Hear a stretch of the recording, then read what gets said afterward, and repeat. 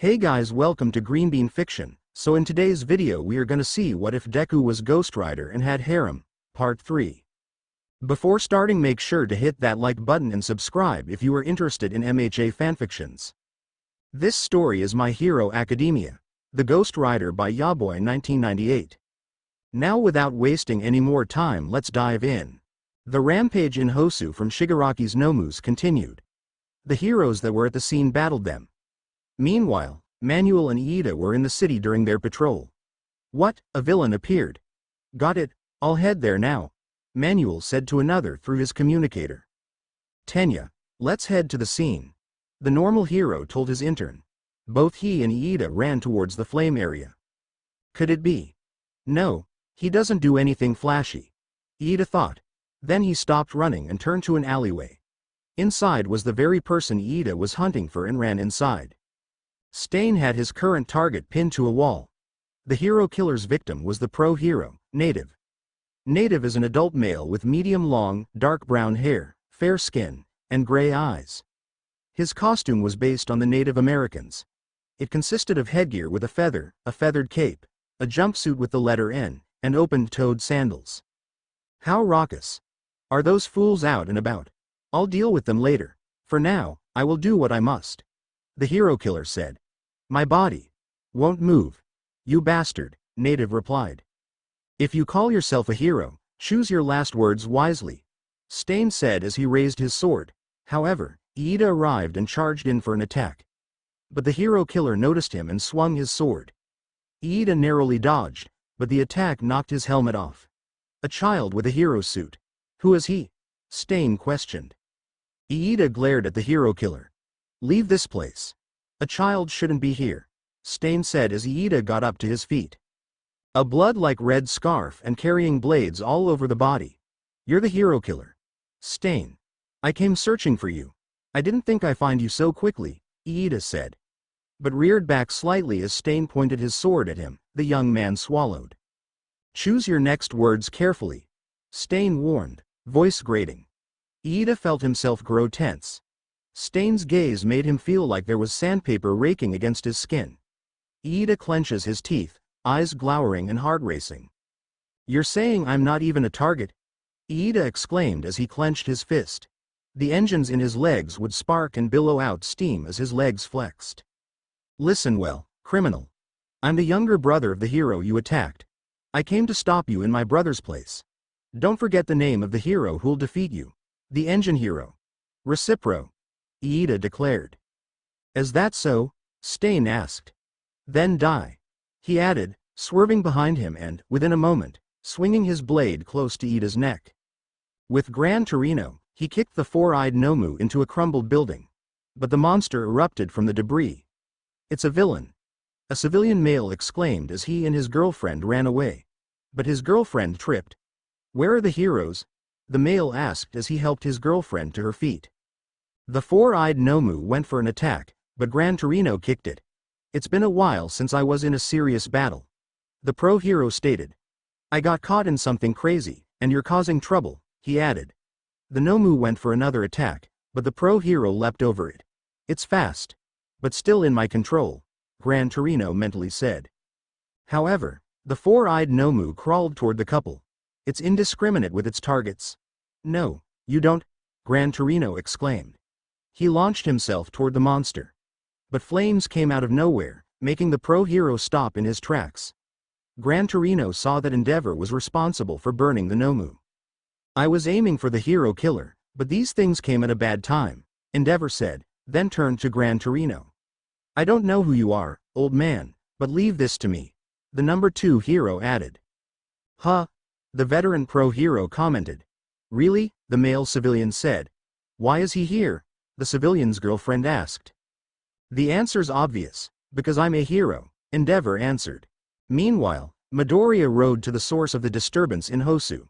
He saw Genji, Mercy, and the Sentinel soldiers aiding the police in evacuating the civilians. The summoned warriors also assisted with this. Good. The civilian evacuation is going smoothly. But why are there 3 Nomus now? If they have power similar to the one at the USJ, everyone in Hosu is in danger, Midoriya thought. Including that, Ida's here in Hosu for his internship to hunt the hero killer. What's the best course of action right now? Midoriya mentally added. Tenya. Manuel's voice is heard at the other end of the alleyway. Huh? Midoriya said. Tenya. Manuel called out. Midoriya made his motorcycle disappear as he ran through the alleyway. Once the greenette arrived, he saw a bus being thrown by the eyeless Nomu.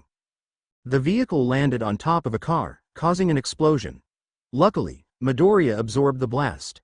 Then Fubuki was knocked back by the eyeless Nomu and landed in front of Midoriya.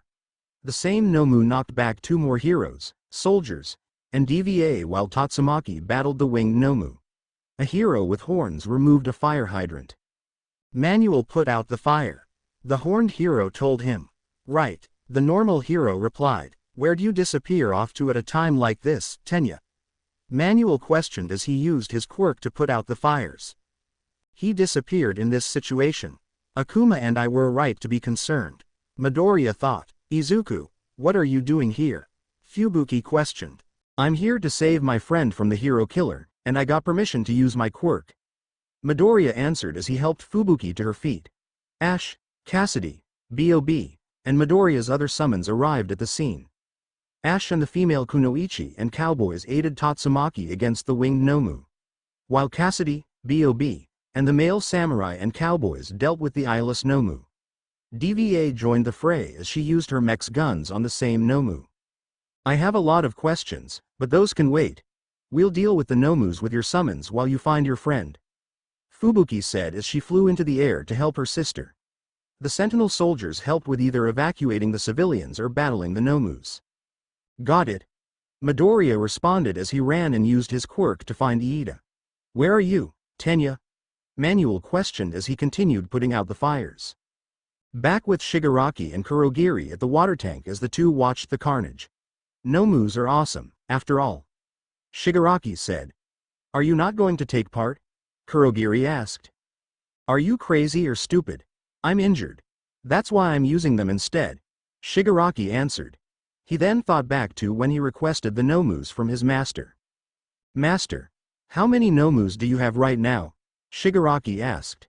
They're not as powerful as the one used for the USJ attack. But I have 6 that passed the operational check. Shigaraki's master answered from the monitor. Hand them over. Shigaraki demanded. Why? His master questioned. Because I don't like the hero killer. I can destroy anything I don't like, right, master? Shigaraki explained. Fine, but you will only get 3. Use this opportunity to learn. Shigaraki's master replied. Back in the present time. Ha ha ha ha, by morning, everyone will forget about you, hero killer, Shigaraki boasted. Meanwhile, with Stain and Iida, the young man lay at the hero killer's feet, choking on his blood.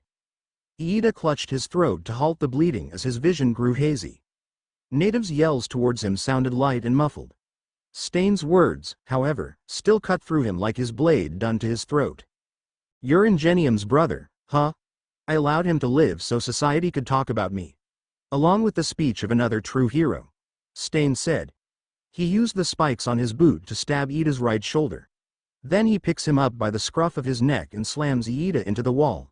A wet gurgle bubbling in his throat. You're weak. The hero killer added. Stain held his sword in a reverse grip and stabbed Iida's left shoulder. You and your brother are weak because you're fake heroes. Stain stated vehemently, face twisting with disgust. Iida's mind was buzzing. His eyes rolled into the back of his head.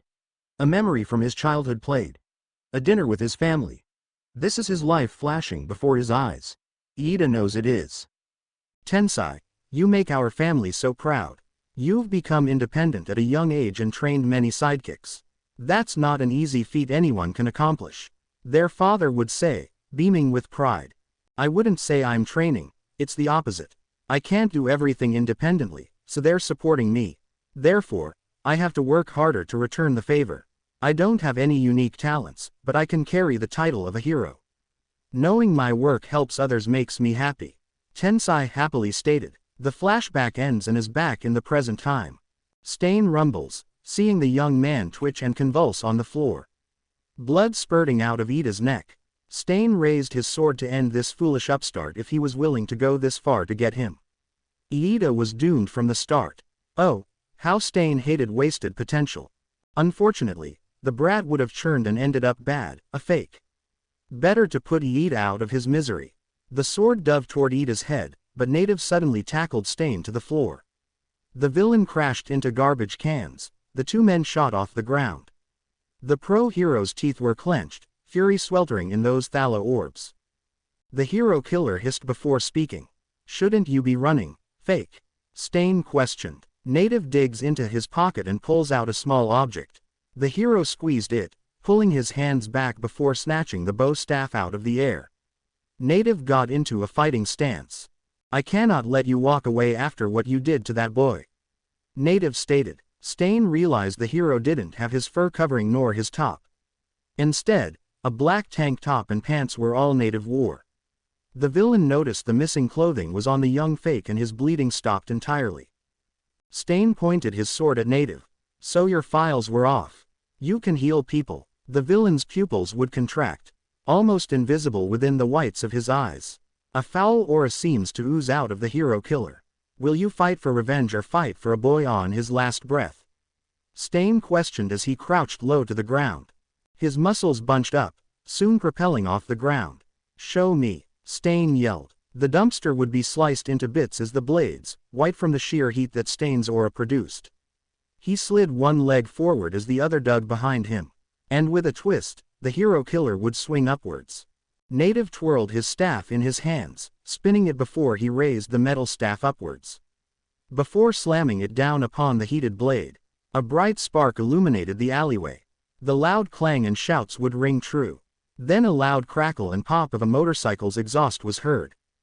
First, there was silence. Then, an odd humming would bounce around Iida's head. The taste of copper in his mouth.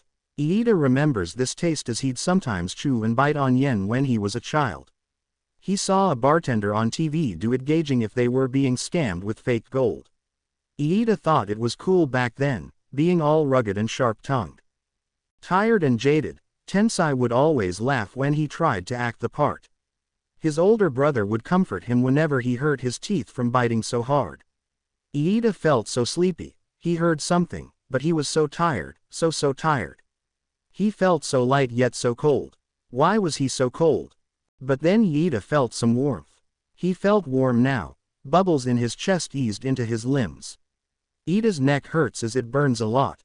It didn't feel like a coincidence but instead purposeful. Iida's eyes would weakly open, and for a moment, he saw a lot of orange, black orbs staring down at him. Iida blinked again and soon saw a familiar mop of green hair staring down at him. Green irises were staring at him, eyes wide, and freckles formed a diamond. It was Midoriya. He was saying something, but Iida couldn't make it out. He tries to force himself to move but realizes he can't.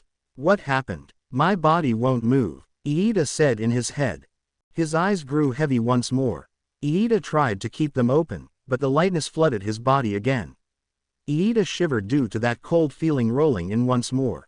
He would find several glowing orbs hovering over him, providing warmth. The young man would peer up once more, seeing Midoriya's back as he walked towards the battle ahead. Iida could have sworn he saw steam billowing off Midoriya's head. Meanwhile, Native was on the ground as one of Stain's knives was deep in his stomach. In comparison, another was pressed deep into his shoulder. The pro-hero glowered at the hero killer, whose long tongue lapped up the blood that ran down his blades. Native felt sharp shocks flooding his body, racking his muscles as they locked up. The hero felt his whole body paralyzed from the neck down. You fought with purpose, good. You'll still die, but your death will not be disgraceful. Stain told his target. The villain tore his knives from Native's stomach and shoulder. This caused him to scream to pour out. Native felt disoriented and wavy from the blood pouring from his injuries. Stain then slashed above Native's eye, the blood dragging down his cheek.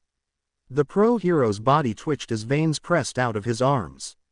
A pool of blood formed under him. The hero killer prepared to end Native as he raised his sword. But a blast of flame slammed into the villain, sending him reeling across the floor. The villain leapt back up, his sword digging into the hard concrete. Bright sparks flared up from where the blade met the ground. Stain peered up, eyes growing wide as he saw who it was. He's The kid from the sports festival, he thought. Midoriya looked down, fist clenched tight, teeth clamping against each other. Midoriya's head billowed with steam from every pore. Light began to emanate from his chest and crept up his neck. The greenette exhaled, smoke blowing out from his nostrils. Midoriya felt a sharp sting in the back of his head. Akuma's words were distorted, but the soft tones were present. The young man was so angry with the person before him. But Midoriya must control himself. If he lost control here, it would be bad for everyone present. So the greenette capped his anger, not letting it explode. Stain wished to see if Midoriya's heart still rang true to his words back then as he spoke. "You, why are you here?" the hero killer questioned. "To save, to protect," Midoriya hissed out. Midoriya's chest glowed as the scent of burning rubber assaulted Stain's nose. However, a wide smile spread across the villain's face. Spoken like a true hero. "Now, show me your resolve to save these fakes," Stain exclaimed. The hero killer dashed towards Midoriya, who quickly drew his katana. Swords clashed against each other. Bright sparks emitted as both pushed, neither giving the other any leeway. Stain's boot slammed into Midoriya's stomach, launching him backward. The villain's hand slipped into his pouch and then whipped forward. Knives pierced through the air toward the greenette. Midoriya twists his body away to evade the blades. However, one scraped his cheek before getting stuck into a wall. Midoriya landed on his feet for a second before appearing above the villain for a downward strike. The tip of the katana would only hit the air as Stain's leg would lash out, knocking the sword out of Midoriya's hands. Before the greenette could lower himself into a stance, he felt his body grow stiff. Midoriya dropped to the floor, unable to move. "You're good," Stain praised, holding the knife previously lodged in the wall. A fat grin plastered on the hero killer's face. "I'll spare your life so you can show the fakes what a true hero should be," the villain said. The knife in Stain's hand raised before diving towards the greenette. But a block of ice would slam into the hero killer, which knocked the wind out of the villain and pushed him farther away from the still Midoriya. The greenette turned to see Todoroki's hand outstretched and frost growing on it. Midoriya felt his body grow warm before he picked himself up rather groggily, lifting himself next to his classmate. "Anyone else coming?" Midoriya asked. "Yeah, they're on their way," Todoroki answered, a smile rising from his nostrils and cold air billowing out his mouth with each word he spoke. "Good. Also, be careful. Stain can paralyze you when he licks your blood," Midoriya warned. "Okay," Todoroki replied, perking up as the bridge of ice began to crack and shatter. Two long blades cut through the ice like butter. Stain broke through and launched himself at them, with a third blade being held in the villain's mouth. Midoriya sucked his teeth and turned, steam billowing off his head again for a moment. The greenette kicks up his own katana, catching it and getting into a stance. "Get Native and Iida to safety.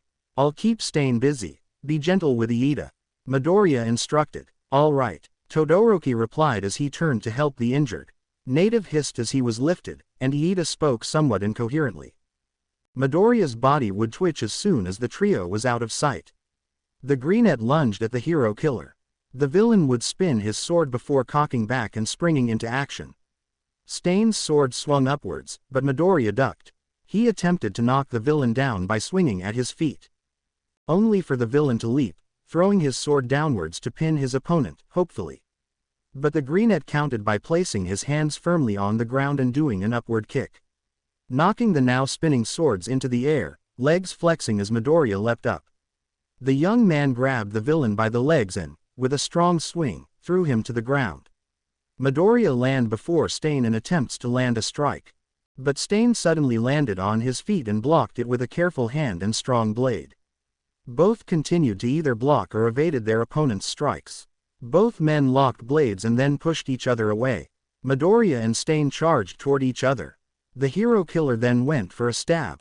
However, Midoriya sidestepped and made his katana disappear. Stain grew confused until Midoriya hit him with a Bajiquan Tetsuzenko. A boxing flicker jab followed. Then a taekwondo side kick, spinning hook kick, and push kick sent Stain out of the alleyway. Midoriya joined the hero killer on the empty street. Stain got up but had an amused look on his face. "Yes, I knew there was something that made you different from those fakes at the sports festival," the hero killer stated. You watched the sports festival? Midoriya questioned. Only when you gave that speech and taught a lesson to Endeavor's child. That speech to some would seem like someone spouting empty promises and bravado. But you meant every word you said. Your action toward Endeavor's child may have many see you as insane and unhinged. However, those fools don't realize that there are villains who would kill themselves and everyone around them to escape containment. Stain answered. There will be times when a hero must break the rules and cross boundaries to protect the lives of the innocent. And you are living proof of what a true hero should be. Selfless, inspirational, a leader, and willing to sacrifice his life for those he's protecting. That's a true hero. Show me more of your resolve as one. Stain exclaimed as he lunged towards the Greenette. Midoriya stayed in place as Stain ran towards him. The hero killer threw slashes and stabs at his opponent. The Greenette evaded most strikes as some did connect. But the blood steamed upon the serrated blade, drying it due to the heat, preventing Stain from licking it to use his quirk. Stain curses before he foes for an overhead slash. However, Midoriya grabs his shoulders and knee his stomach with a Muay Thai knee kick. Next was a Muay-born diagonal elbow to the face and a high left straight kick. But Stain managed to stab the side of Midoriya's left arm with the spikes on his boot. The villain pinned the Greenette down to the ground and raised his sword. The hero killer went to stab Midoriya, but steam would burst from Midoriya's body, forcing the villain to jump back. Stain noticed the blood on his boot was cauterized. The leather of his boot was also being eaten away. Stain saw Midoriya, now Akuma, getting up to his feet, shocking him. But Akuma switched back to Midoriya. Thanks for the save there. Midoriya mentally thanked him. Someone had to watch your back. Akuma replied. Thankfully, nobody except Stain was there to see Midoriya transform and revert to Akuma. The hero killer began to laugh. I wonder what happened to the vigilante that made the villains fear him. He ceased being a vigilante to become a hero. You impress me more, Midoriya. You're proving to be more of a hero like All Might. Stain exclaimed. Midoriya charged up one for all to conjure his new full cowling ability. Stain charged and swung his blade, but Midoriya appeared behind the hero killer before the attack could connect. The Greenette hit his foe with a Wing Chun side and round kick to his back. When Stain turned around, he was hit with a double Muay Thai jumping knee kick. Stain threw some knives toward the Greenette, but Midoriya evaded them as he lunged at the hero killer. The villain swung his sword once Midoriya was close to him. However, the Greenette ducked under the strike while hitting Stain with a Hapkido uppercut. Then followed it up with 3 consecutive Taekwondo roundhouse kicks. The hero killer jumped away to put some distance between them. Midoriya summoned his katana and vanished. Stain looked around to find where his enemy was. Then he looked up to see Midoriya going for an overhead slash. The villain blocked the attack with his blade. But Midoriya's attack destroyed Stain's sword. The hero killer staggered. However, Midoriya wasn't finished. The Greenette charged some flames in his rear hand. Then launched it, hitting Stain with a big wave of fire. The villain was sent flying until crashing back down. You're beaten, Stain. Surrender. Midoriya commanded. Never. As long as fake heroes exist, I'll keep appearing. The hero killer stated as he charged at Midoriya. Big mistake, Midoriya said as he conjured fire into both his hands. At the same time, with Gran Torino and Endeavor, the flames died down as the Nomu was still standing. First time anyone remained conscious with my fire at low temperature. Endeavor said. Be careful, Gran Torino warned. However, the four-eyed Nomu released flames from its body. Absorption and release, huh? But that absorption causes damage, so it must be a wimpy quirk. The number 2 hero stated. The four-eyed Nomu began to grow its muscle. That's weird. Wait a minute, you're wrong, Todoroki. It has multiple quirks. Gran Torino exclaimed. The Nomu finished bulking up and lunged at Endeavor. I see, Endeavor replied. Gran Torino noticed the couple had left the scene. Those 2 bystanders are gone. Then, the veteran hero thought as he turned to the four-eyed Nomu. Endeavor was ready to unleash some fire. But some shurikens flew by and hit the Nomu's chest. Genji ran past and slashed the monster with his katana. Then Gran Torino launched himself past the Nomu. He launched himself down to hit the creature from behind. Both hit the road resulting in cracking from the impact. I cracked the road. It's been a while, so it's hard to control. Gran Torino told the number 2 hero. You and that ninja aren't so bad, Endeavor said. The trio then saw a part of the city on fire. That's strange. It's been 2 to 3 minutes. Usually, many heroes should be here. What's going on? Genji questioned. Let's restrain this thing and hand it over. That way, we can go help the others. Gran Torino suggested. Good idea, the ninja replied. Meanwhile, Endeavor remembered what had happened with his son. There's trouble, Shoto. Follow me, Endeavor told his son. He, his son, and his sidekicks ran to the burning city. I'll show you what a hero does. The number 2 hero added. Todoroki's phone rang, and he stopped to check it. Midoriya, Todoroki thought. Shoto, Endeavor exclaimed as he stopped and turned to his son. An SOS with a location. Todoroki said. Stop looking at your phone and follow me, Endeavor commanded, but his son ignored it and went the other way. Where are you going? The flame hero questioned.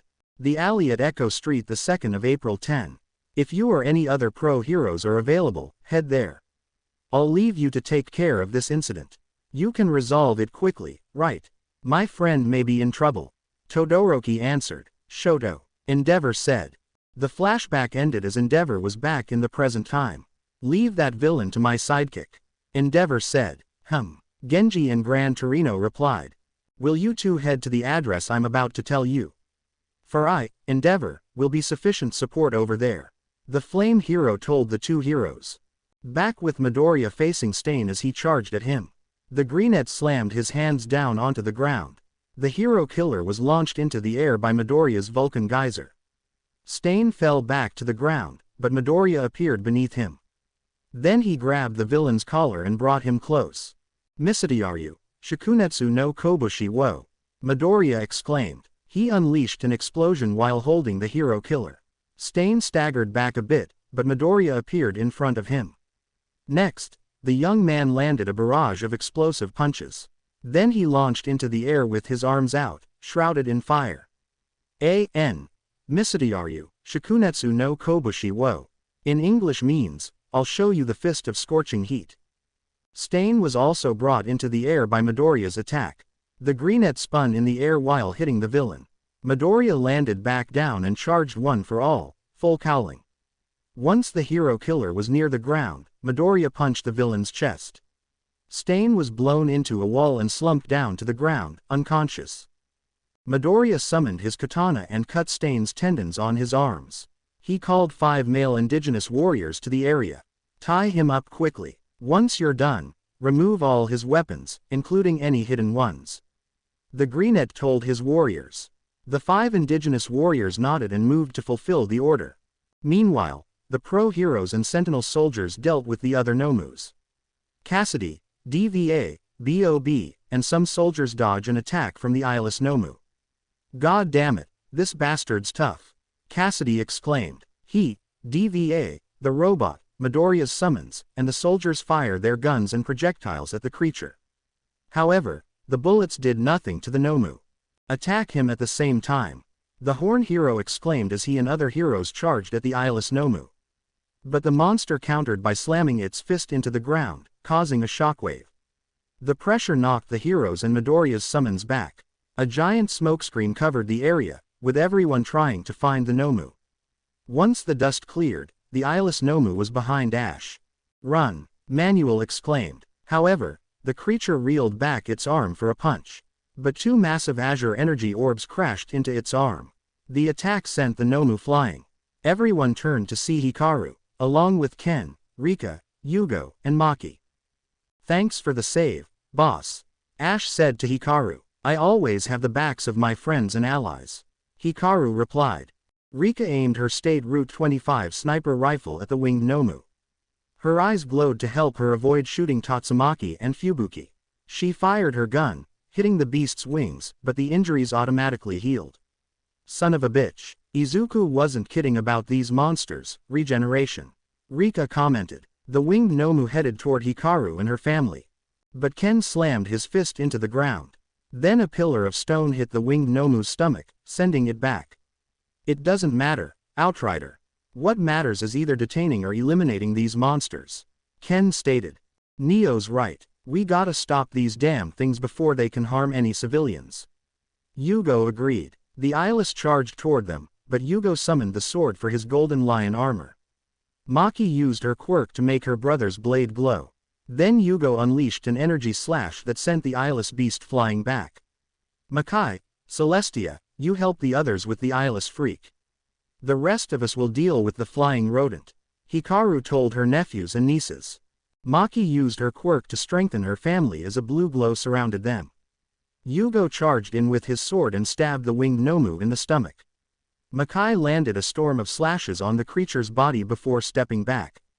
Celestia formed a massive glowing purple orb above her. She then hurled the globe onto the winged Nomu, creating a small explosion. Meanwhile, Ash and Outrider landed shots at the eyeless Nomu's body. They stopped firing as Hikaru charged toward the beast. She was above the eyeless creature, her fists surrounded by a blue glow. Battle Vixen punched the Nomu into the ground, creating a small crater. But then the eyeless Nomu got up and healed the injuries on its body. Man, this stupid thing just loves its hacks, huh? DVA commented as she, Cassidy, and Bob shot at the eyeless Nomu. The soldiers and Midoriya's summons aided by firing their guns and projectiles and throwing grenades. It can regenerate, huh? In that case, Endeavor said as he charged at the eyeless Nomu. Cassidy, Bob, DVA, and Sentinel soldiers ceased as the flame hero grabbed the monster's head. How about this? The number 2 hero said as unleashed blue flames burned the eyeless Nomu's head. Carbonized cells can't regenerate, Endeavor stated. Watch out, Fubuki warned, but the winged Nomu grabbed a hero and flew away. Those without a quirk useful to destroy that thing, head to 4 Echo Street.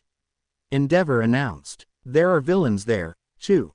One hero asked. I don't know, but please hurry. Endeavor answered. The flame hero fired a fireball at the Nomu, but it evaded the attack. Endeavor was about to chase the winged Nomu, but Tatsumaki appeared in front of it and used her psychokinesis to freeze the Nomu in place. Fubuki used her psychokinesis to free the captured hero from the beast's grip. Both Esper sisters slammed the winged Nomu into the ground.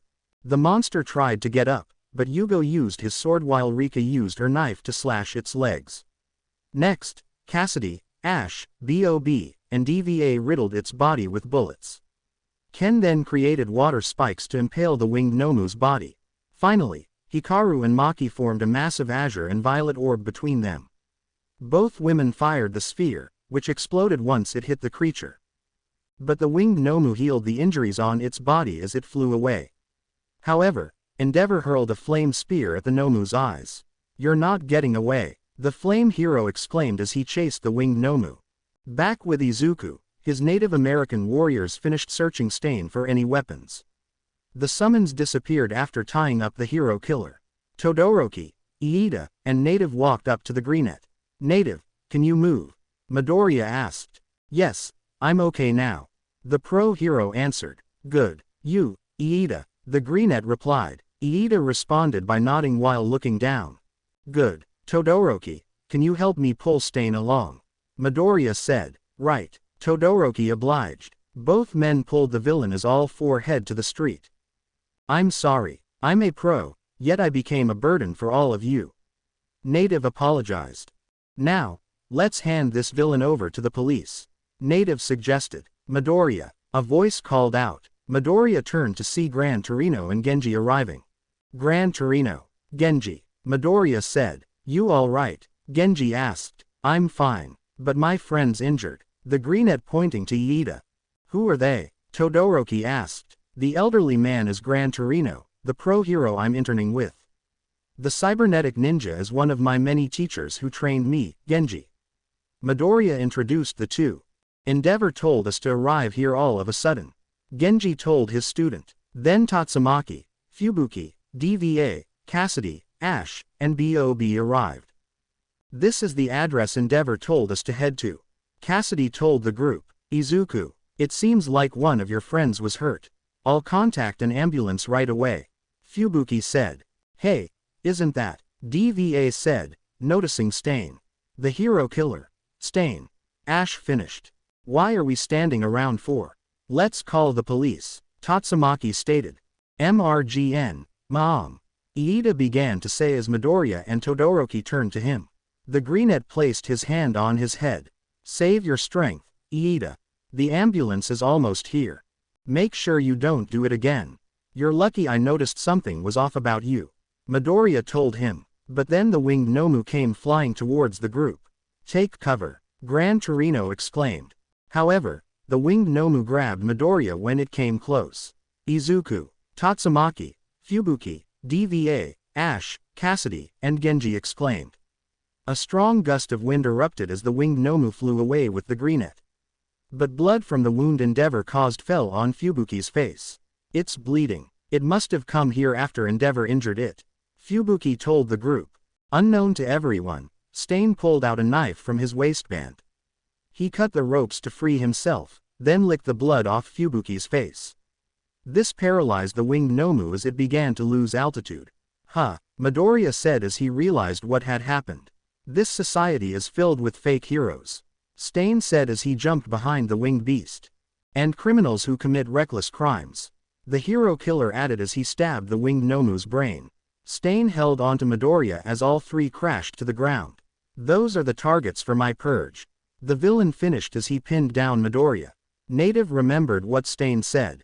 How raucous. Are those fools out and about? I'll deal with them later. Those words made Native shake.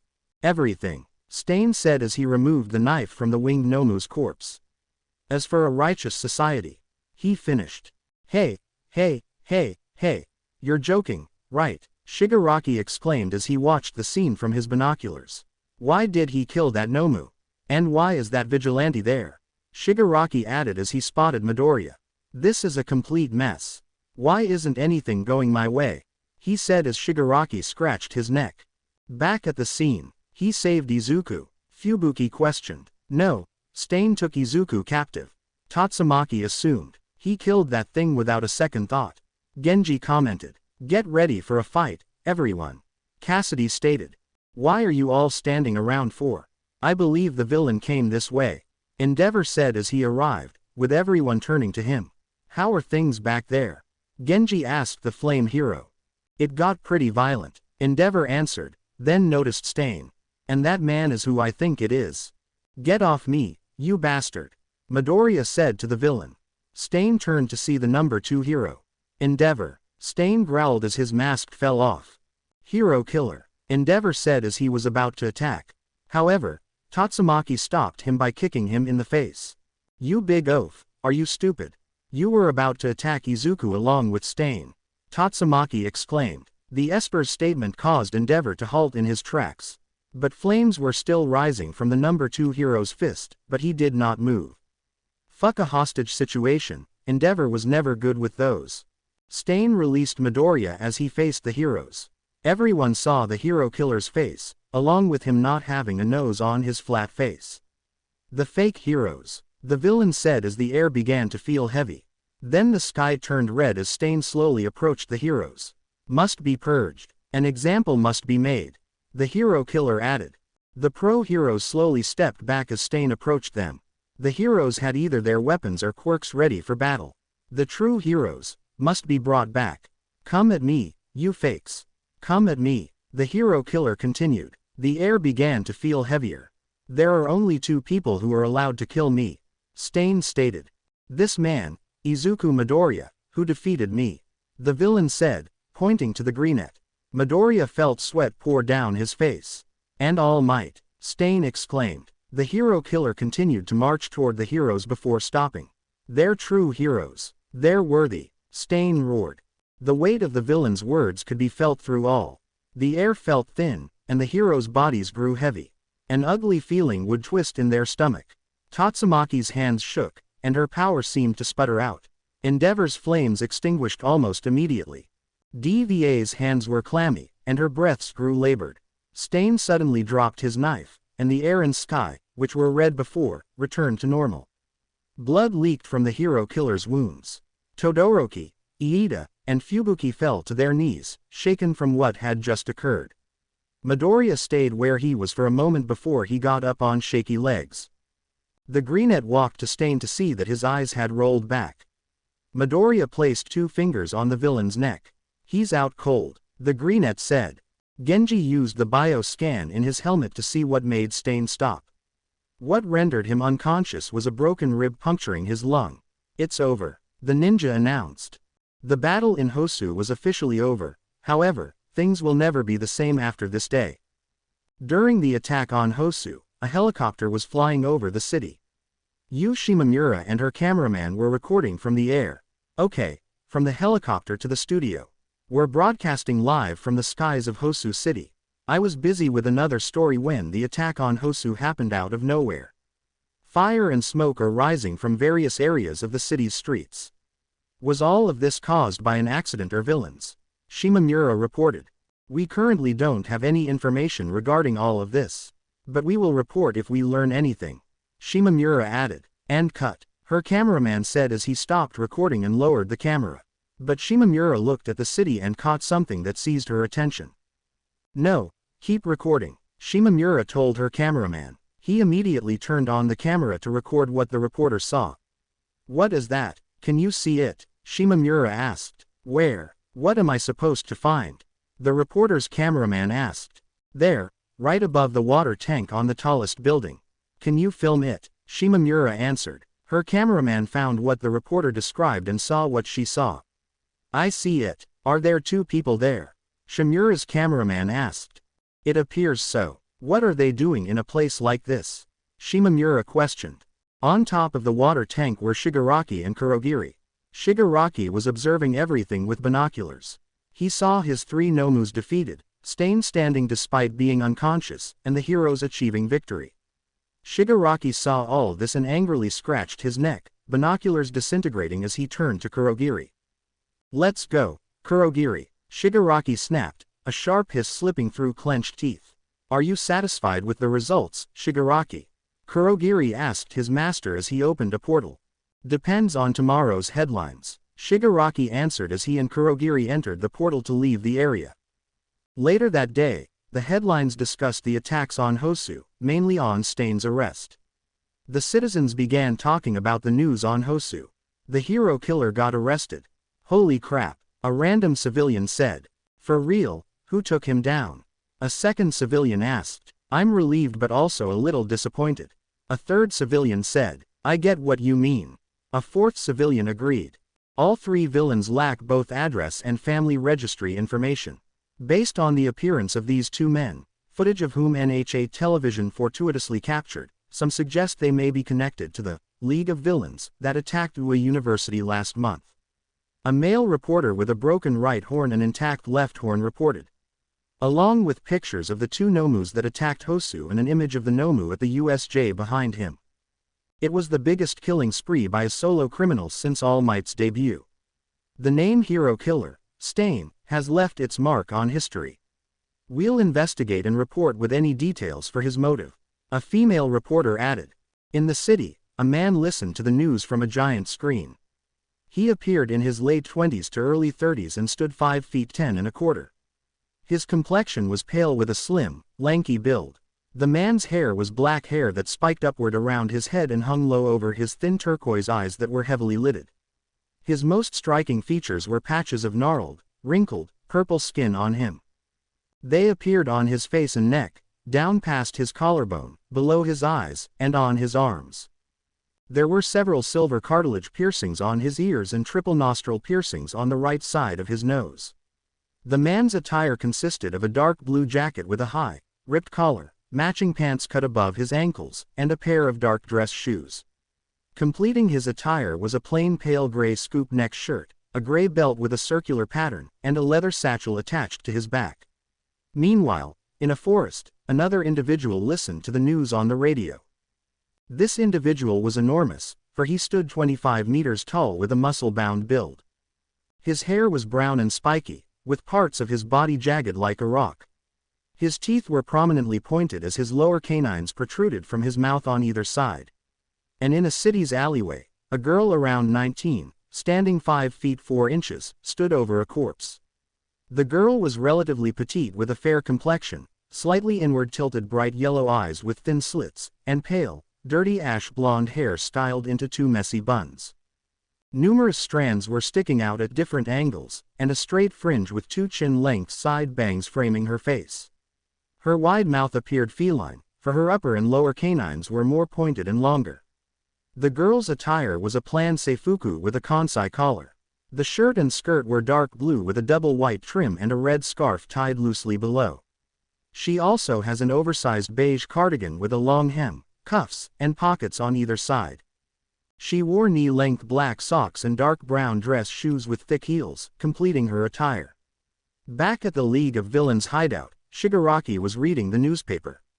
He then crumbled into a ball out of frustration as Stain was on the front page. He's all over the news, and the Nomus are always mentioned second.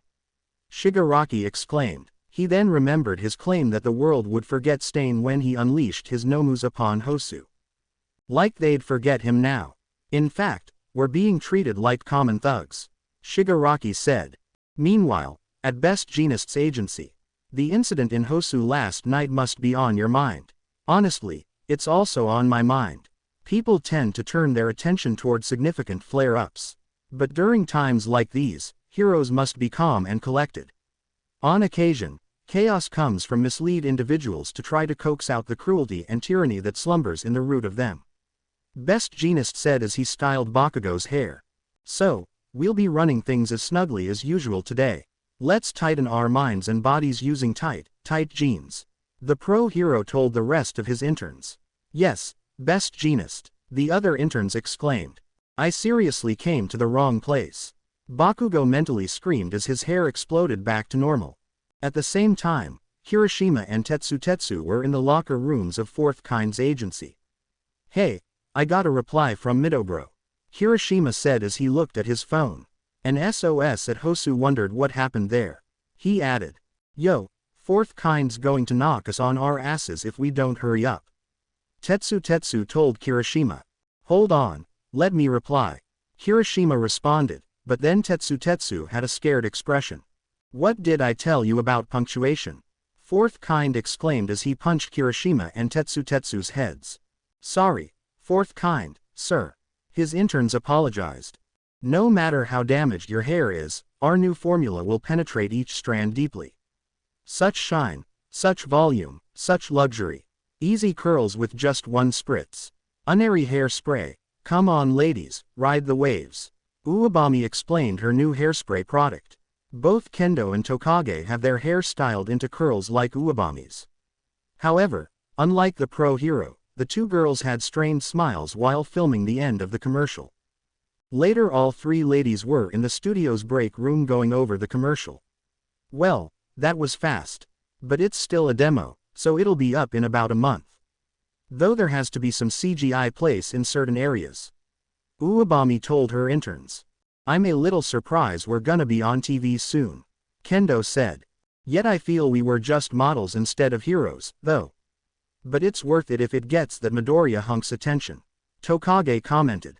All right, girls, shall we head out for our patrol? Uwabami said, which excited her interns. Yes, Kendo and Tokage happily replied. Meanwhile, Midoriya was heading to the hospital where Iida was staying at. Todoroki had already messaged him that he had arrived and was waiting for him. Midoriya finished another training session with Gran Torino and was given a break. So the Greenhead decided to see how his classmate was holding up. But Midoriya felt his phone vibrating and took it out to see Uraraka calling him. He then answered her call. Hey, Uraraka, I just finished training, and I'm on break right now. How are you? Midoriya said. Hey, Deku-kun, I'm doing fine, considering I was worried about you when I saw your SOS message. My heart was thumping like crazy. But I'm glad you're okay, and Iida was saved thanks to you. Uraraka replied. Yeah, sorry about that. I'm heading to the hospital Iida's at right now, so I'll call or text you if I learn anything new. Midoriya informed. At the same time, at Gunhead's agency, the pro hero approached Uraraka as the other interns were warming up. Uravity, I'm starting basic training. Gunhead told his intern. Ah, right, Uraraka replied before going back to her phone. Let's talk some more at school. Talk to you soon, she said to the phone. But then Gunhead blushed and placed a hand over where his mouth should be. Was that your boyfriend? The pro hero asked. No, it wasn't. I mean, no, sir. Uraraka exclaimed while blushing. Midoriya arrived at the hospital's entrance and was about to enter. But he felt his phone vibrate again and took it out. He saw Yaoyorozu calling him this time, and he accepted the call. Hey, Momo, what's up? Midoriya said to the phone. Do you know how scared I was when I saw that SOS message you sent, Izuku? Yaoyorozu scolded, making Midoriya pull the phone away from his ear from the sudden scream. I was scared when I followed your aunt to Hosu when that attack happened. I couldn't go to the address since Battle Vixen instructed me to help the Sentinel soldiers with evacuation and first aid. She added. I'm sorry, Momo, but everything's fine now. Midoriya apologized. That's good, but I'm worried about Iida as your aunt informed me about his injuries. Luckily, Genji's girlfriend, Mercy, has been treating him. And from what Battle Vixen told me, I know that Iida will make it. Yaoyorozu said. Yeah, I think Iida will get his results from Angela today. So I'll call or text you the results. Do your best in your internship, Momo. Midoriya replied. Okay, I'll see you in school and ensure you don't get into any more trouble during your internship. Do I make myself clear, Izuku? Yaoyorozu responded. No promises, but I'll try. Midoriya chuckled as he and Yaoyorozu ended their call. Meanwhile, at Battle Vixen's agency, Yaoyorozu blushed after ending her call but overlooked Ayane behind her. So, made sure your boyfriend stays out of trouble, Ayane teased. Yaoyorozu immediately turned red as she saw Battle Vixen's older daughter behind her. Izuku's not my boyfriend, but I scolded him and ensured he stayed out of trouble, she replied, but the blush didn't vanish from her face. Ayane chuckled and patted Kriti on the back. Still, it's good to know that my youngest cousin has someone who cares for his well-being. Make sure he's safe for us, Ayane requested, with Yaoyorozu nodding. Great, now let's go because we're patrolling. You, me, my brothers, and mom. Ayane cheered as Kriti followed her. Back at Hosu Central Hospital, Midoriya signed in and went to visit Iida in his room. The greenette arrived at the floor Iida was on and spotted Todoroki. However, Midoriya noticed Todoroki wasn't alone. Because both Genji and Mercy were outside Iida's room with the medic looking at a clipboard. Hey, guys, Midoriya announced to have the group notice him. Hey, Izuku, it's an amazing feat you managed to do last night. Genji said, thanks, but right now, I'm more concerned about Iida, considering he could have died if it weren't for Native and me. Midoriya replied. I have the results after the surgery. You can wait outside if you want. Mercy stated. No, I'm sure Iida will need both of us for what he's about to hear. Todoroki answered with Midoriya nodding. The group entered the room and saw Iida awake but had bandages around his neck. Hello, Tenya Iida, my name's Angela Ziegler, and I have the surgery results I performed on you. Are you ready to hear them? Mercy told him. Both Midoriya and Todoroki stood by Iida's side. Ingenium's brother nodded as he was ready to hear what Mercy had to say to him. First off, your left hand will have residual complications. Your fight with Stain had both arms thrashed, but the damage to your left was severe. Your brachial plexus is impaired, meaning you'll have difficulty moving your fingers along with some numbness. However, there's a chance it can be repaired with nerve grafting surgery.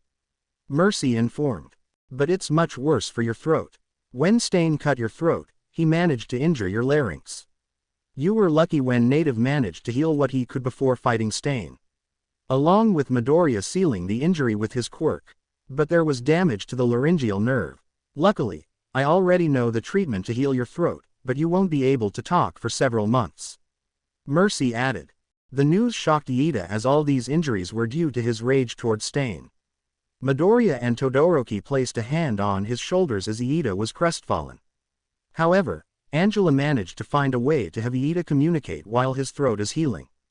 Genji stated, which surprised the Class 1A trio. Yes, Mercy said as Genji stepped out of the room for a moment. Then he returned holding a box. The ninja opened the box to reveal what looked like wireless earbuds and a small neck brace with the front looking like a speaker. I told Winston of your injury and requested that he create something to help you talk with your family and friends while your throat is healing. So he, along with Echo and Moira, made these.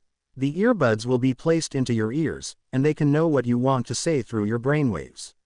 Then the earbuds will relay what you want to say to the neck brace, which will then tell what you want to say.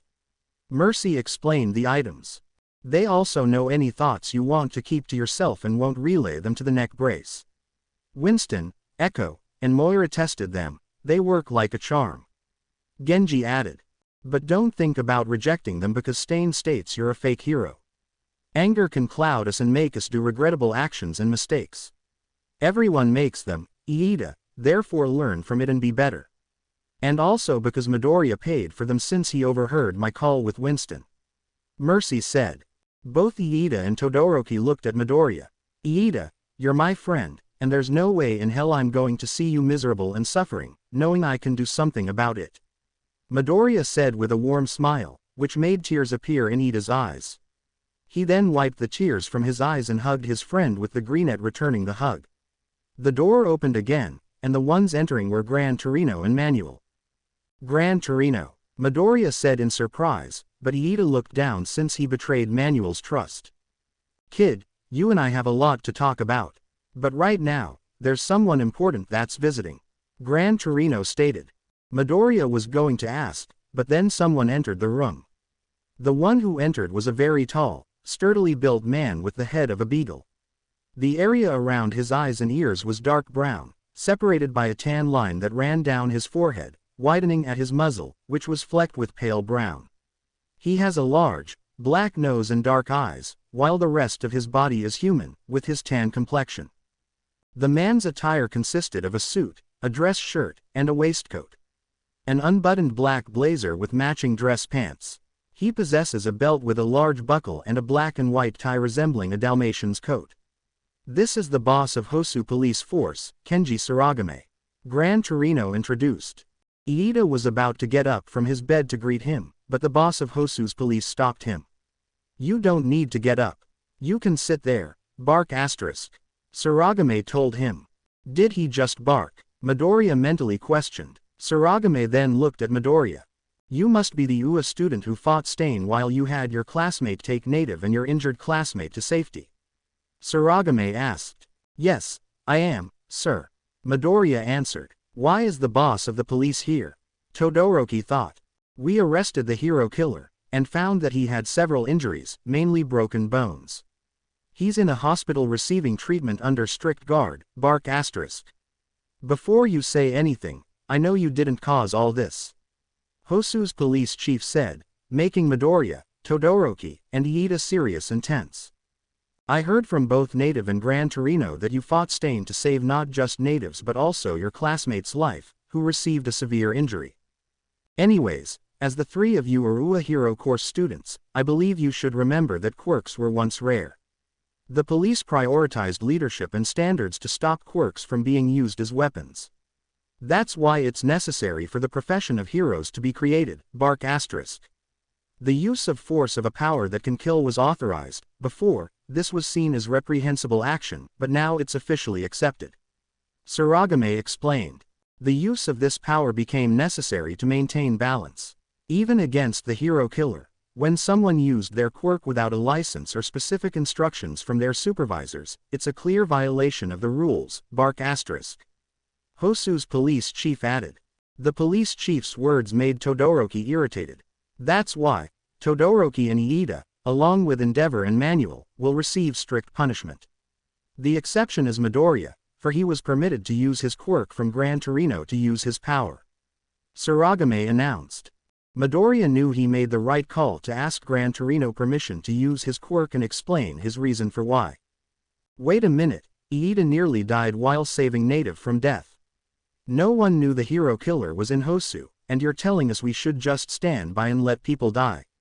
Todoroki exclaimed. Todoroki, Midoriya trying to stop his classmate. Are you saying breaking the rules is fine if everything goes well? Hosu's police chief questioned. Isn't a hero's job to save lives? Todoroki remarked. This is why you're not a pro hero yet. I wonder what Endeavor and UA are teaching you. Or are you not learning at all? Suragame replied. You damn mutt, Todoroki cursed. Endeavor's son was about to approach the police chief, but Midoriya stopped him. Wait a minute, Todoroki. Let him finish what he needs to say. Gran Torino told him. What I said was the official opinion of the police. Any punishment and consequence are necessary if this information is made public. You would be applauded by the public but cannot escape punishment. So the only solution is giving credit to Izuku Midoriya, aka Ghost Rider. The reason being that he is not only Battle Vixen's nephew but also an operative of her agency, Sentinel. Suragame stated. This is true because Mr. Suragame knows Izuku was Akuma and Shinigami. He helped him with many unsolved cases while training and working with Sentinel. Mainly, to have the charges of his time as a vigilante drop. Genji stated. Izuku's still a Sentinel operative since the age of 17. Mercy added. Wait, you're an operator in Sentinel? Todoroki questioned. Yep, here's the proof, Mercy said as she took out a collapsible, holographic tablet. She then showed Midoriya's official operator ID to the agency. How many secrets do you have? Todoroki questioned. Many, but some deserve to be kept for the safety of others. Midoriya answered. So which do you prefer? Because I rather not blame such promising future heroes because of a serious mistake. Suragame said while giving a thumbs up. But I still need to take responsibility for being negligent and failing oversight. Manuel stated as he shed comical tears. Iida felt terrible and got up to bow in front of him. Manuel knew Iida was sorry and lightly chopped Iida's head, but not enough to hurt him. I know you're sorry, and you'll remember not to do it again. The normal hero said with Iida nodding. I should apologize as well. I count on your understanding. Todoroki bowed to Hosu's police chief. I'm sorry you won't get the praise you deserve with Ghost Rider. However, as someone who keeps the peace, I thank you all. Especially you, Ghost Rider, for helping us when you were a vigilante and a Sentinel operator. Suragame said as he bowed to the three. Should have been better if he started with that. Todoroki commented. Anyway, I have to go. Also, young Midoriya, you'll probably be interviewed but remember not to reveal anything confidential. Especially this conversation as well. Hosu's police chief told him. Got it, but my action wasn't for fame, but merely doing the best I can in saving lives. Midoriya stated. I understand. I hope to see you as a great pro hero, Ghost Rider, and your classmates. Have a nice day, Suragame said as he and Manuel left the hospital room. Later, I want to talk to you, young man. First, I need to make a call. After my call and you finish your break, we'll talk. Gran Torino told Midoriya. The pro hero left the room, leaving Genji, Mercy, and the three UA students. Angela and I also need to go. More people were injured during the Hosu attack. Genji stated. Indeed. Right now, rest up, Iida. I'll help you during your recovery. Mercy added as the two Sentinel heroes left the room. Iida, listen to me. I know how it feels to get lost in your anger because I've been there for a while. Anger makes us not think straight and unaware of our actions. But do you know what you can do once you leave the hospital? You have to try even harder and get stronger to become a great pro hero. Midoriya told him as he placed a fist on Iida's chest, where his heart was. That's what you can do, Iida. Not just you, but all of us in UA. Both Iida and Todoroki nodded in agreement. With Gran Torino, he was at the telephone station, calling someone. And the person he called was none other than All Might. Hello, Gran Torino. It's been a while, hasn't it? All Might said through the phone. Indeed it has, but right now, I want to talk to you about Izuku Midoriya. Gran Torino said. Did he cause you any trouble, sir? The number one hero asked. In a way, since he acts without thinking, just like you. But I'll admit you made the best choice by choosing him as your successor. Gran Torino answered. Really, I'm glad that you approve of it, sir. I'm indebted to you since you took me under your wing. I wouldn't be the man I am today without your teachings. All Might replied as he walked the halls of UA. That's funny of you, considering you never visited me. Gran Torino pointed out through the phone. No, I have never forgotten you, it's just that I've been busy with being a teacher. All Might said while scratching the back of his head. He then entered the teacher's lounge. Right now, the reason why I'm calling now is about what happened with the hero killer. The time I was face to face with him couldn't be more than a couple of minutes. But that's all it took to send chills down my spine. Gran Torino stated. To make someone like you shudder isn't an easy task. But Stain's under police custody now, All Might said as he sat down on the couch. What made me shudder was maybe Stain's strong ideology, or rather his obsessive fixation made the air feel heavy. I'm not praising him. It's just that it's quite similar to the strong notion when you made yourself the symbol of peace. Gran Torino explained over the phone. To put it bluntly, it's mainly charisma. If they interrogate this bastard, then the tenets of his ideology will find itself within every medium out there, such as the net, TV, and magazines. In this day and age, for better or worse, everything is repressed. And those influenced by that environment will appear from the woodworks. Gran Torino added. So they just pop up one by one, and just like with Stain, the heroes, All Might responded but got cut off by Gran Torino. That's where the League of Villains comes into play. All Might's mentor stated. The connection hinted by the current alliance has turned the perception of delinquents after attacking Ua got hit back to a broad acknowledgement that it was a group following Stain's ideals. In other words, they made the perfect receptacle. Each speck of evil is small but gather them all under one guiding will. That evil ideology will increase hundreds of times over, Gran Torino informed. If Stain assumed this would happen from the beginning, then our enemy's ringleader's doing sufficiently for himself. He's steadily doing things to remove obstacles and set a collection of affairs in motion with his own calculations. Gran Torino included. You got a bad feeling about this? Because I am. All Might said. Yeah, the man who killed your predecessor who gave you one for all, my dear friend and your mentor, Shimura, the same man who gave you your injury, all for one, is back in action once again. Gran Torino surmised into the phone. The fact that he could still be alive after we believed I put him down, I don't want to believe it. All Might said with a severe expression and sweat dripping from his face. You should take your next opportunity to tell your successor about yourself and one for all. Gran Torino suggested over the phone. 2 days after the Hosu incident, Stain's background began to divulge from every angle. At an unknown hostess bar, 2 men were inside having a discussion. One was an adult male with an overweight build, receding hairline with a small ponytail at the back, fair skin, and facial hair on his face. His attire consisted of a beige sweater with rolled sleeves, jeans, brown dress shoes, and an eye patch over his right eye. The other adult male is a broker for the League of Villains. His name was Kagero Okuda, but he was mainly known by his alias, Jiren. Jiren is a middle-aged man with a slight build, moderate height, and fair complexion. His eyebrows appeared drawn up, and his pink eyes were notably squinted-looking.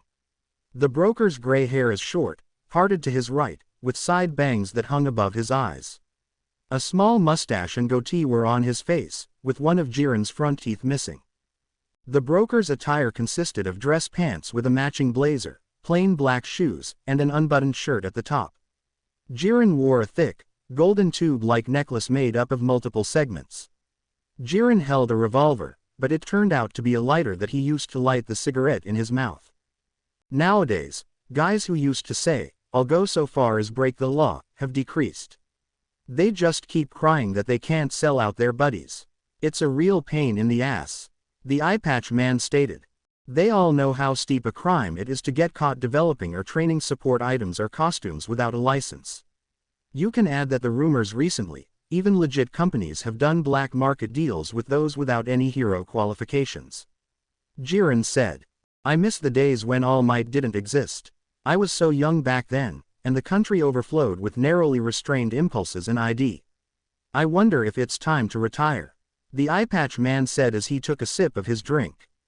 Funny you should mention that. Now, this doesn't leave this room, you hear me? I've got a scheme that'll bring money. I'm telling you this because I've thoroughly assessed the quality of your little association's wares. Jiren said. The broker took out his phone and showed it to the eye patch man with a video playing. Have you seen this video? Because this is the hottest video of the hero killer that was released. The words on the video of the hero killer were as follows. Hero killer, Stain, real name Shizo Makagiro. All Might's debut made a deep impression on him, for he aimed to be a hero. He even got into a private hero course university, but from what he saw of heroes during his short stint in the educational system, he despaired of their fundamental decay, and dropped out during the summer of his freshman year. Up until his early adulthood, he called the revival of heroics through street oratory and soapbox sermons. But subsequently came to apprehend that there is no power in mere words. Over the following decade, he studied and disciplined himself in the training of killing arts through self-study. All to achieve his duty. It was during this time his parents passed. Though it's believed he wasn't the cause.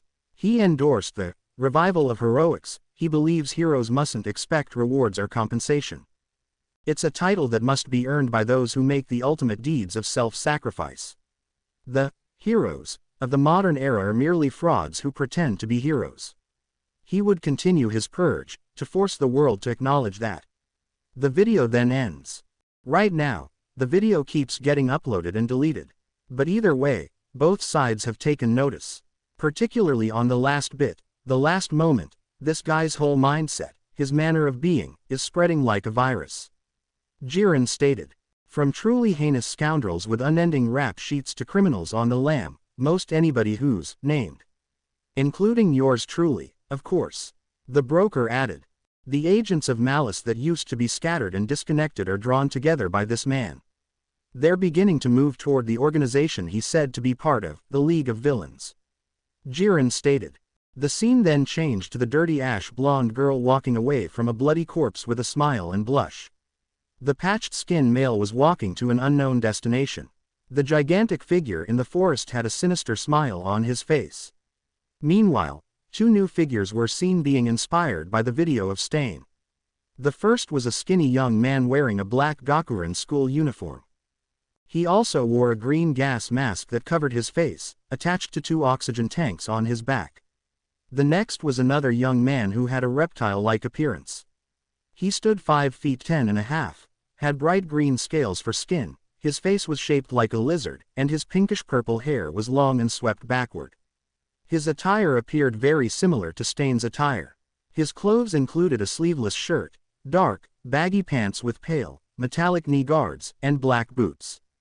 Included with the outfit was a mask made of a long, tattered strip of cloth, a red scarf, and bandages wrapped around his arms covered by black wristbands. He had goggles on his forehead. Shigaraki was in the League of Villains hideout, not knowing the allies he would obtain due to Stain. 2 days have passed after the incident with Stain, and now 5 days for the internship of Class 1A. Midoriya and Todoroki visited Iida whenever they could to check up or hang out with him. However, Midoriya noticed how Stain was the talk of the town from his phone. But the biggest news was how he beat Stain, a first-year university student. Midoriya was not looking forward to when he had to do the interview, but now focused on his internship and training. I wonder how the others are doing at their internships. Midoriya thought as he, Todoroki, and Iida were playing cards as they were on break. Speaking of which, Best Jeanist and Bakugo were currently patrolling a section of the city. It's possible that villains inspired by the Hosu incident will likely become more active. Don't put down your guard even when we're on patrol. The number 4 hero told his intern. Right. Bakugo grumbled with his hair styled by Best Jeanist and wearing the Pro Heroes jean brand. This is a sudden question I want to ask you. Patrols are meant to discourage villains from executing crimes, but they have a secondary effect. What is it? Best Jeanist asked. If we see villains, we beat them up right away. Bakugo confidently answered. Incorrect. Best Jeanist replied. It's Best Jeanist. A female high school student told her 3 friends. Please do your best. The second high school girl added. Best Jeanist waved to the high school girls, who squealed in excitement. The correct answer. To show civilians who we are. To provide the public peace of mind. Best Jeanist stated. TCH. Bakugo grumbled. It builds trust between those who protect and those being protected. The fiber hero explained. What is this, a courtesy visit? Bakugo complained. Then 3 kids behind Bakugo noticed him. Oh, I've seen him on TV before. The first kid told his 2 friends. The sports festival again. Bakugo thought in his head. He was caught by a villain and looked like he was about to cry. And he got his butt whooped by the guy who beat the hero killer. The kid told his friends, which enraged Bakugo, especially since he heard how Deku beat the hero killer by himself. What did you say? Bakugo exclaimed as his hair exploded back to normal. Bakugo's shouting made the kids nervous and about to cry. Have you already forgotten what I taught you? Deal with them properly. Best Jeanist told his intern. Alright, already, Bakugo shouted as he approached the kids. You know, I wasn't caught by the villain back then, I was thinking about how to beat him. It wasn't that I'd failed. I'm the man who'll become the greatest #1 hero. And you brats better remember that. Bakugo shouted, which made the three kids cry more. The fiber hero pinched the bridge of his nose. He's too proud. It's fine to use those strong feelings to become a hero, but if that's not the case. Now, what shall I do with you? He mentally said.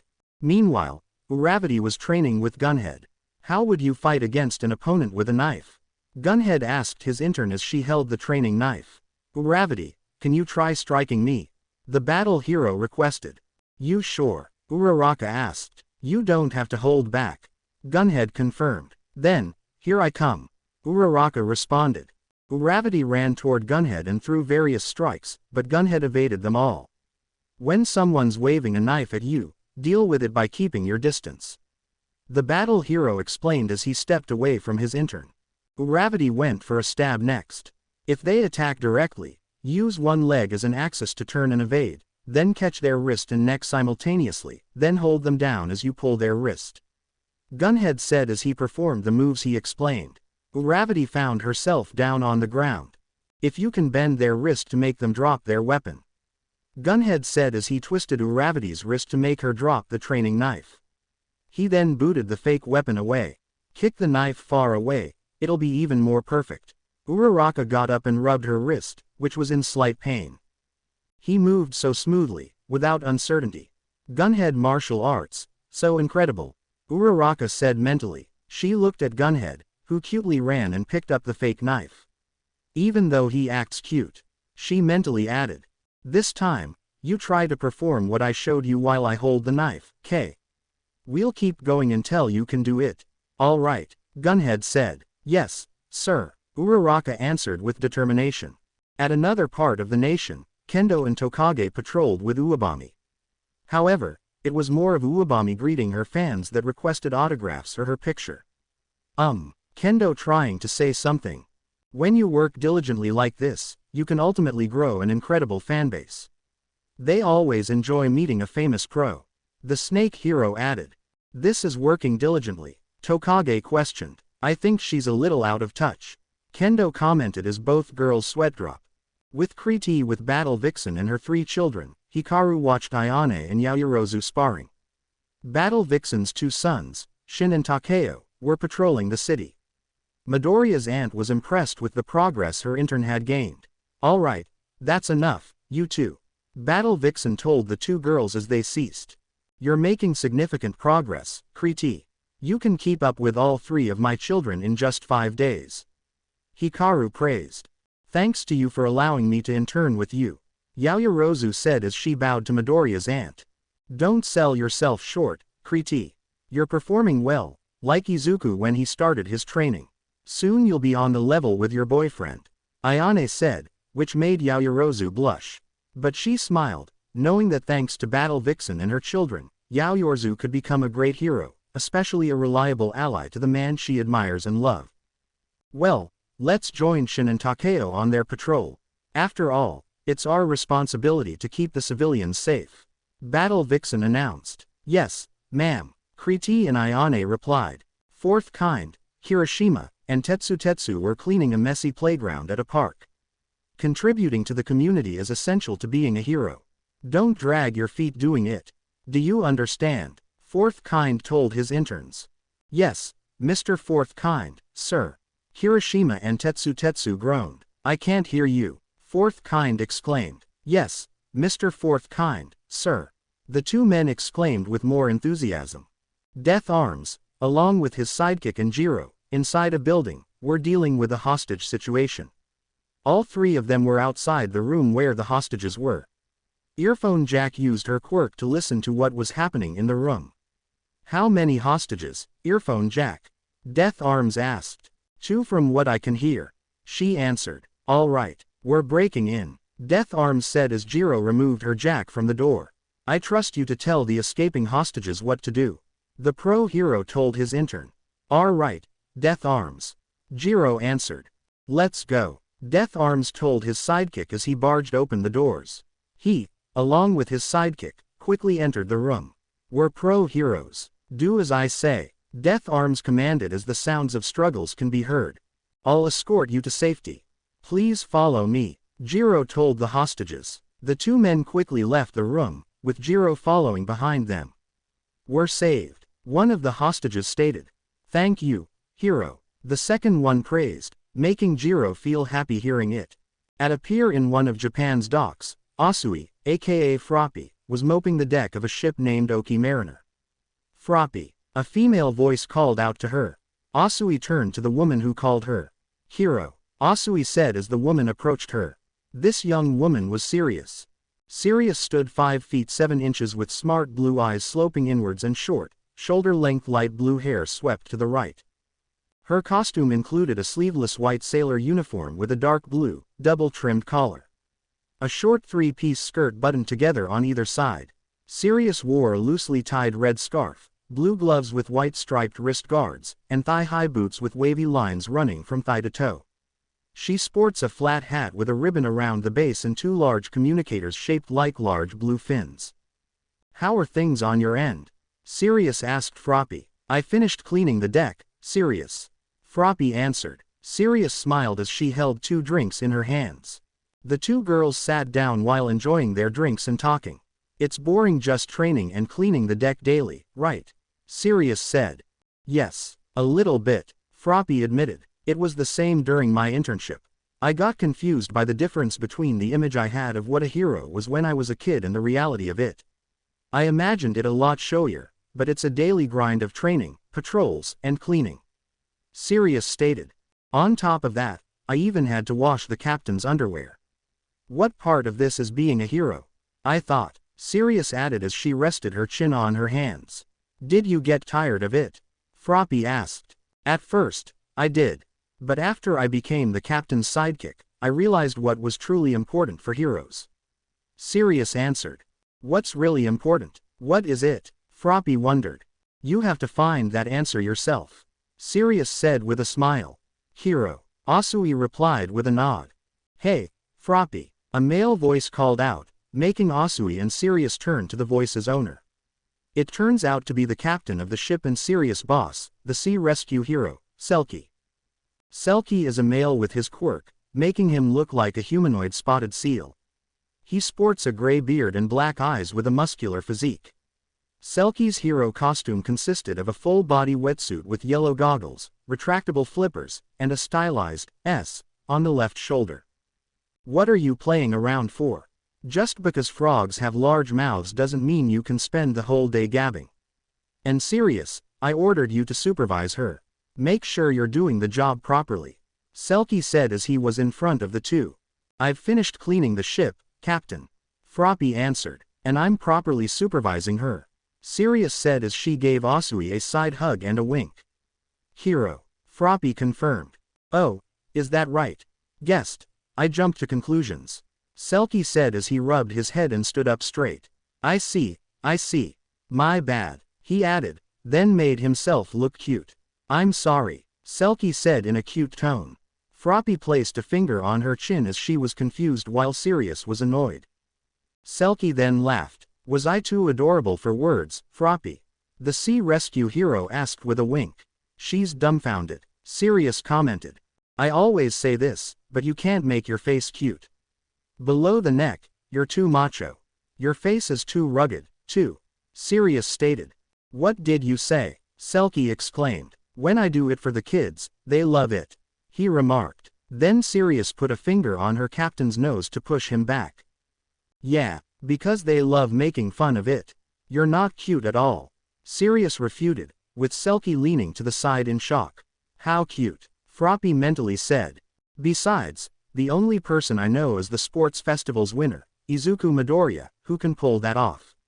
Because he has an adorable face along with that amazing body, Sirius stated while blushing. I can understand why all those ladies were going crazy when he took his shirt off. Captain Selkie, there's a message from the Japan Coast Guard. One of the Oki Mariner crew announced. Okay, I'll be there right away, Selkie told his crewmate as he went to the ship's cockpit. Froppy, help me unfasten the ropes. No doubt we'll be sailing out, Sirius requested. Hero, Froppy replied as she followed Selkie's sidekick. Selkie arrived at his ship's cockpit with his crew member handing him the radio. It's me, he said into the radio. Meanwhile, Sirius and Froppy unfastened the ropes and raised the bridge for the ship to be free from the docks. I see, got it, Selkie said as he put the radio back. The ropes are unfastened, Sirius told her boss. Sailors, we're making an emergency departure, Selkie told his crew. Aye, sir. Sirius and the three males responded with a salute. Hero, Froppy replied with a salute of her own. Full speed ahead, a second male crewmate announced as the engines of the ship started. The Oki Mariner is sailing out, the third and final male crewmate stated as the ship left the docks. It was now sunset as the Oki Mariner was out in the open waters. Stowaways, Sirius asked her boss. Froppy, Sirius, and two of the three male crewmates gathered around their boss. Mick is a muscular male adult with close-cropped blonde hair, golden brown eyes, and a beard. He wore a sleeveless sailor's uniform with blue stripes as the other two males steered the boat. The Coast Guard got a tip that there were stowaways on the trade ship, Nyson.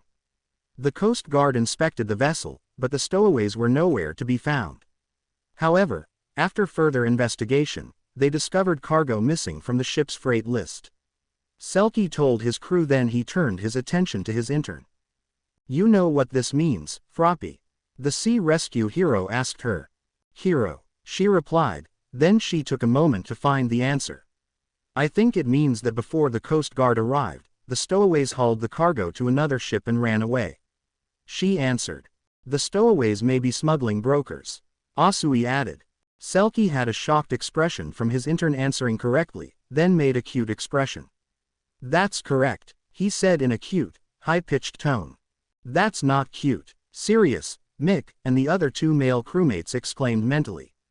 How cute, Froppy thought. The job we've taken this time is to secure the stowaways thought to have escaped on a small boat and bring them to the Coast Guard, Selkie announced. Selkie tapped on a holographic board on the table to display a holographic map for everyone. Based on the Nyasan's position, this is the ocean area where the smaller boat is expected to land. The Coast Guard and the other sea rescue heroes also search for the vessel. Selkie told everyone. We will be responsible for this area, Selkie added as the holographic map showed the area they were covering. The sun will set soon. You guys search for the boat with the radar. I'll look for them in the ocean. That's all. Now, get to work, sailors, the sea rescue hero told his crew. Aye, sir. Hero, Froppy, Sirius, Mick, and the rest of the crew responded with a salute. Selkie put on his goggles and activated his suit's flipper. He then jumped off the boat to begin searching for the stowaways. Selkie clicked his quirk's echolocation to find where the enemy was. However, he didn't find anything. They aren't around here. Guess I'll widen my search a little, Selkie said in his head as he swam to another area. It was now nighttime as the rest of the Oki Mariner crew continued their search, even using the ship's spotlight to find anything hidden in the dark. Froppy and Sirius were outside on the ship's deck using binoculars. As expected, I can't see anything in this darkness, Froppy said as she continued looking through the binoculars. It doesn't look like we've been able to catch anything on the ship's radar yet, either, Froppy added. It's fine, Sirius reassured. Hero, Hosu said in confusion. We've got the captain on our side, Sirius explained. We have a message from the Coast Guard. A fishing boat thought to belong to the stowaways shook off a Hero Agency patrol boat and escaped into the direction of the area we're covering, Mick said into the ship's radio to tell the others outside on the boat. Selkie jumped out of the water and landed on the Oki Mariner. Captain, Sirius said. I've confirmed the location of the fishing boat belonging to the stowaways, Selkie stated. Sailors, turn off all the lights and get close without alerting the stowaways of our position, he commanded. Aye, sir. Hero, Froppy and the Oki Mariner crew replied with a salute.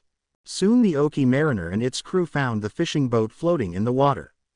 Captain, I can see a fishing boat with my naked eye. Mick said. Got it. Block their courses with a patrol boat and board their boat while setting off a flare. Selkie commanded. Aye, sir. His team replied.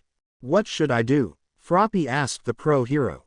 Stay here, Selkie answered, shocking Asui. Sirius, stay with her. He told his sidekick. Yes, sir, Sirius replied. Then I won't be able to experience the internship. Froppy said. Just be quiet and do as I say. Selkie exclaimed. Let's go, he told his male crewmates, with 2 of his male crew following him. Hero, Asui sadly croaked. I know that you want to go with them, Froppy. But you know, even if we're up against stowaways, we must be cautious, right? Sirius said as she placed a hand on Asui's shoulder. So follow the captain's order. Let's give them support together. Sirius added. Hero. Froppy acknowledged with a nod. Captain, we've arrived at the fishing boat's course. Mick said on the radio. All right, leave the rest to me. Selkie replied. A flare then went off, lighting up the night sky. The stowaways in the ship shielded their eyes from the bright light. Stop the boat. This is a pro hero. Selkie commanded, with the stowaways noticing him. We're here on a job for the Japan Coast Guard to inspect your ship. Selkie stated. Later, Selkie stood in front of the ship's crew. They consisted of a human male with black hair and a tan complexion and 2 other males. However, the other 2 males have a squid-like appearance with hair resembling squid tentacles, along with having squid beaks for mouths. One wore a red raincoat, while the other wore blue. Captain, I didn't find any of the cargo in question. One of Selkie's male crew members reported. There wasn't any here, either. The second one said. That's what I told you. The black-haired male stated. We were just fishing. He was cut off when Selkie placed a foot on the steel hatch before him. Then, you can show us what's under here, right? The pro hero questioned. There's nothing but fish down there. The black-haired male stated. Just open it up, Selkie commanded. What a pain. The red raincoat male said. There's nothing but fish, the blue raincoat male added. The steel hatch was opened as Selkie and his 2 crew members got close to see what was inside. It's too dark to see clearly.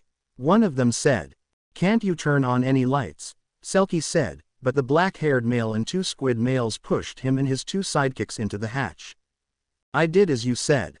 The black-haired male said to the 2 squid males. So Paige, please spare my life. The fisherman pleaded. However, the 2 squid males placed a hand on each of his shoulders, scaring him. We won't kill ya, the red raincoat squid said. Don't worry, the blue raincoat squid added as both pushed the fisherman into the hatch. The hatch was then closed, trapping the 4 males inside. If we can buy this much time, the red raincoat squid said, then it'll be easier for Boss Innsmouth to do what he needs. The blue raincoat squid finished. Our job's done. The red raincoat squid as he and the other bumped fists. See ya, they said as they hopped off the ship and into the water. Captain, please respond, Mick said into the radio but got nothing. It's no good. The radio's not getting through. I'll go take a look, Mick told Sirius as he left the cockpit. Wait, Sirius said, stopping Mick from leaving. She used her quirk, the Morse code Selkie made with his echolocation. Stowaways. Different boat. We're fine. Find them. Sirius relayed. Mick, start the ship. Sirius ordered. Yes, ma'am, Mick replied as he started the ship. If that boat's a decoy, the stowaways should be heading toward the shore. Sirius assumed. Hurry, she added. Got it, Mick replied. We're not going to rescue the captain and the others. Froppy asked. We're going to follow the captain's orders. Because we believe what the captain decided is the best course of action. Sirius answered. Froppy, you believe, too, in the captain and us? Sirius asked her. Hero, Froppy replied with a determined expression and nod. The Oki mariner sailed through the open waters to find the stowaways, real ship. Then Sirius spotted a ship hidden between 2 rocks. I see them. They're hiding in the shadow of Double Rock, Sirius announced. Damn it, in a place like that, Mick cursed. Cut the engine and go to one of the cruiser's blind spots. Sirius instructed. Yes, ma'am, Mick replied. Froppy, you help, 2. Sirius told her. Hero. Froppy said with a nod. On the stowaway's real vessel, a female was on the cruiser's deck. She resembled the two squid brothers, but her raincoat was yellow. There's someone keeping watch, Mick informed. Froppy, can you bring the guard over here? Sirius asked. Leave it to me, Froppy answered. Hosu wrapped her tongue around the yellow raincoat squid, much to her surprise. Wah. Wah, what? She exclaimed as she was reeled toward Mick, who caught her. Why you guys? The female squid tried to say, but Sirius covered her mouth. If you answer our questions truthfully, then we won't be rough with you. Sirius told her. Later, the squid female was tied up and gagged. Froppy used her tongue to get her and Sirius onto the boat. Mick slid down on Froppy's tongue like a fireman's pole. All three landed on the boat. There's only one person on the cruiser. He's hiding in the cabin. Sirius said. I'll drag him out, Mick said as he walked to the cruiser's cabin. But out of nowhere, ink sprayed onto Mick's face. What? I can't see, he exclaimed as he tried to wipe the ink off. Then a tentacle punched him and sent him straight into the rocks, knocking him out. Froppy, Sirius exclaimed as she pushed Hosu out of the way as a tentacle wrapped around her. Sirius, Froppy shouted worryingly. Then a bunch of tentacles shot out and destroyed the cruiser's cabin. Gotcha, a male voice said as he was in a long maroon sleeveless coat. A villain, Sirius stated. Upon closer inspection, the owner of the tentacles was Innsmouth. He resembles a semi-anthropomorphized octopus. His head resembles the mantle of an octopus, with two ridges leading to his eyes. Innsmouth had no nose, and his mouth was at the end of a trunk-like layout with 3 suction cups on each side. On either side of his trunk are 2 fully prehensile tentacles. His complexion was dull red and dotted with bumps and papillae, which acted as flexible webbing between his 4 arms. The arms appear boneless with suction cups where the deltoid should be. Innsmouth wore red boots with pointed toes, baggy gray pants, a brown belt, and various watches and bracelets. And a red scarf that he wore as a hood. A.N. Innsmouth. I thought I'd gotten away clean, but you guys are very persistent. Innsmouth exclaimed. Hero, Froppy said as she stared down at the villain. Huh, only a woman and kid left. Innsmouth questioned as Sirius took out a collapsible baton. She went to strike the villain, but Innsmouth knocked the weapon out of her hand. He then tightens his grip on Selkie's sidekick. You shouldn't move, Innsmouth told Hosu. I'll give her back once I lose the Coast Guard. I'll have you help me move the cargo, too, Innsmouth stated. Sorry, a male voice over the radio said, catching Innsmouth off guard. We're locked up in the fishing boat, and our transmissions blocked. The captain went ahead. How are things on your end? Tell me your situation. Please respond, one of Selkie's male crewmates said over Sirius communicator. Innsmouth used one of his arms to take one of Sirius communicators off her ear. This is a radio, huh? Hey, kid, if you care about this woman's life, tell them this, we couldn't find the stowaways. Innsmouth instructed as he extended his arm that held the communicator to Froppy. Innsmouth's command shocked Hosu. Don't do it, Fro, Sirius tried to say, but her face was covered by Innsmouth's hand. Sirius, Froppy worryingly shouted. Hurry up, Innsmouth demanded. Froppy hesitated on what to do. You don't care what'll happen to this woman. Huh, what will you do? Innsmouth questioned as he brought the communicator closer to Froppy.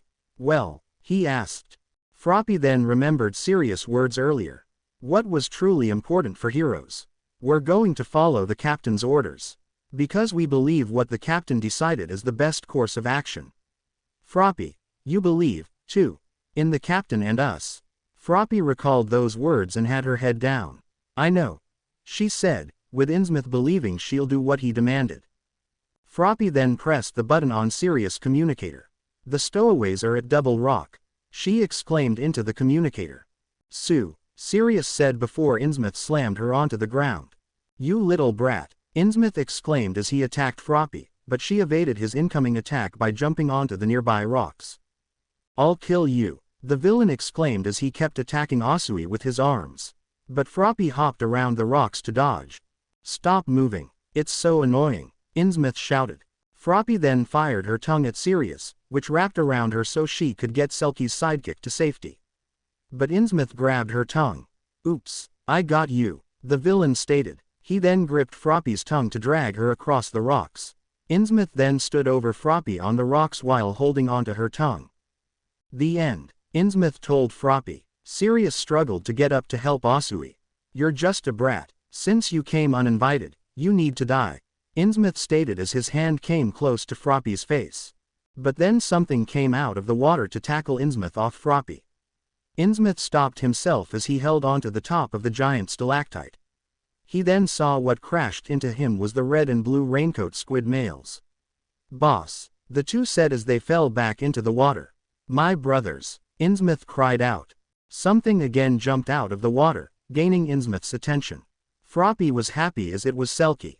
Captain, Hosu happily exclaimed. Sorry to keep you waiting. The pro hero apologized. Leave the rest to me, he added. He turned his attention to the villain, but then ink splashed his face. No way. Innsmouth jumped off the giant stalactite and went for a punch. But Selkie evaded it and used echolocation to find his opponent. He then bounced off the back of the villain's head. Even if I can't see, Selkie said as Innsmouth went for a backfist, but the pro hero deflected it. I know where you are, the sea rescue hero exclaimed as he bounced off the stalactite toward the villain. Damn, bastard, Innsmouth exclaimed as he fired his forearms and tentacles at the pro hero. Selkie blocked every strike as Innsmouth backed up to Sirius. Selkie's sidekick then grabbed one of the villain's feet. Captain, Sirius called out as Innsmouth began to fall backward.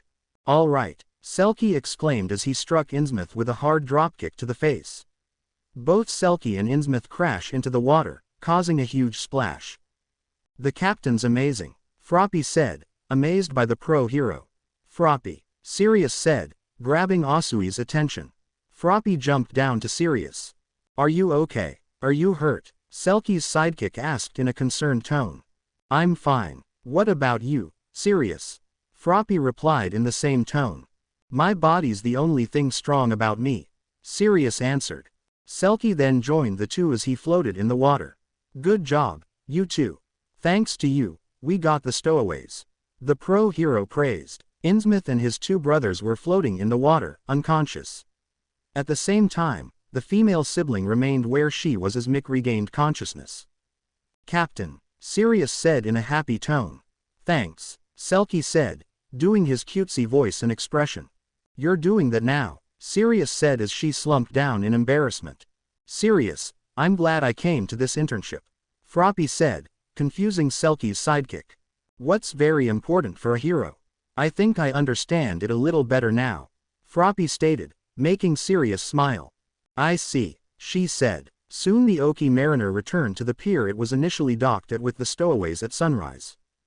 Arrest all the stowaways. We also recovered all the illegal drugs they tried to bring in, a Coast Guard captain stated. A squad of Coast Guards saluted as Selkie's men brought in the stowaways. Innsmouth, who was hogtied on a steel bar, and his brother in the blue raincoat slumped over the same bar were carried by Selkie's two male sidekicks. Mick carried Innsmouth's brother in the redcoat while bringing in the fishermen who cooperated with them as Innsmouth's sister followed them. By the way, Selkie, when you got a new sidekick? The Coast Guard captain wondered. Hero, Froppy said in confusement. She's a UA student I'm interning, Selkie answered. Is that right? We made you go through a scary situation, huh? Sorry, the Coast Guard captain apologized. Hey, don't treat her like a kid. Froppy doesn't have her license yet, but I believe she's an excellent hero. I guarantee it, Selkie praised. Yup, Sirius agreed. Well, I'm looking forward to working together again. Froppy, the Coast Guard captain said as he stuck his hand out for a handshake, which Hosu shook. Hero, Froppy happily croaked with a smile and blush. Several days passed after the event in Hosu. Today's the day when Class 1A returned to UA. Right now, Midoriya is in front of Gran Torino's apartment, saying their goodbyes. Even though it was a short time, but I appreciate everything you taught me. Thank you for taking me under your wing for this internship. Midoriya had his suitcase in his hands and bowed to the pro hero. Don't worry about that, boy. But remember, what happened that night wasn't your fault, Gran Torino replied. Still, I appreciate your help and care. Thanks to your teachings, I saved my friend and beat Stain. Midoriya praised. Even so, you did amazing, even exceeding my expectations. And that's a good thing. Gran Torino proudly said. Thank you so much, Gran. Midoriya was about to finish when Gran Torino tried to strike Midoriya's leg with his cane. But the Greenette evaded it. Have to see the results of our time training together? Midoriya asked with a smile. You're darn right. Despite everything you learned today, you still have much to learn. I'm not just talking about offense and defense. But I'm also referring to one for all. If you wish to surpass All Might, you'll have to learn a lot and progress with it. Gran Torino explained. Yes, sir. Once again, thank you so much. Midoriya happily replied. Until next time, kid.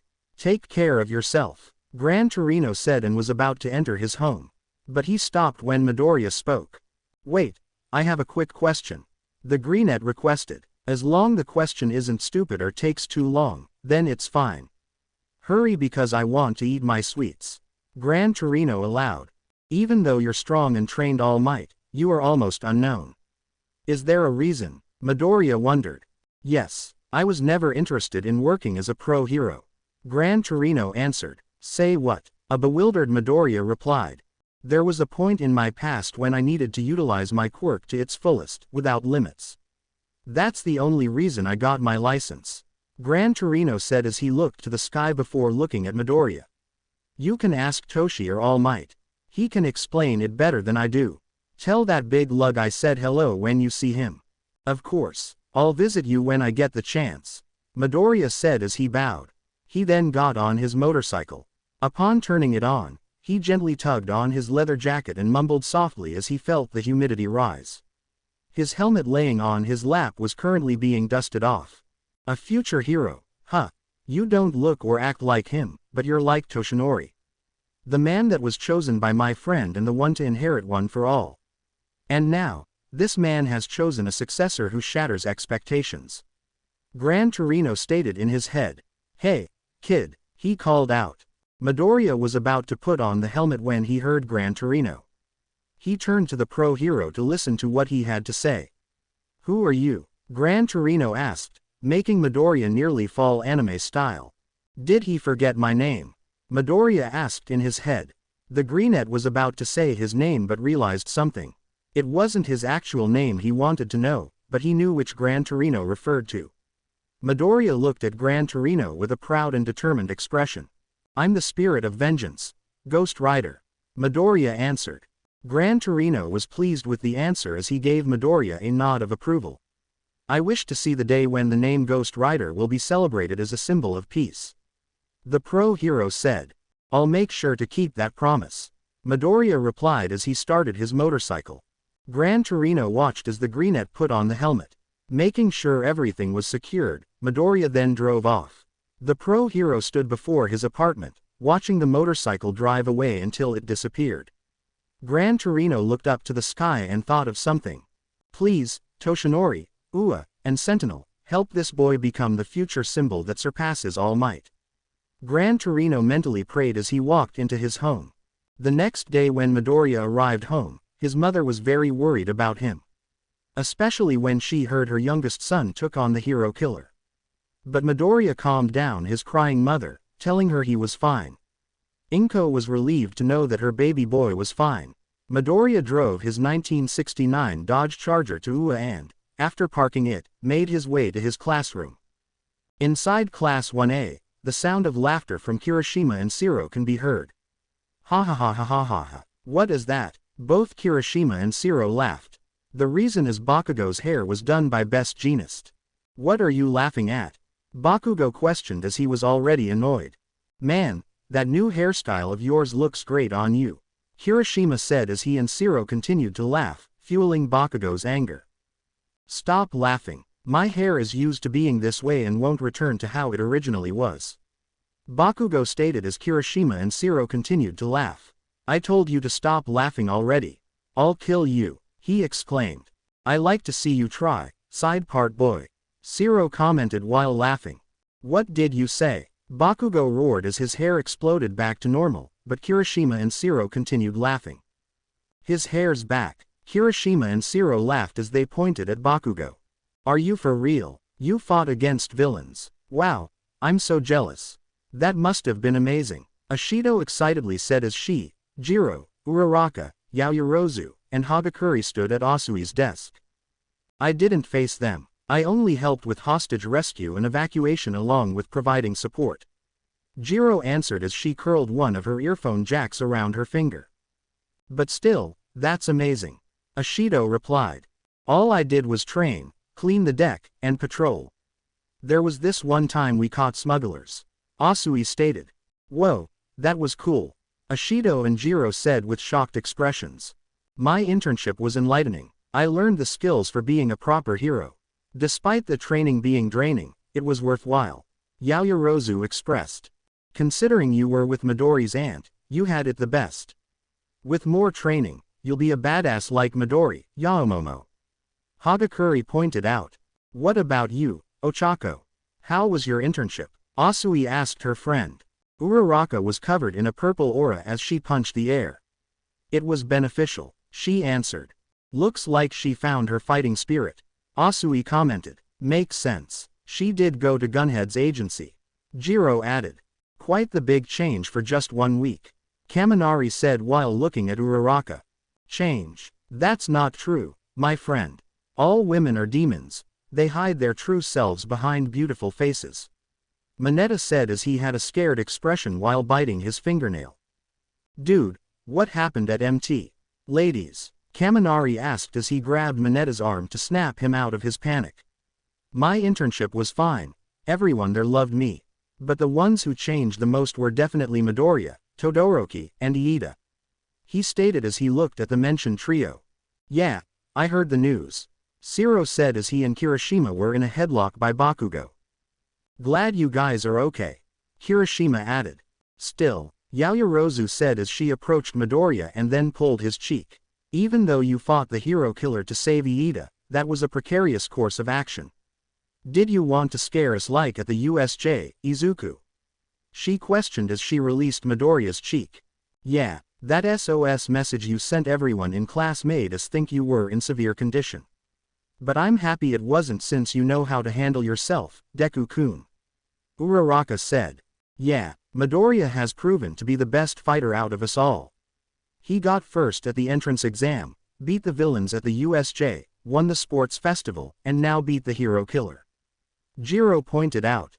Hey, Midori, do you think you can ask some of the heroes in Sentinel to come here and help train us? Ashido asked. Yeah, you and Yaomomo are proof that training with them can help greatly. Hagakure excitedly said. Sorry, guys, but they have active schedules. However, I'll try and see what I can do. Midoriya replied, making Ashido and Hagakure squeal. Still, I'm glad you got out of that battle unscathed, Kiro asterisk. Asui said with the other 1A girls nodding in agreement. Sorry, but I appreciate the concern. I'll do my best to be more careful. Midoriya replied with a smile that made the girls blush. So cute, the girls of 1A thought. Meanwhile, Bakugo looked at Midoriya out of pure anger. Considering he kept one-upping him ever since they got into UA. Bakugo was furious that Deku was taking his spotlight since he was the future #1 hero, not him. Man, Midobro, you're seriously manly. Kirishima praised with a thumbs up. I heard that there were pro-heroes when Hosu got attacked. Sato stated. Yeah, but Midoriya was the one to beat Stain and get him arrested. Ojiro replied. That's our class, powerhouse for ya. Hagakure commented. Oh, I saw on the news that many believe the hero killer is with the League of Villains. Just thinking about it gives me goosebumps. Ojiro said while slightly shivering. Yeah, Stain's scary, but have any of you guys seen the video on the internet? Kaminari asked. A video about the hero killer. What's it about? Ojiro wondered. The video talks about how he's focused and tough. Doesn't it make him look cool? Kaminari explained. Kaminari. Both Midoriya and Jiro scolded. What? Kaminari replied as he looked at Iida. He saw his throat bandaged and wearing the devices Sentinel made so he could talk. His stomach dropped, realizing. Oh, I'm sorry, Iida. I didn't mean. Kaminari realized and apologized, but Iida spoke. No, it's okay. Stain had a lot of things about him that even I can admit will seem cool. The issue was his execution. Iida said through the device. It made him sound like himself but a bit more robotic. Iida's words made Midoriya smile to see that his friend was back to how he was before. Well, it's important to know that the worst is over, and we're fine. So let's sit down as class is about to start. Midoriya said. You heard our representative. Everyone to your seats, Iida said while robotically moving his arms. Everyone looked at him with a comical bead of sweat coming down their heads. I seriously need to teach you how to calm down, man. Midoriya mentally said but chuckled. He's back, Tokiyami said. This is your fault for talking about weird stuff. Jiro chastised Kaminari. Sorry, Kaminari apologized. Later on the same day, all Class 1A students gathered at Training Ground Gamma in their hero costumes. The reason being All Might called them to the area for training. All of the students stood in front of the symbol of peace. Great, you're all here. Okay, let's start as today you have basic training. It's been a while since I've seen you, my young students. Glad to see you're doing well, All Might announced. For basic training today, since you finished your internships, let's have fun with a rescue training race. The number 1 hero announced. If it's rescue training, shouldn't we be at the USJ? Iida asked with his hand raised. Nope, that place is used for disaster training. For this race, we'll use Field Gamma, a dense area full of factories arranged like a maze.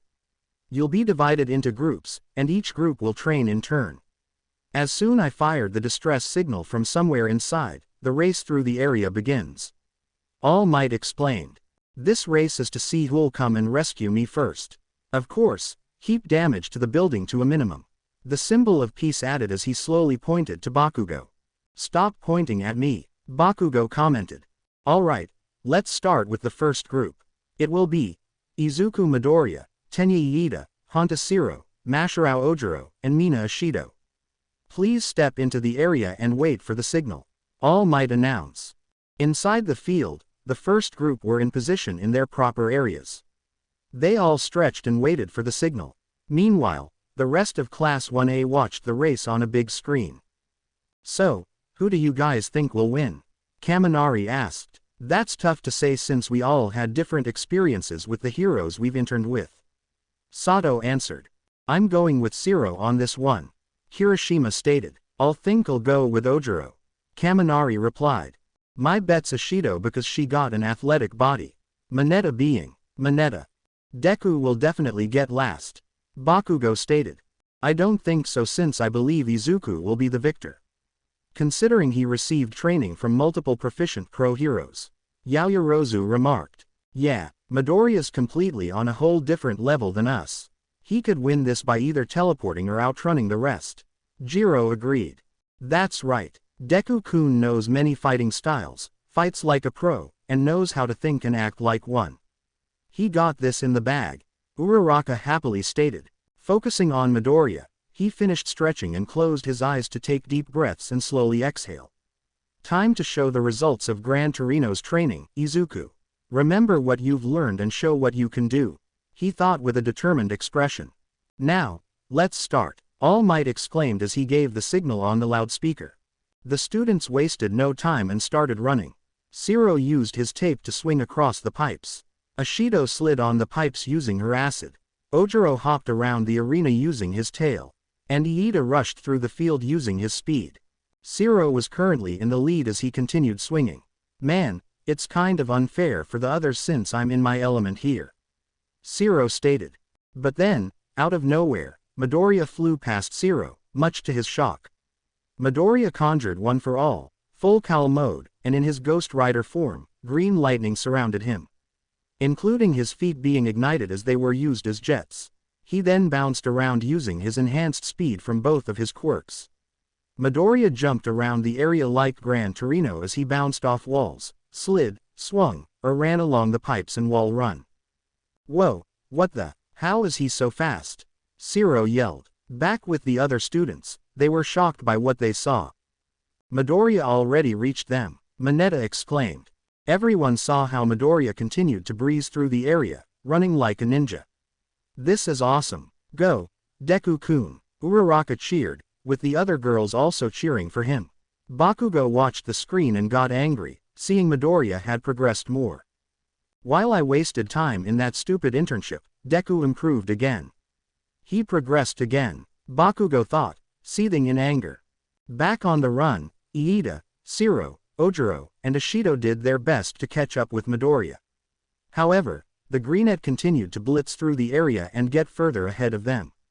All five continued to run through the area with everything they got. Until Midoriya leapt into the air, then conjured fire underneath his hands and feet to use them as jets to fly and land in front of All Might.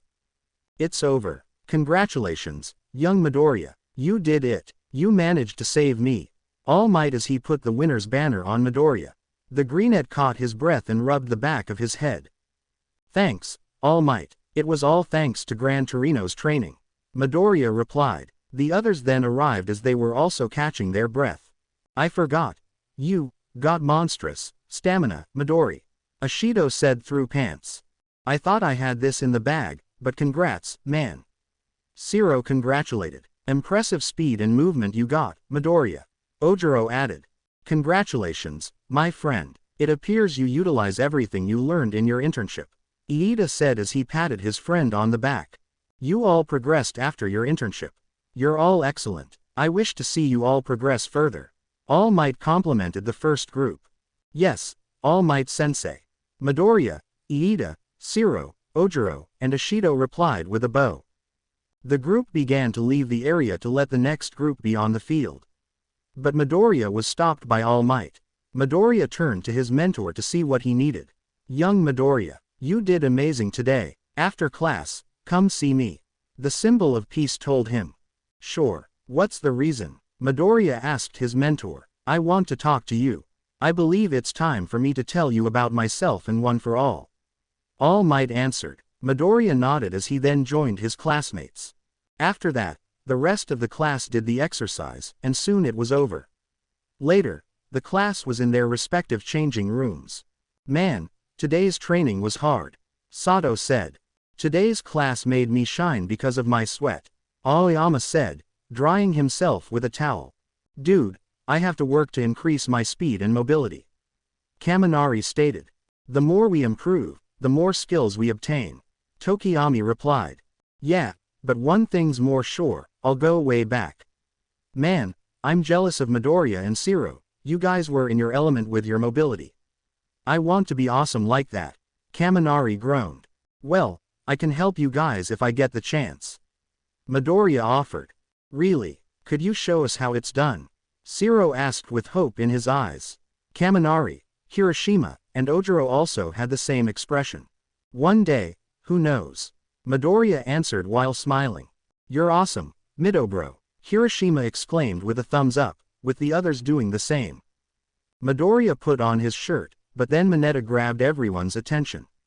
Hey guys, look, I found the biggest jackpot, he announced, pointing to a hole that was covered by a poster. Isn't that just a hole in the wall? Midoriya questioned. Are you not a man of culture, Midoriya? Mineta remarked, confusing the Greenette. On the other side of this hole is the girls' locker room. The generation before us has granted us the best of treasures, Mineta stated. Most of the boys at this moment wanted to say what their intentions were. Mineta, cease at once. Spying on women is a crime. Iida chastised with arm chops. The only crime is me not accepting this opportunity. Mineta exclaimed as he removed the poster covering the hole. I can finally see Yaoyorozu's huge breasts, Ishido's thin waist, Hagakuri's floating panties, Uraraka's body, and Asui's unexpected breasts, he exclaimed while drooling. However, before the dwarf could look into the hole, Midoriya grabbed Mineta by the back of his shirt. He lifted the tiny man in the air and threw him away from the hole. The other boys were confused about what Midoriya's doing. Girls, plug up the hole over there if you can hear me. Midoriya shouted for his female classmates to hear. On the other side, the girls had been listening for a long time and were surprised by what they heard. Why did you do that, Midoriya? I was close to seeing heaven. Mineta questioned. Mineta, do best control yourself. As long as I am here in our class, Rep, I'll do my damnedest to ensure nothing happens to the girls. Midoriya stated as he finished dressing and began to leave the locker room. Are you not a man, Midoriya? Mineta questioned. Midoriya stopped walking, and even though he was silent, everyone could see and feel that Midoriya was irritated. The greenhead turned around and looked at the dwarf with a sinister glare, who began to regret what he had said. You dared to say that to me. You believe yourself a man for peeping. Do you know what a true man is, Mineta? Do you think a true man constantly invades women's privacy when they're changing? Do you think they want someone despicable like you to spy upon them? Midoriya questioned. Are they requesting it? Understand something and have it drilled into your skull, Mineta. The greenhead said as he got close to him. Mineta was frozen and shaking out of fear. A true man respects and treats women as people, not objects. The greenhead stated, switching to a demonic tone and his eyes glowing red. Mineta fell to the ground, startled as Midoriya walked away, but he had to say one last thing. You know something I detected. You mentioned every girl except for Jiro, and why is that? Is it simply because she isn't developed like the other girls? If that's the case, Mineta, you disgust me. Midoriya said as everyone was shocked, including the girls who were listening. The physique of a woman shouldn't matter, for all women are beautiful just as they are, both inside and outside. That's what my family taught me about what a real man should be. If you believe a real man thinks like you, no, you're no man but an animal. You're a humiliation for man, Mineta. But then again, you never were one, to begin with. Midoriya said before his tone switched back, and his eyes ceased glowing red. The greenhead then left the locker room. The rest of the boys were all open-mouthed about what they heard. Kirishima then broke the silence.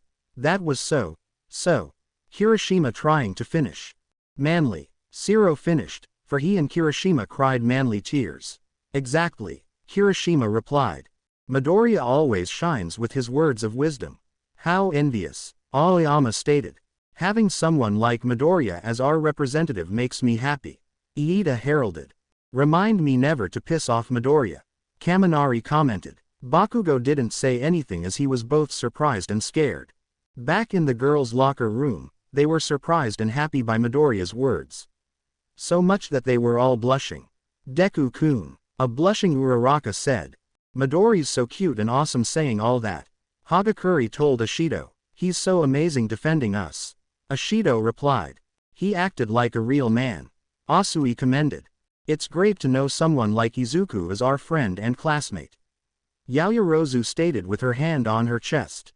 Anyways, let's seal up this hole. Does Midoriya find me attractive? He thinks I'm beautiful just as I am. Jiro thought as she looked at her own body. Do I have a chance to be with someone like him? She mentally added as she leaned against the wall. Back with Midoriya, he was walking to the teacher's lounge to meet up with All Might. However, he was still angry about what Mineta said. He stopped when he heard a familiar voice. Not going to lie, I thought you would tear him apart. But you demonstrated to be the better man. Ghost said. Midoriya decided to call his alter ego Ghost instead of Akuma or Shinigami. Both of them agreed to it when they were still doing the internships. Well, my family helped raise me to be both a gentleman and a real man. And I mean every word I said back there. Midoriya mentally replied. I know, I sensed no falsehood in your words. You were raised very well by your parents and your siblings, uncles, aunts, and their friends. Ghost answered. You can also say you also helped raise me. Midoriya told Ghost. How so? The alter ego asked. I was in a dark place for most of my life. Especially when I learned my biological dad was a complete bastard. I thought I was all alone, wondering what did I do to receive such torment and misery. But then my new dad, his sister, and older siblings helped my loving mother get me out of that place when I thought about ending it all. They showed me that I should continue my goal and prove all who made me miserable wrong. Midoriya explained. However, I fell back in when my dad died. I just lashed out in anger and didn't care about anything. Especially when I became a vigilante when I first gained this power. I even attempted to end everything, but then you helped me. You showed me how many lives I helped change and saved when we began working together. The Greenette continued. You became like a brother to me, Ghost. You always made sure I never forgot everything my family taught me. Remind me of my oath when I realized what I could do with this power. And most importantly, reminding me that I'm never alone and have others who care for me. So thank you for having my back, Ghost. Midoriya finished. I'm merely doing the best I can. But I'm honored to be seen as your brother, Izuku. Ghost replied. So shall we head to All Might and see what he needs to talk to us about?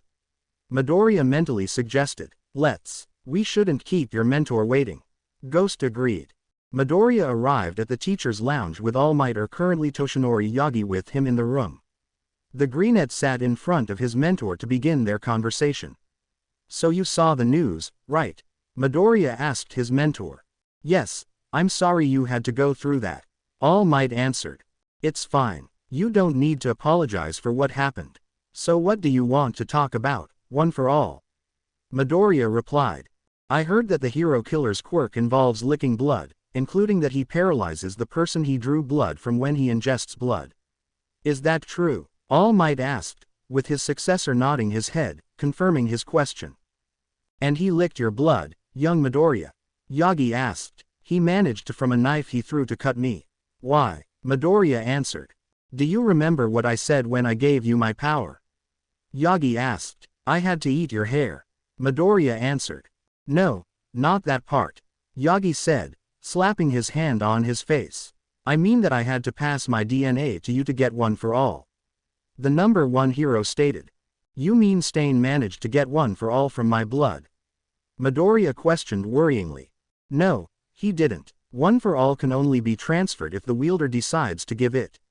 In other words, one for all can't be stolen by force but can be transferred by force. Imagine this. A young girl student likes me and presents me with a box of chocolate. Even though I don't want it, but even so, she wishes for me to have it. All Might explained in the last part he imagined himself in student clothes receiving chocolates from a female student. What kind of example is that? Midoriya mentally questioned. One for all is a unique quirk, including its origin. The quirk came from a quirk that emerged in the past. All Might stated. A quirk in the past? Midoriya questioned. The quirk's name is All for One. Yagi said in a serious tone and expression. It's a quirk able to steal quirks from others, and this quirk allows you to empower others. Is that why it has all in its name? It's all for one person. Midoriya wondered. Yes, as it came when quirks emerged long before society learned to deal with the changes between them. The sudden appearance of quirks, the question of how they define a normal human being. Laws and human rights lost their meaning, and civilization stopped progressing. It was a real decadence. Yagi told his successor. If quirks didn't exist, humans could have explored and vacationed in space by now. I heard someone famous saying that. Midoriya said. Yes, a person emerged who tried to unify everyone during that chaotic period. I'm sure you've heard of him, too. He stole others' quirks, and with his overwhelming power, he increased his influence. He manipulated the people to serve his ideals, committing evil deeds. In a blink of an eye, he became the leader of evildoers and ruled Japan. Yagi stated. I've heard rumors about it on the internet. But isn't that a myth? It's not even in the textbooks or anything. Midoriya replied. Exactly, and do you know why they didn't put this story in the textbooks? For it's a shameful story that many choose to ignore, not to mention they can't tell something secretive. Because if people get power, they search for places to use it. Yagi explained. I see. However, how does this relate to One for All? Midoriya questioned. I said that All for One can pass powers to others. He made others acknowledge or submit to him by granting quirks to those people. Some people obtained powers and didn't rebel. Those people turned into some living puppets without minds and unable to speak, just like the Nomus you faced. Yagi answered, shocking his successor. Furthermore, there were quirks that evolve as they're passed down, some even combined with other power sets. That man had a younger brother who was quirkless. His brother was small and frail but possessed an immense sense of righteousness. Seeing his brother act evil, he ended up suffering for it, and it didn't take long for him to confront him.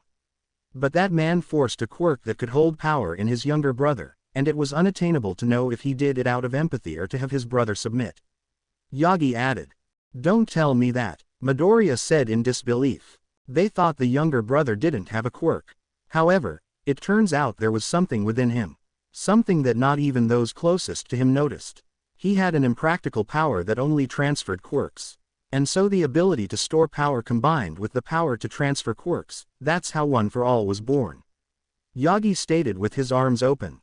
Yagi's successor was shocked by what he heard. The origin of One for All came to be because of an evil man who ended up fusing two powers. It's ironic, isn't it? Justice tends to be born from evil.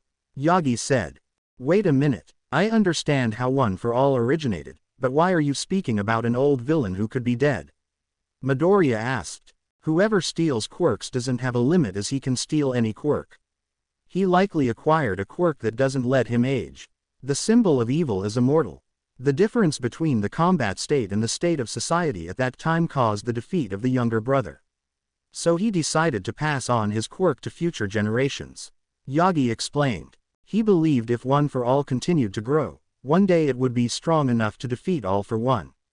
When it was my turn, I finally managed to defeat him. Yagi said before lowering his head. That's what I thought because he managed to survive. Now he's back in the head of the League of Villains. The Greenette was speechless as Yagi got up and walked to the window. One for All is an inherited power to defeat All for One. One day, your mission will be to defeat that evil I failed to finish off. I know it's difficult to hear, but I know, and I'll do it, Midoriya said, making Yagi look at him. I knew what I was signing up for when you gave me One for All. I knew I also had to bear the responsibilities for it. I trained myself to the bone to face any obstacles that may appear before me. However, I won't be alone when I deal with them, for I have many allies like you with me. So I'll make sure I won't dishonor the legacy of One for All. The Greenette said with a determined look. Come on, you fool. Tell him, you must do this. Yagi mentally told himself as he had a hand over his mouth. This left Midoriya confused as he wondered why his mentor was acting off. It's not like that, young Midoriya. Yagi opened his mouth to say something, but nothing came out. He wanted to tell his successor but couldn't. I can't. He won't understand, and he's already under a lot of pressure. Thanks, Yagi said to his disciple. I don't think I'll be by your side when that time comes, young Midoriya. He mentally told himself. Now Midoriya found himself back in the classroom with the others. Aizawa was in front of his class. Let's see here. Oh, that's right, summer break's approaching. But, of course, it stands to reason none of you have to take a full month off.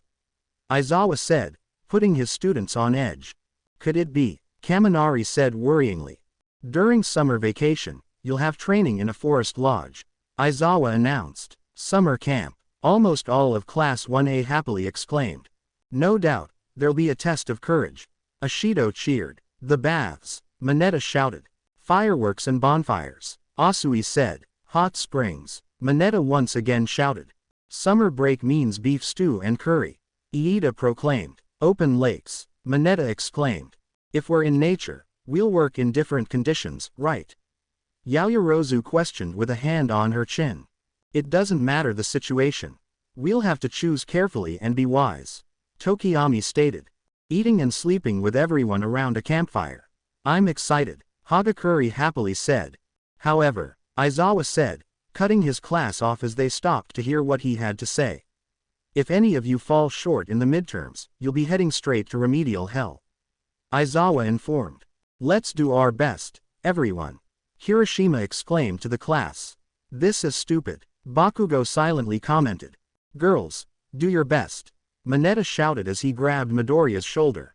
However, the Greenette automatically hit the dwarf with a backfist.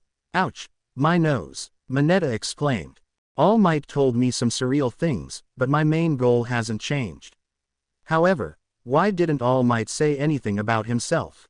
Midoriya thought. Meanwhile, in an unknown place, a figure was in a room watching Shigaraki on a screen. The hero killer. Stain, E.H. I never expected him to be captured. Even so, everything else went according to plan. With that, those who desire to wreak havoc, or if interested, will want to join the League of Villains to fulfill their wishes. Tamura Shigaraki will be in a position to unify them all. The figure said, sitting on a chair as he watched the screens. Another male figure was in the room with him. I wonder if the kid can do it.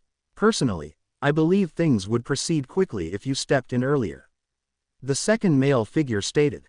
If that's the case, hurry up with healing my body, doctor. The first male figure replied. If I had gotten my hands on super regeneration 5 years earlier. The quirk's useless now that your injuries are healed. The doctor stated. It's fine, though, I'll let Tamura do the hard work. In order for him to become the next, me.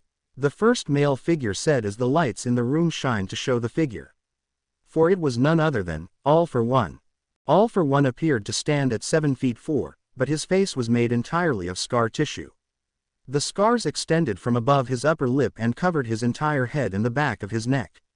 All for One had no visible nose, ears, hair, or eyes. However, the outlines of eye sockets were visible. His attire included a dark suit with matching shoes and a white shirt underneath. All for One had various medical tubes on his face and neck. Tamura was born warped enough to do so. The villain stated. Then the scene transitioned to Midoriya leaving Ua with Uraraka, Yaoyorozu, Asui, Iida, and Todoroki. You do well to rejoice this farce, All Might. Because soon this transient peace will come to a damaging, bloody end. All for One stated. It was morning in Japan. Midoriya was in a TV station's break room as he'll be interviewed today for his battle against Stain. He wasn't alone, as his older siblings and aunt were with him. The greenette was in his Ua uniform as he nervously tapped his foot. Hey, relax, little bro. You got this. Rika reassured her youngest brother. Yeah, this isn't the first time you have appeared on TV. You've done it multiple times. Yugo added. First off, the first time was unintentional when I was a vigilante. The rest is our jobs or hobbies we love to do because of Dad. Midoriya remarked. So you already know what to say when you get out there? Maki asked. I'm just going to be honest with myself. However, I know many villains will come after me because of my fight with Stain.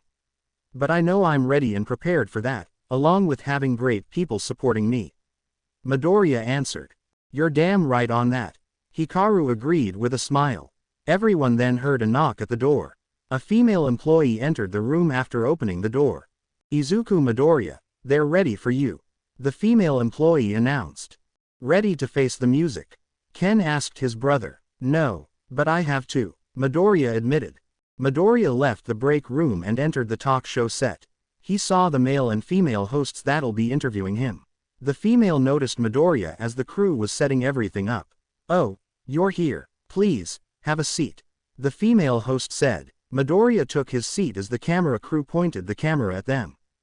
The camera crew silently counted down, then the camera lights turned on. The interview was now beginning. Hello, and good morning everyone. Today we'll interview the man who took on the hero killer, Stain. The male interviewer announced. Shockingly, this man defeated Stain and had the villain arrested. Today, we're going to interview the man himself. Let us say hello to Ua University student Izuku Midoriya. The female interviewer presented. The camera turned to Midoriya, who gave a wave to the camera. Mr. Midoriya, can you tell us why you desire to become a hero? The female TV host asked. My motivations for becoming a hero were revealed in my speeches at the sports festival. I was inspired by my dad, Takeru Mamoru, the late pro hero, Alpha Wolf. Including All Might, as I idolized both of them. Midoriya answered. Can you tell us a little about your past before enrolling at UA? The female TV host requested. Honestly, I didn't have a great beginning. As I said at the sports festival, I was bullied, tormented, and became the laughingstock when my quirk didn't manifest until I was 15. However, the torment didn't stop because my past peers from junior high and high school, along with those teachers, labeled me a villain because of my quirk. But that didn't stop me as I remembered my father's words about what makes someone a hero or villain. A quirk doesn't dictate someone becoming a hero or villain, only their actions dictate that. Midoriya explained. I put myself through spirit-shattering and hellish training to prove them wrong. To prove the naysayers that they were wrong about me. But my father wasn't the only one who gave me hope. Before getting into UA, I met All Might and asked him if I could be a hero with my quirk. It didn't take him 1 second to tell me I can become a great hero, and he meant it. Midoriya added. That's why I continued to push myself and ignore everyone who ever doubted me. Even if I hadn't met All Might or had my quirk manifested, I would still push myself. I wouldn't give up even if it cost me my life. That's why I want to be like my dad, the voice for the quirked and quirkless. Even the ones who were labeled as villains because of their quirks. Midoriya stated. If I am proof that I can achieve my dream through hard work and dedication, even after being pushed down many times, then that means everyone who went through the same things I went through can, too. If everyone else abandons them, I would be in their corner and help motivate them to acquire their dreams. So I say this to everyone watching or listening who went through the same thing I did: follow your dreams, don't give up, prove the doubters wrong, keep fighting, and show what you're made of. Midoriya proudly finished with a determined tone. Both the TV hosts were amazed by Midoriya's determination. Hikaru and Midoriya's older siblings were proud of his words. The Greenette didn't realize, like just with the sports festival, his words inspired those who heard them. Midoriya's words inspired pro-heroes, citizens with quirks, and the quirkless, to make them push themselves to their limits and break those limits. The interview continued with the TV hosts asking questions to get to know Midoriya better. Midoriya answered them without revealing any secrets, including when the hosts asked him why he fought the hero killer. The Greenette was honest about his answer, as he wanted to save his friend and do the right thing. However, he made sure not to reveal anything vital. After about 45 minutes, the interview was coming to an end. Thank you for your time, Mr. Midoriya, the female TV host said. I can say that today you inspire a lot, just like you did at the sports festival. The male TV host added. I'm merely being honest and doing the best I can. Midoriya replied with a smile. Well, that's all for today. Thank you, everyone, for watching and listening to today's interview. See you tomorrow, the male interviewer said to the camera. The camera then turned off. Thank you for giving us your time for this interview, Mr. Midoriya. The female interviewer said. Indeed, you can go. I'm sure your school doesn't want you here all day. The male interviewer added. Thank you very much. Have a good day, Midoriya said as he shook both interviewers' hands. Midoriya left the TV studio to meet up with his family outside. How was the interview? Hikaru asked her youngest nephew. It wasn't that bad. I'm lucky Nezu gave me a late pass to arrive in class. Speaking of which, time to head back. Midoriya answered. Yeah, we have to head back to Auntie's agency for work, Rika stated. Try to stay out of trouble, little brother, Yugo added, ruffling Midoriya's hair. And be careful, as without a doubt you'll probably have some fans waiting for you at UA. Maki said. You got it, guys. See you all soon. And say hi to your families for me because I can't wait for our annual family gathering. Midoriya replied. Same. This time the gathering will be at my home since Ken's home was last year's gathering. Hikaru announced. Oh, I can't wait to see everyone again. Maki commented with glee. Especially getting to eat each of our family's best recipes. Man, we get better each time. Yugo replied. Everyone got into their vehicles to head to their destinations. Hikaru's vehicle was a black Koenigsegg CCXR. Ken's car was a silver Nissan Skyline GTR. Rika got on her green BMW M1000RR 50th anniversary model. Yugo's motorcycle was a red 2006 Ducato Desmosedici GP16RR. Rika and Yugo didn't need motorcycle gear as they were in their hero costumes. Maki's car is a 2013 silver Porsche 918 Spider. And Midoriya's vehicle today was the Maserati Gran Cabria. Everyone drove away from the TV studio and headed to their destinations. After a few minutes, Midoriya arrived at UA and parked in the school's parking lot. The Greenette then headed toward the school after making sure his car was safe and he had everything. The Greenette checks the time to see which class he'll have now. He arrived at the class and handed the teacher his late pass. Class 1A continued class until Eraserhead came to the classroom. Okay, everyone, today I have an announcement, Aizawa announced. All of Class 1A was tense to hear their homeroom teacher's announcement. We'll be having 4 new students joining us, Eraserhead announced. Isn't it too late to have new students joining this semester? Iida asked with his hand raised. Originally, yes, but the people who recommended your new classmates are in a position of power. Right now, Put on your gym uniforms and head to Gym Gamma. Your new classmates are there right now waiting for us. Aizawa replied. Eraserhead's homeroom got up from their seats and headed to the locker room to put on their gym uniform. Soon Class 1A arrived at Gym Gamma, but they noticed Class 1B and their homeroom teacher were there, too. In front of the two classes were 8 people, 4 girls, and 4 boys, all 18 years old. The first female stood 5 feet 9 inches with a fair complexion, light yellow eyes, a beauty mark under her right eye, and long black hair reaching her waist. She has a mature figure like Yaoyorozu but with a bigger bust. The fox ears on her head and 9 black fox tails made the girl stand out. The second female stood 6 feet 0.5, with a tan complexion, a toned but curvy figure with a big bust, green eyes, and long black hair. The second girl had wolf ears and a tail, some scars on her arms, and red markings on her face. The third girl stood 5 feet 8 inches with a light complexion, a voluptuous figure with a big bust, ruby eyes, and long crimson hair tied into twin tails with yellow ribbons. The final girl stood 5 feet 9 inches with a light complexion, slender, voluptuous figure, brown eyes, and long, scarlet hair. The first male stood 5 feet 7 inches with a fair complexion, athletic build, purple eyes, and messy, salmon hair that dips between his eyes. The second male stood 5 feet 9 3/4, with a tan complexion, a lean, muscular build, piercing orange eyes, and short brown hair that spikes in the back. The third male stood 6 feet 2 3/4, with a tan complexion, lean, muscular build, neck-length black hair, and amber eyes. And the final male stood 5 feet 6.5, with a fair complexion, slim build, bright green hair with diagonal cut bangs, and yellowish green eyes. All 8 wore UA's gym uniforms. Excuse me, Aizawa-sensei. You said we'll have 4 new students joining our class, but 8 people are here. Asui said. That's true. The other 4 will join Class 1B, for these 8 are considered the strongest from their university. Aizawa replied. But then the fox and wolf girl ran past Aizawa, and both hugged Midoriya. Izuku. Both girls happily exclaimed. All 3 fell to the ground, much to the confusion of everyone.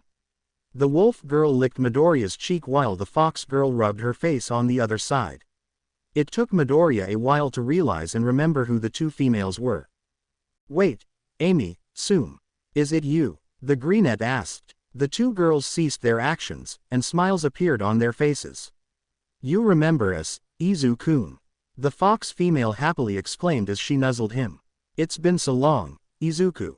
The wolf girl added as she licked Midoriya's cheek again. Sum, we talked about you licking me, it's embarrassing. A blushing Midoriya exclaimed. If we're done with the reunion, we need all 8 of you to introduce yourselves to your new classmates. Aizawa told the 2 girls, resulting in them blushing. The fox and wolf girl got up and rejoined their classmates. I'll start us off. Hello, my name's Amy Saito. My quirk is called Kitsune, and I have abilities similar to the mythological creature. I'll be in Class 1A. The fox girl introduced herself. The name's Sum Mochizuki, and my quirk's Hellhound. I can control fire and transform into a full-on wolf or an anthropomorphic one. I'll also be in Class 1A. The wolf girl stated. Greetings, my name's Stella Vermilion. My quirk is called Leviatine, where I can summon a sword that lets me control fire. I'll be in Class 1A with you. The crimson hair girl presented. However, Midoriya looked at the girl and felt she looked familiar. Hello, my name's Urza Scarlet Vermilion. I'm Stella's older sister, and my quirk is called Requip. It allows me to summon armor that grants me different abilities based on the armor. I'll be the final one in Class 1A. The scarlet-haired girl acquainted herself. Hello, everyone. My name's Habiki Chiba. My quirk is called Shadow Clone, where I can summon a certain number of shadow constructs of myself. I'll be joining Class 1B. The salmon hair man greeted. What's up, everyone? The name's Takumi Kajiyashiki and my quirk let me summon constructs of weapons to use as long as I know their construction and parts. So don't be intimidated by me. Sucks I can't be with 1A because there are a lot of hotties in there. But there's hotties in 1B, so it's not a total loss. The first tan man boasted. His introduction made the girls uncomfortable. Sorry about him. My name's Andre Garcia and my quirk is called Power Arms. It allows my right arm to focus on defense while having some offensive abilities, while my left arm focuses on offensive attacks. I'll be with Class 1B. The second tan man greeted.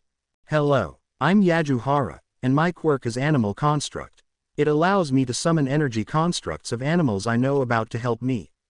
And I'm the final addition to Class 1B. The lime green hair man said. Originally, we planned to demonstrate their quirks with robots. However, that isn't sufficient enough. So we were granted permission to see if any of you would like to spar with them. Vlad King announced. Some were hesitant, but Bakugo looked like he was about to raise his hand. However, Midoriya beat him to it. I wouldn't mind sparring all 8 of them. Midoriya offered, shocking every student. Are you sure, Midoriya? Aizawa questioned. I don't mind at all. Midoriya answered. Very well, Aizawa said. Remember, this is a sparring session. So no lethal attacks or intention to harm one another. Got it? Eraserhead told them. Yes, Sensei. Midoriya and the new UA first years answered. But the greenette approached his homeroom teacher. What is it? Aizawa asked. Midoriya whispered something to Class 1A's teacher, with him nodding. All right, do it after the spar. Eraserhead and Vlad King stood at the sidelines with their respective classes. You think Midoriya got this? Jiro asked Yaoyorozu. It's hard to say since we've only heard the description of the new student's quirks. So Izuku may face some difficulty. Yaoyorozu admitted. But Midori has always shown to change the odds in his favor, so I say he got this. Ashido stated. I agree with Ashido's statement, as Midoriya has repeatedly shown that he's not one to be underestimated. Iida added while doing his signature hand chops. Bakugo just scoffed, hoping Deku would embarrass himself and get destroyed by the new extras. Meanwhile, Midoriya stretched to get the blood flowing as he waited for his opponents. At the same time, Amy and Sum were blushing as they saw his developed muscles causing their tails to wag. But then Kageyashiki broke the silence when all 8 of them were gathered. You guys can stand back and let me handle this. I got this one, he told them. Are you sure that's a good idea? Garcia asked. Yeah, Andre's got a point. We're facing the guy who won the sports festival and beat the hero killer, Stain. Did you hear the interview this morning, man? Hara pointed out. Indeed, we must form a strategy considering that Midoriya's well trained from the stories Amy and Sum told us. And we watched UA's sports festival and saw his skills. Urza stated. Nah, I got this. He doesn't look much, Kageyashiki said as he entered the field with Midoriya noticing him. So shall we get started then? Midoriya said as he got into his fighting stance.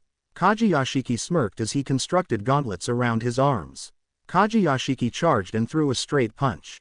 Midoriya countered with an Aikido Munetsuki Kaitanage to send his opponent to the ground. The greenette charged and landed a Wado Ryu's uppercut, palm heel, and front kick.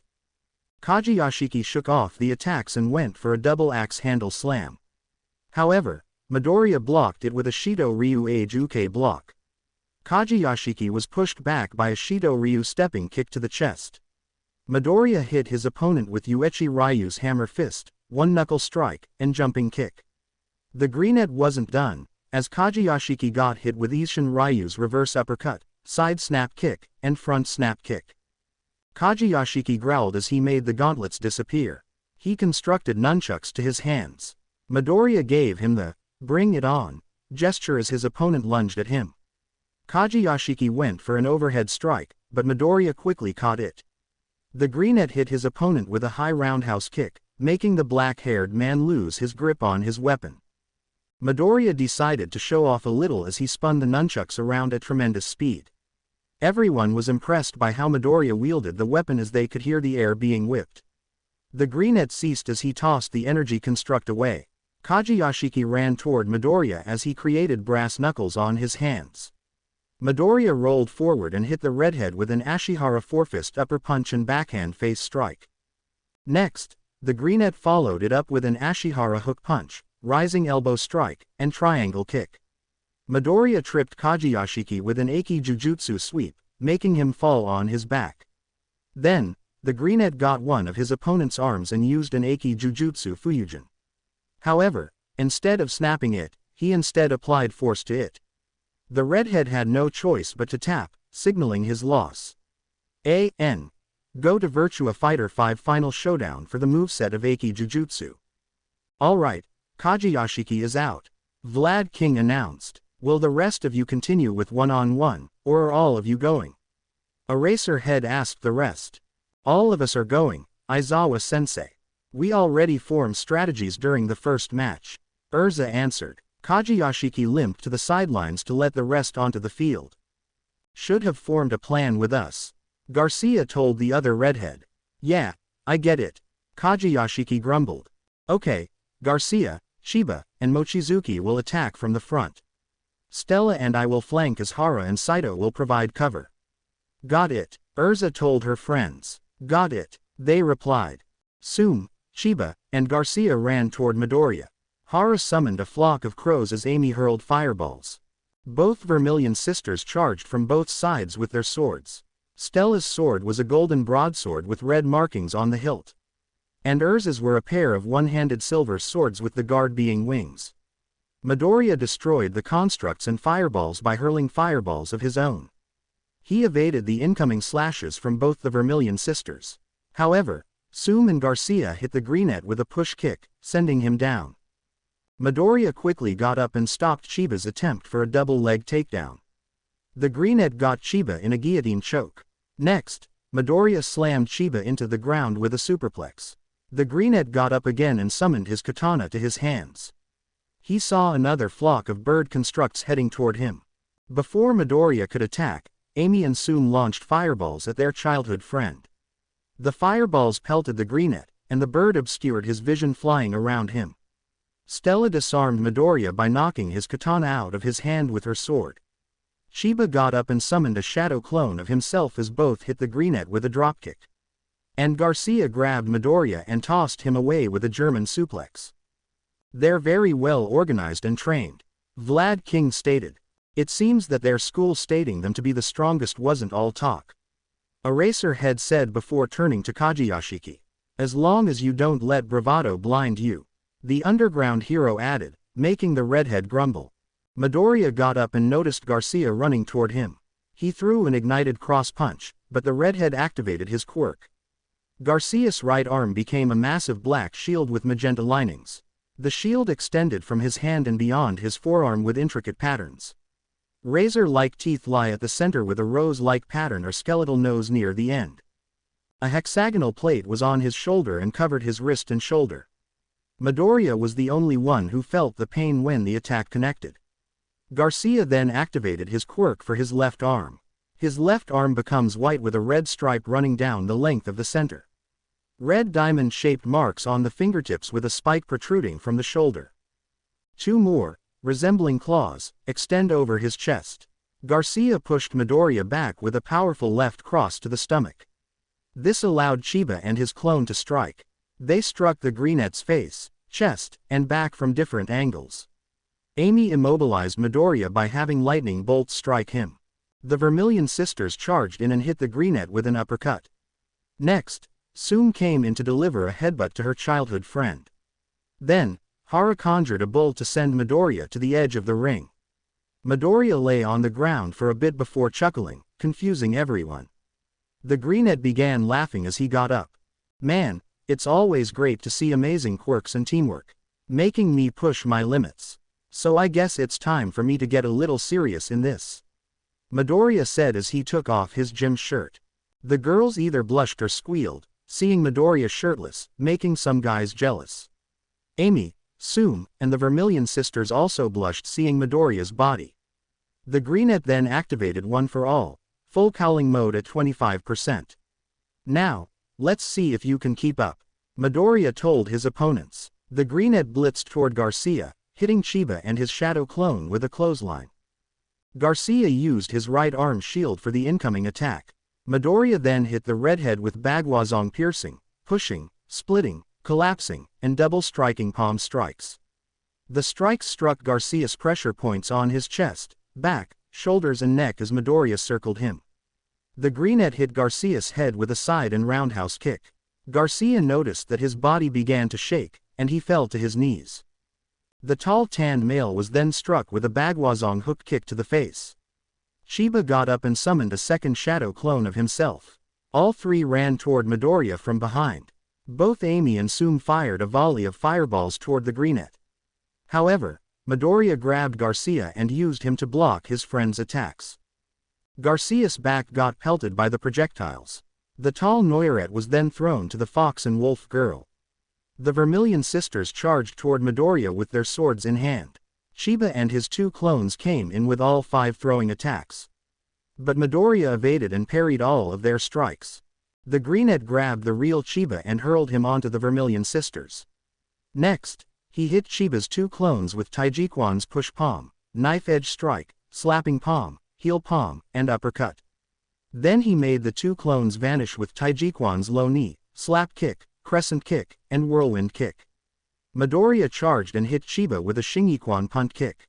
The greenette didn't stop as he hit Chiba with Shingiquan jab, hook, cross, knee strike, straight kick, and snap kick. Midoriya's Sonda uppercut, back fist, side kick, and spinning back kick knocked out the purple-haired man. The greenette saw Amy and Sum get up and appear before them, thanks to One for All, full cowl. Sum got struck by Midoriya's Mizonquan Renkin Tenshinkyaku. At the same time, Amy got hit by Mizonquan Renkin Tenshin Sukyaku. Both girls got up, but Midoriya continued his attack on them. I use Virtua Fighter 5 Final Showdown for the Mizonquan techniques. Both Fox and Wolf girls were hit by Midoriya's Mizonquan Renkin Unshi Ransui, Renkin Kaozentai, Renkin Tukikyaku, and Soka Rensuisho. A Chinese Kempo front right thrust kick done in Sum. In contrast, Amy got hit by a Chinese Kempo front right roundhouse kick. Hara immediately conjured a pack of wolves, and the pack lunged at Midoriya. But the greenette destroyed Hara's constructs with his Vulcan Geyser attack. Midoriya appeared before Hara, hitting him with a Tang Su Do jumping scissor kick. The Vermilion sisters ran to assist their classmate. But Midoriya separated them with a wall of fire. The greenette focused back on Hara as he struck him with Tang Su Do spear hand punch, knife hand, 4-fist, side hook kick, and jump front kick. The bright greenette was dazed from the barrage and staggered. Hara was sent to the ground by Midoriya, landing a Sistema uppercut, forearm, knee strike, and high roundhouse kick. The firewall disappeared, and the Vermilion sisters saw they were the only remaining. Stella, I need you to cover me. I must wear my Flame Empress armor to help weaken his quirk. Urza requested. You got it, Stella replied as she ran toward the greenette. Midoriya noticed Urza's body glowing and was about to unleash a fireball. However, Stella stopped him by hitting his stomach with the bottom of her sword's handle. The younger Vermilion sister stabbed her sword into the ground. It unleashed a fiery wave that sent Midoriya back. Urza's sister followed it by firing fireballs from her blade that pelted the greenette. Midoriya teleported and appeared to reclaim his katana as he blocked an overhead strike from Stella. The glow on Urza's body ceased as she now donned dark red, orange, and black armor. The orange parts of the armor were shaped like flames, while others appeared like a dragon's limbs. Her breastplate left her shoulders bare, extended to cover her groin, revealing her legs, and looked like a one-piece swimsuit. An orange part covered her bosom as another circled Urza's waist like a belt. The black pieces were decorative except for the portion covering Urza's groin. The breastplate possessed a pair of dragon-like wings. Urza's gauntlets sported prominent orange decorations with claw-like protrusions on the hands. Her greaves were shaped like dragon claws possessing orange knee guards and black parts extending from the knees to the upper thigh. Urza's hair was tied into a pair of high, long pigtails by clips resembling dragon horns. Her sword, this time, was a large dark red sword with a sliver of black in the middle and orange decorations on the handguard. Wow, she looks beautiful and sexy, Mineta exclaimed, with Kaminari and Zero nodding as all three blushed. Urza gave the trio a cold glare that immediately silenced them. Urza's glare to Mineta, Kaminari, and Zero. Urza charged to assist her sister against Midoriya. Speaking of, both of them were clashing blades. Then Urza kicked Midoriya away from Stella, making him skid across the arena. Midoriya unleashed a fiery wave from his katana blade and sent it toward the Vermilion sisters. But Urza redirected the attack using her sword, surprising the greenette. Midoriya dodged his attack, but Stella appeared before him. She once again smacked his katana out of his hands with her blade. Next, Urza came in and went for a slash, however, the Greenette teleported. The Vermilion sisters looked around to see where Midoriya would appear. The Greenette appeared and delivered a double dropkick to both sisters. You need to take care of Urza first, Izuku. That armor she's wearing allows her to manipulate and control fire. I assume that any fire attack on her won't phase her when she dons it. Ghost telepathically suggested. Copy that, Midoriya telepathically replied. He lifts his right arm and generates a small white orb. The Vermilion sisters got up and saw the Greenette hurl the ball toward them. Stella prepared to destroy it with her sword, but the sphere exploded into a blinding light. The teachers, students, and the Vermilion sisters' peers shielded their eyes. However, Urza and Stella were temporarily blinded by the white orb. Midoriya used the opening and kicked Urza away from her sister. He then summoned a Screama sticks to his hands. The older Vermilion sister regained her vision but was immediately attacked. The Greenette unleashed a barrage of a Screama snap, circular, forehand, diagonal, vertical, and horizontal hits with the sticks. Midoriya sent an Screama right cut kick to Urza's right leg, sending her down to one knee. Next, he summoned his chain and sent it to wrap around Stella's waist. Then the Greenette pulled Stella to have her collide with her older sister. Midoriya used the chain again to reclaim his katana back to his hands. The Vermilion sisters are pinned down when they try to get back up. The Greenette had his katana blade on Stella's neck, while a Kali stick was on Urza's throat. Yield, Midoriya commanded. I yield. Both the Vermilion sisters yielded. Midoriya made his weapons disappear and helped the two sisters up. Sorry if I was rough with you and your peers. The Greenette apologized. It's okay. After all, you were indeed skilled when my classmates and I watched UA's sports festival. The teachers you had made you a skilled warrior. Urza replied. But can you please put on your shirt? It's kinda embarrassing talking to you shirtless. Stella requested. Oh, right, Midoriya said as he teleported to where his shirt was and put it back on, much to the girl's dismay. Alright, Vlad, take your new students back to your classroom. I'll inform my class here. Aizawa told Vlad King. Okay, Class B, with me, we'll do our introductions back in our classroom. Vlad King told his students as his class, Chiba, Kajiyashiki, Garcia, and Hara, followed him. Once they were gone, Stella immediately hugged Yaoyorozu. Oh, it's so good to meet you again, Momo. It's been ages since I last saw you. Stella squealed as Yaoyorozu returned the hug. Wait, you know her, Yaomomo? Ashido asked. Is it okay for you to tell them? Yaoyorozu asked Stella. It's fine. Urza and I agreed that we shouldn't keep this a secret. Stella answered, then turned to her sister. Care to tell them, sister? She added. Of course. You see, Stella and I are the daughters of the current royal family of the United Kingdom. Our mother is the headmistress of our school and the #1 hero of Europe, while our father leads the country. Urza stated, shocking everyone but Midoriya. And I know Momo because our parents are childhood friends. So it's amazing that I get to study and train alongside her. Stella added. But why did you want to study at UA? Asui asked. Oh, that's because Amy and I pleaded to Urza to request that she ask her mom to transfer us. Sum answered. Originally, it was going to be Sum and me, but Urza and Stella's mother also decided to transfer them and the others you met. She believed it was best to study and learn how to cooperate with heroes from other countries. Much like how Sentinel does as she's one of the leaders in the hero agency. Amy added. Wait, the Vermilion sisters' mom is a leader in Izuku's aunt's agency and the #1 hero in Europe. Ashido exclaimed. Yeah, there's more than one leader within Sentinel. It's like the UN, but there are 7 leaders, with my aunt being one of them. Midoriya explained. Seriously, what else are you hiding from us, man? Kaminari exclaimed. Some you'll be happy not knowing about. But still, it's no wonder why you looked familiar, Stella Vermilion. Midoriya stated, confusing Urza's sister. What do you mean? Stella asked. Do you remember 2 years ago, when you were on vacation with your family here in Japan, you were kidnapped? Human traffickers captured you until you were saved. Midoriya explained. Yeah, It was somebody wearing black motorcycle gear and a flaming skull who saved not just me but also other women who were there. There were 30 of them, but when he was done, only 3 remained alive. The rest were burned to ashes. My savior stayed with us until the police he called arrived. Stella remembered. You're saying you know the person who saved my sister? Urza asked. Yes, I do because, Midoriya said as he transformed into Ghost Rider in his vigilante attire. I was that person, he finished.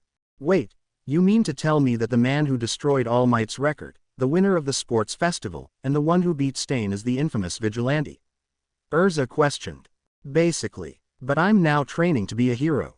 Ghost Rider admitted before reverting to Midoriya in UA's gym uniform. I asked Aizawa to reveal my secret to you as I know and trust Amy and Sum. Our classmates and UA staff also learned my secret during the attack at the USJ. Midoriya added. Is it weird that that makes him hotter and badass than he already is? Sum whispered to Amy. Nope. I am also bewitched since we both realized we love and agree to share him. The fox girl whispered back. Wow, you are amazing, Ikki. I'm glad that my mother suggested I should transfer to UA. Stella stated happily. Ikki, Midoriya said in confusion. Oh yeah, Stella's still learning Japanese. When we told her your name, she had difficulty pronouncing it correctly, along with your last name. So she decided to address you as Ikki. Urza explained with a chuckle. Shut up, Stella commanded while blushing. It's fine. I don't mind you calling me that. I'm glad to meet you again and see you're doing well. Midoriya said as he patted Stella's head, making her even redder. Baka, a blushing Stella mumbled. I'm also glad to see you, Amy, Sum. Your parents gave me the letters you sent when you were studying abroad. We got some catching up to do. Midoriya said as he gave Amy and Sum head pats as well. The fox and wolf girl blushed from the head pats they received as their tails wagged. By the way, Midoriya, what other moves did you do during the spar? The only one I recognized was Aikido, but the rest were new. Ojiro asked. Yeah, when my aunt said I know 24 fighting styles, that wasn't true. I know 44. The reason why is because you can't reveal everything, especially something being broadcasted. Midoriya answered. What are the other fighting styles? Shiro asked. The others are Ninjutsu, Eiki-Jujutsu, Wado Ryu, Ashihara, Shido Ryu, Uechi Ryu, Ishin Ryu, Sonda, Taijikwan, Bagwazong, Maizongquan, Xingyiquan, Chinese Kempo, Tang Sudo, McMap, Capoeira, Sistema, Eskrima, Kajukenbo, and Choi Kwan Do. Midoriya listed. Dude, you're seriously too op. Kaminari commented. Yeah, you're taking all the babes because of it. Mineta added. Still, it's great to be back in Japan with you, Izu-kun. Amy happily exclaimed. The only bad thing about this reunion is the explosive Pomeranian. Sum said, pointing at Bakugo. How did he get in with his attitude? The wolf girl added. Ua knows I'm the best and will be the #1 hero. Bakugo exclaimed. The best? You sure are, considering you're the best at being very loud and angry. The fox girl remarked, causing Bakugo to growl. It is dangerous to boast about being strong without the skills and strength to prove it, Urza added. Along with having a big ego, being full of hot air, and a bully. Sum quietly mumbled. Anyways, Izuku, how do you know Saito and Mochizuki? And why did Mochizuku lick your face? Yaoyorozu asked, though inside, she felt jealous of the affection the two girls gave Midoriya. When we first met, I said I had no friends during high school. Midoriya reminded with Yaoyorozu nodding. That wasn't entirely true, as I was friends with Amy and Sum during our childhood before they moved to the UK. Also, I did have friends during high school, but they're delinquents and didn't go to my high school. However, they help people, and we frequently hang out after school. Back to how I know Amy and Sum. Amy is a daughter of a shrine maiden of the Inari Shrine, while her dad is a kung fu teacher. Sum's father works with the police, and her mother is a self-defense instructor.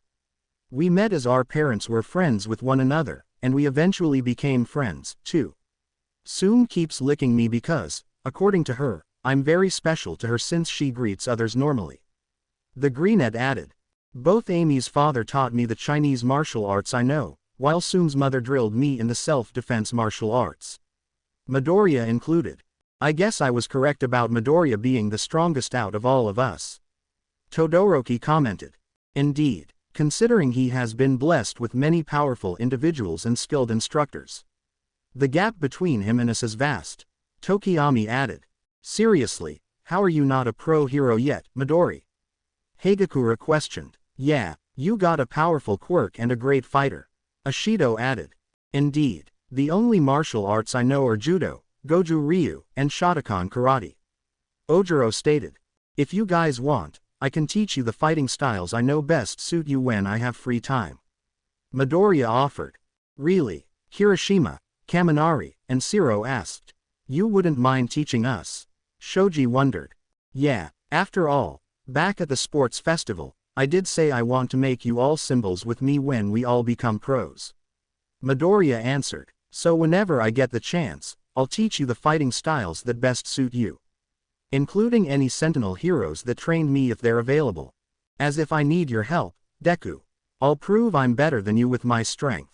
Bakugo exclaimed. Yeah, figured you say that.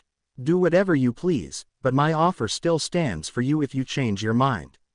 Midoriya flatly stated. But don't teach anything to that grape-headed dwarf. I have a bad feeling if he receives any training. So Izuku, don't bother to teach anything to him. Amy said as she pointed to Mineta with a disgusted expression. Yeah, I agree, Sum added. No, I won't, Mineta denied. You will. Saito and Mochizuki immediately replied with deadpan expressions. Anyways, if you're done, I have something to inform you. Aizawa told his students. All of Class 1A and the new additions turned to their homeroom teacher. Due to the additions of your new classmates, I changed up the seating arrangement and was given the hero names of your new classmates. This is the new seating layout. Eraserhead showed his class with a hologram. Class 1A homeroom seating layout. Number 1. Minoru Mineta. Number 2. Yuga Aoyama. Number 3. Toru Hagakure. Number 4. Mezzo Shoji. No 5. Koji Koda. Number 6. Rikido Sato. Number 7. Kyoka Jiro. Number 8. Mina Ishido. Number 9. Tsuyu Asui. Number 10. Tenya Iida. Number 11. Eijiro Kirishima. Number 12. Denki Kaminari. Number 13. Katsuki Bakugo. Number 14. Honta Siro. Number 15. Masharao Ojiro. Number 16. Shoto Todoroki. Number 17. Fumikage Tokiyami. Number 18. Izuku Midoriya. Number 19. Ochako Uraraka. Number 20. Amy Saito. Number 21. Momo Yaoyorozu. Number 22. Stella Vermilion. Number 23. Urza Scarlet Vermilion. Number 24. Sum Mochizuki. This is the new seating arrangement for our class. Also, your hero suits have been moved to new cases that coordinate with your desk number. Aizawa announced as he made the hologram disappear. That's so not fair. Midoriya has all the new hot babes with him. Mineta complained. Now, Vermilion Sisters, Saito and Mochizuki, tell your classmates your hero names. Aizawa told his new students, ignoring Mineta's complaint. Right, I'll start us off. My hero name is the Requip Knight, Titania. Urza announced. I chose Dragon Knight, Crimson Princess. Stella informed. For my hero name, I decided to go by the Kitsune Maiden, Tenko. Amy notified. And I chose Hellhound Heroine, K9 for my hero name. Sum stated. Alright, now that's done. Saito, Mochizuki, and Vermilion Sisters. Class 1A's representative and vice representative are Midoriya and Yaoyorozu. They'll catch you up to speed on what happened before your arrival. Remember to continue working to exceed your limits to remind everyone why you earned your place here at UA. Aizawa said. Before we resume the rest of our day, Saito, you informed Ua that your family will send a bodyguard here in a few days. Is that correct? Aizawa asked the fox girl. Yes, my mother told me I'd have a bodyguard until I graduated from Ua. The bodyguard is from the Kerr clan, whose work includes bodyguard, assassination, and fighters. Including that the clan and my mother's family have been friends for generations. She'll be here soon as she's finishing her studies. Amy answered. Very well, Now let's go and resume the rest of the day's schedule, as I'm sure that Smentas has finished remodeling our classroom. Aizawa told his students. Yes, sensei. Class 1A students replied. Izuku, keep a close on the Vermilion sisters. I feel a familiar presence I haven't felt in a long time. Those two are radiating power that'll most likely grow. Ghost mentally informed his host. You got it, Midoriya mentally answered. The hero course students of UA resumed their schedule for the rest of the day. Midoriya, Saito, and Mochizuki were catching up as it had been years since they last saw each other. Along with the Vermilion sisters getting to know the former vigilante better. Urza and Stella were amazed by who Midoriya's teachers were, the vehicles he drove, and his family. Both Vermilion sisters were now a part of Midoriya's circle of friends. Soon it was the end of the school day for UA's students. Midoriya and Iida, Todoroki, Uraraka, Asui, and Yaoyorozu were leaving the school grounds. However, they weren't alone, as Saito, Mochizuki, and the Vermilion sisters were with them. Do you guys need a lift? Because Iida and Todoroki are heading to the train station today, I have one of my cars in the parking lot. The Greenette offered. It's okay. Amy's family already sent a driver to pick us up. Urza answered. Indeed, considering that my sister and I will be living in their home. Stella informed. Sounds to me like you girls will be living comfortably. I've been over to Amy's house tons of times. The manor is spacious, relaxing, and you can play with the domestic foxes there. Midoriya stated. I know, when Amy showed me the photos of the foxes in her home, I'm going to cuddle with those cuties. Stella squealed. I'll say, but I can't wait to return to my parents since I lived with my cousins when I moved to the UK for training. Oh, I know they'll be happy along with Auntie Inko, can't wait to see her. Mochizuki said. Trust me, my mom will be excited when she sees you too. Just be ready for a powerful mama bear hug from her. Trust me, despite her appearance, her hugs are strong. Midoriya warned his childhood friends with a chuckle. We know, the fox and wolf girls said simultaneously. Then a vast limousine appeared in front of UA's entrance. Our ride's here. Try not to get into any more trouble, Izu-kun. Saito said to her childhood friend. I don't think that'll happen with my luck, but I'll try. Midoriya replied. Well, I hope to have another adventurous day with you all. Especially you, Midoriya, as I'm interested in what you'll teach my sister and me. Urza told the Greenette. Yeah, I also wish to meet your older siblings and aunt. I'm such a big fan of them. Stella said. Have a nice day now, as we have a busy schedule for tomorrow. Midoriya replied with a smile. Saito, Mochizuki, and the Vermilion sisters boarded the limousine and drove to Amy's manor. Iida and Todoroki said farewell to their friends as they headed toward the train station. Midoriya, Yaoyorozu, Uraraka, and Asui hopped onto the Greenette's Maserati Gran Cabria. The group in the car then left for Midoriya to drop them off at their homes. However, one thing is certain, UA and its hero course students will face more trials soon. Another day has arrived for the students of UA, mainly for Aizawa's class, 1A. All the students were chatting with their friends, except for Bakugo sitting at his desk. Yaoyorozu enjoyed catching up with Stella and getting to know Urza, Saito, and Mochizuki. Class 1A's vice representative told the four girls what Midoriya did at UA before their enrollment per their request. Needless to say, the newest edition of 1A was entirely amazed by their class representative. Soon, the door opened, and Eraserhead stepped into his classroom. All the students were sitting at their new designated seats. All right, class, listen up. Today, we will do some proper rescue training at the USJ with the new students. Eraserhead informed. We're going back to the USJ. A frightened Mineta questioned. Many others felt ice drop into the pit of their stomachs at the mention of said location. Yes, 13's injuries are healed, and the USJ has new security systems installed. Head to the locker rooms and wear your hero costumes, then meet me outside. Eraserhead answered as he left the classroom. The students got up from their seats to wear their hero costumes, yet there was evident tension in the air. Class 1A was soon outside, and after a bit of hesitation and a sharp look from their teacher, they boarded the bus. It took them to their destination. The new students joined their peers, and everyone saw their hero costumes. Saito's hero costume was samurai armor. She wore a white shitagi with golden patterns, white kobakama, black kyohan and tabi-style boots. Her helmet has a white fox with a black menpo having a red, black and gold pattern. Her golden cuirass was a fox head with black shoulder guards, thigh and shin guards possessing golden fox heads. A black corset with a golden sash wrapped around her waist, a white front flap with gold patterns, and golden armor in the form of a fox's paw on top of her boots.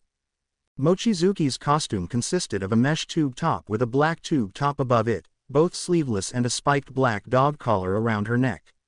A sleeveless black camo cargo vest with matching shorts. Military pouches tied around her waist with armored knee pads. Black spiked bracelets around her wrists, and she was in her anthropomorphic hellhound form. Her skin tone was darker, with black fur on her arms and legs.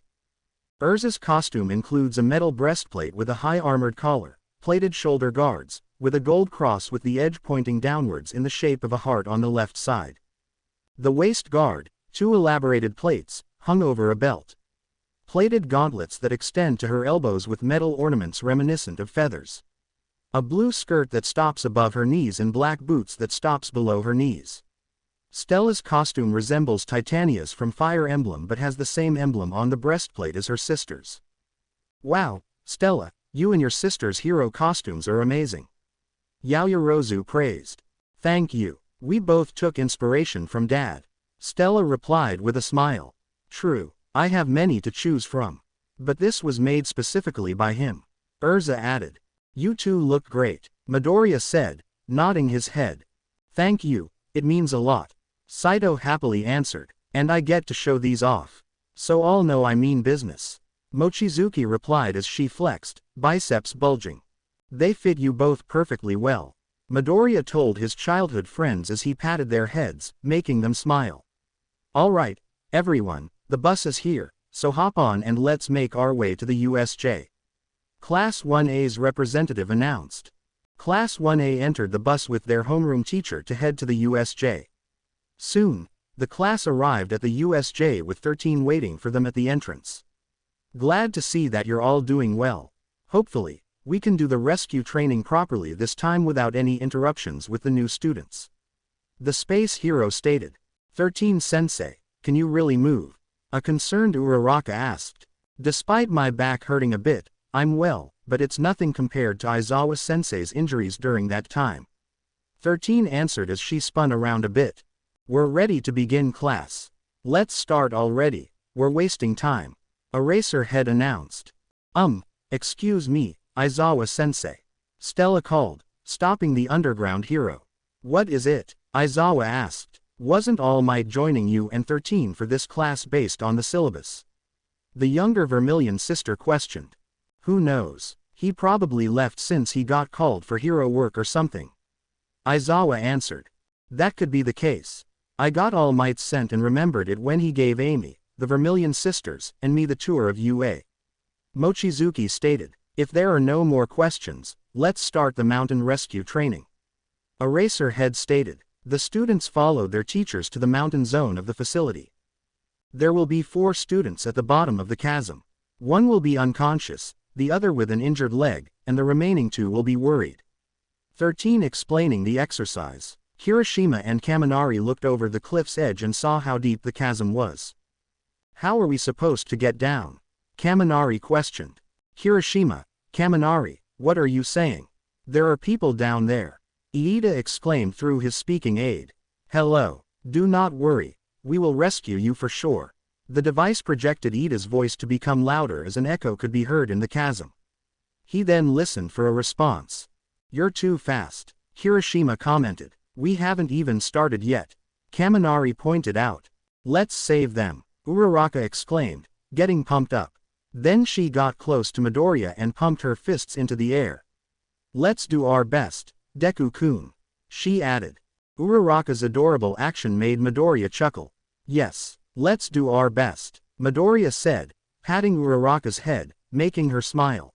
The students playing the victims will be Midoriya with a broken leg, Uraraka as the unconscious, and Iida and Mochizuki as the worried victims. 13 announced. The 4 students playing the victims arrived at the bottom of the chasm to play their roles. We must do our best playing as injured civilians. Iida told his friends. Sure, Uraraka happily replied. They're funny, Izuku, Mochizuki told her childhood friend. Yes, they are, Midoriya agreed. Alright, the four of you will be the rescue team. Aizawa told Yaoyorozu, Todoroki, Tokiyami, and Bakugo. You'll use these tools. Class 1A's teacher points to a stretcher, rope, and harness. Why the hell do I need to save Deku? Bakugo questioned. Because we're doing this to learn how to rescue injured civilians properly. Asui answered. Huh, Bakugo angrily shouted. Help us, please. Iida cried out from the chasm. Let's begin. Who should we bring down? Todoroki said as he heard his friend's voice. Just blow up the mountain, and that's it. Bakugo stated. Are you crazy? Yaoyorozu questioned. He doesn't think at all. It's only pure instinct. Asui commented as the rest began to plan. Todoroki, I'm going to create a pulley. We'll figure out a way to pull them up. Let's start with the unconscious civilian first. Yaoyorozu said. That sounds good. Todoroki agreed. Should we have Tokiyami go down to the chasm? He suggested. Dark Shadow can help by bringing up the civilians. That means the rest will pull, Yaoyorozu said before feeling the heat rise and noticing Bakugo's arms beginning to pop veins. What was up with him today? He seems angrier than usual. Regardless, she'd look down the hole before shouting. Please be calm. We will come to get you out of there. She says after a moment of thought. Please, hurry, Iida pleaded, getting too into the role while Mochizuki let out a sad howl. Midoriya also played into his role as Uraraka, pretending to be unconscious, cheeks puffing up with air and twitching quite a lot due to Iida's performance. We must reassure the victims first. There'll be occasions when you can't save someone desperate and panicking. Reassuring them will help save them. If you're not doing this properly, what kind of training would this be? Yaoyorozu explained to Bakugo, with Todoroki nodding in agreement. Impressive. Yaoyorozu's good, Kirishima said. Yeah, Mineta said, squatting down to better view Yaoyorozu's posterior as she looked over the edge on all fours.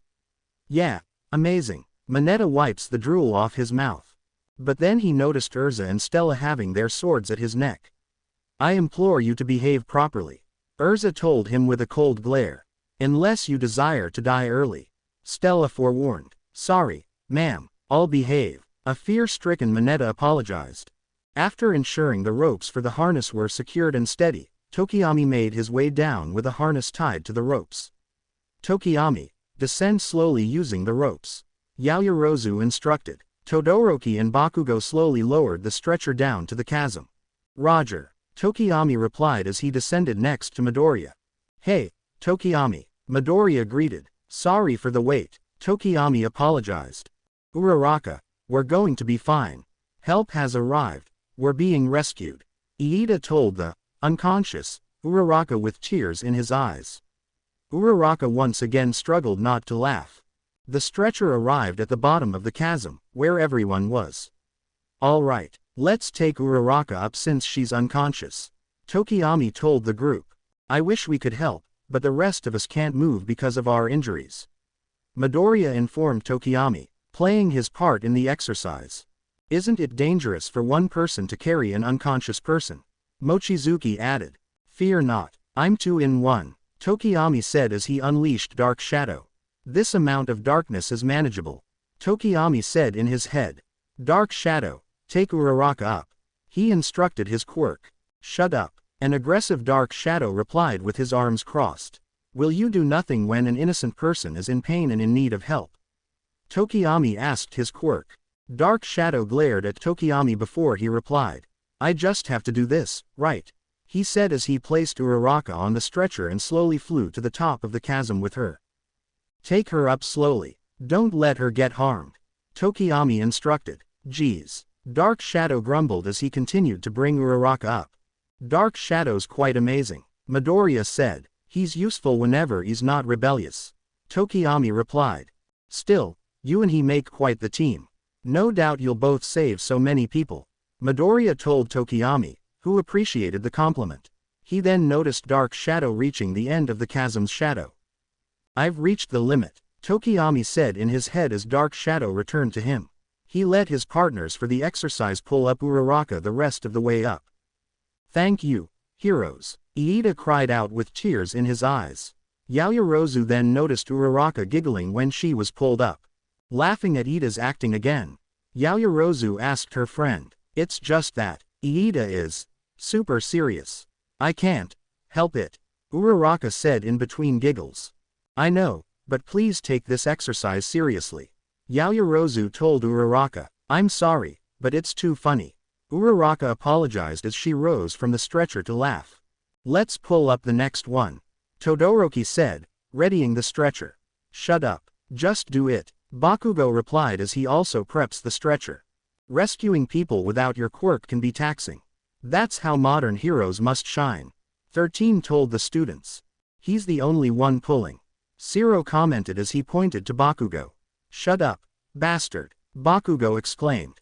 Bakugo judged that his quirk wouldn't be helpful in this situation, which is the right call. There are tons of pros nowadays who are incapable of acting normally. They tend to think of themselves and often get into worse situations. When you manage to understand and remember, you pass. I know Bakugo can become a great hero, 13 explained as Bakugo lowered the stretcher into the chasm. "No, I doubt it, considering his attitude," Shiro commented. "I'll kill that bastard," Bakugo swore in his head. After a while, the last team for the exercise was getting saved. "This is the last team for this exercise," 13 announced as we saw Uraraka putting on a splint for Asui's leg, who played the victim with a broken leg. "All right," Uraraka said, securely tying the splint on Asui's leg as she had on the harness tied by the rope. "Sue, it'll be scary, but try not to move," she instructed. "Sure," Asui replied as Uraraka touched her shoulder to activate her quirk. "Okay, she's coming up, Midoriya," Ojiro told Midoriya. "Right," the Greenette replied as Asui floated up to them. "Uraraka, you can release her," Midoriya called to her as Asui was above him. "Release," Uraraka said, pressing her fingers together to release Asui from her quirk. Midoriya caught Asui in his arms. "You alright?" he asked the frog quirk user. "Midoriya-chan, please hurry and put me down. This is a bit embarrassing," a blushing Asui requested as Midoriya held her like a bride. "Oh, sure, my bad. Just wanted to make sure you're safe." Midoriya apologized a bit awkwardly. "Even though my leg got bandaged, the splint and the ties are wrong," Asui also stated, motioning to said split by use of her tongue. Everyone was rescued, Ojiro informed 13. "Splendid. This part of the exercise is done," the space hero replied. "Can't the rest of us catch a victim with some rope or something?" Sato questioned. "Unfair," Aoyama replied in a singing voice.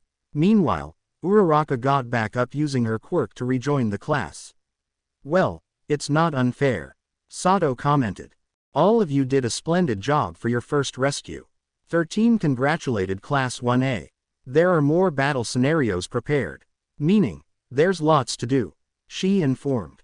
"That's expected," Kaminari whispered. "Don't relax. Class is still in session," Aizawa informed. "Next up, the collapse zone. Unlike the training at the mountain zone, we'll have you experience different situations. The situation is an urban area after an earthquake. The injured could be anywhere, and we don't know the state they could be in. You'll have 8 minutes to spread out as 4 will be the rescuers while the remaining 20 will hide and await rescue." 13 explaining the exercise. "However, I will choose 8 students who won't be able to speak." The space hero added, "It's kind of like hide and seek," a grinning Ashido said. "More or less. Now, the rescuers will be Mochizuki, Uraraka, Bakugo, and Mineta," 13 announced. "What?" Bakugo exclaimed. "Not happy about it, too, Huda. But for now, suck it up and deal with it," Mochizuki replied. They stared at each other hard, heat rising from their glares. "Hypothetically, if you accidentally touch a victim's chest or ass while carrying them, would that be considered evil?" Mineta says, staring at Ashido and Asui's posterior. However, he heard a shotgun being cocked and saw Midoriya holding his upgraded Remington 870 MCS shotgun. "Never let your guard down," Midoriya said with a soul-piercing glare, causing Mineta to flinch. "You have 2 minutes to hide. Let the training begin," 13 announced, then turned to the 4 rescuers. Keep in mind that no situation is strange in this case. Now start, the heroine added as she thrust her right arm into the air. Mochizuki said, turning to Bakugo, but before she could say anything, he already blasted off on his own. Don't try and order me around, Bakugo exclaimed as he used his quirk to launch himself into the arena, blowing Mineta away, who flailed in the air. Mochizuki, Uraraka, and Mineta worked together to find their classmates. It was not easy. Mochizuki's sense of smell and keen hearing did a lot to figure out the general direction of where they were. Yet the debris and the foul scent of motor oil caused her to sneeze and hack. Mineta plucked the orbs from his head and climbed up a wall. The short male would look down, pointing towards the cars.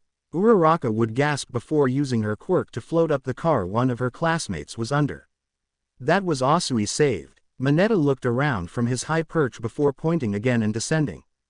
Mochizuki ran in his pointed direction, sniffing hard, trying not to gag from the foul scents.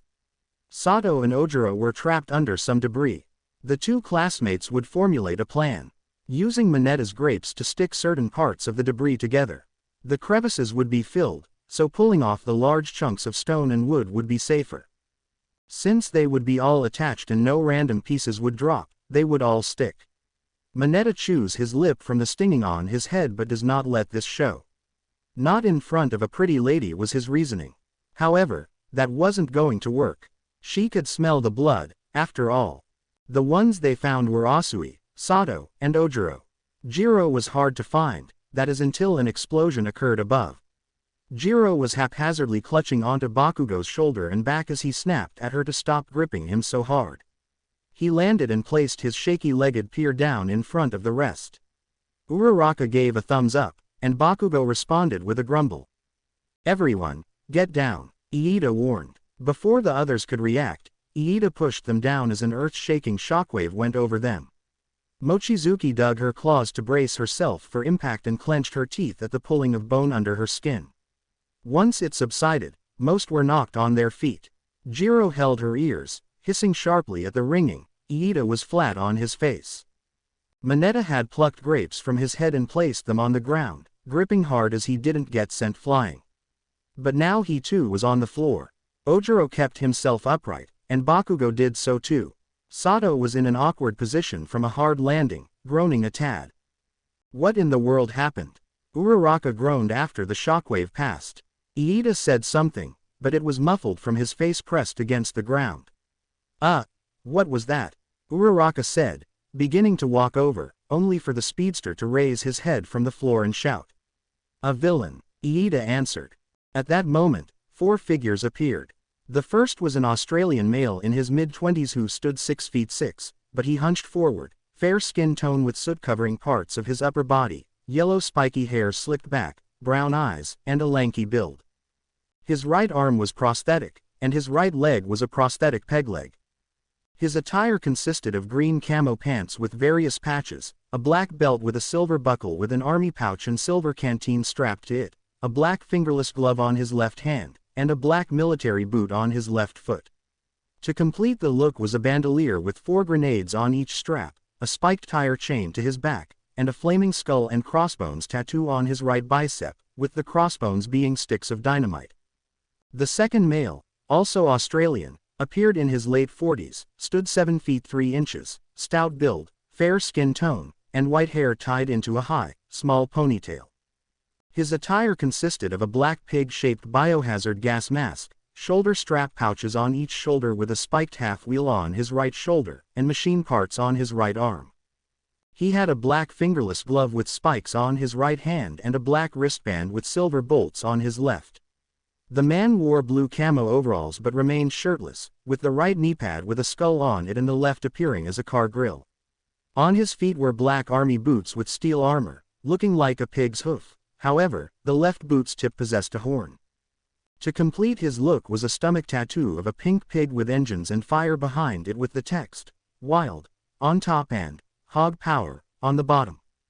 The next was a 7 feet 0 inches Australian female with a muscular build, red eyes, blue mohawk with an undercut and braided hair on the left. Her attire consisted of a white sleeveless crop top with a skull, black distressed shorts with a studded gladiator belt, and black leather thigh-high boots with the right boot having spikes. Her attire was black studded shoulder armor, a red feather epaulette strapped to her left, a red scarf tucked to her right thigh, and torn gray leggings. To complete her attire were a red fingerless gauntlet on her left arm, black fingerless glove on her right, and omnic faceplates strapped to her left shoulder, right knee and elbow. All three Australians appeared to have a post-apocalyptic look to them. To go with their aesthetic, the blonde Australian wielded a makeshift grenade launcher. The white-haired Australian wielded a makeshift short-barrel shotgun and a grappling hook. And the female wielded a makeshift pump-action shotgun and battle axe. Their leader was an imposing, muscular male who stood 7 feet 3 inches. His attire was a black suit with spiked shoulder pads, cargo pants with black army boots, and a gas mask that concealed his face. It appeared that he held something in his right hand. Uraraka and Jiro were shocked as they saw the leader holding an unconscious Midoriya.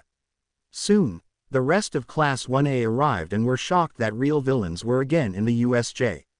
"I'll go inform 13 and Aizawa-sensei," Ojiro told his classmates as he left to get them. Everyone was on guard until Mochizuki spoke. "All Might, is that you?" the wolf girl asked with a head tilt.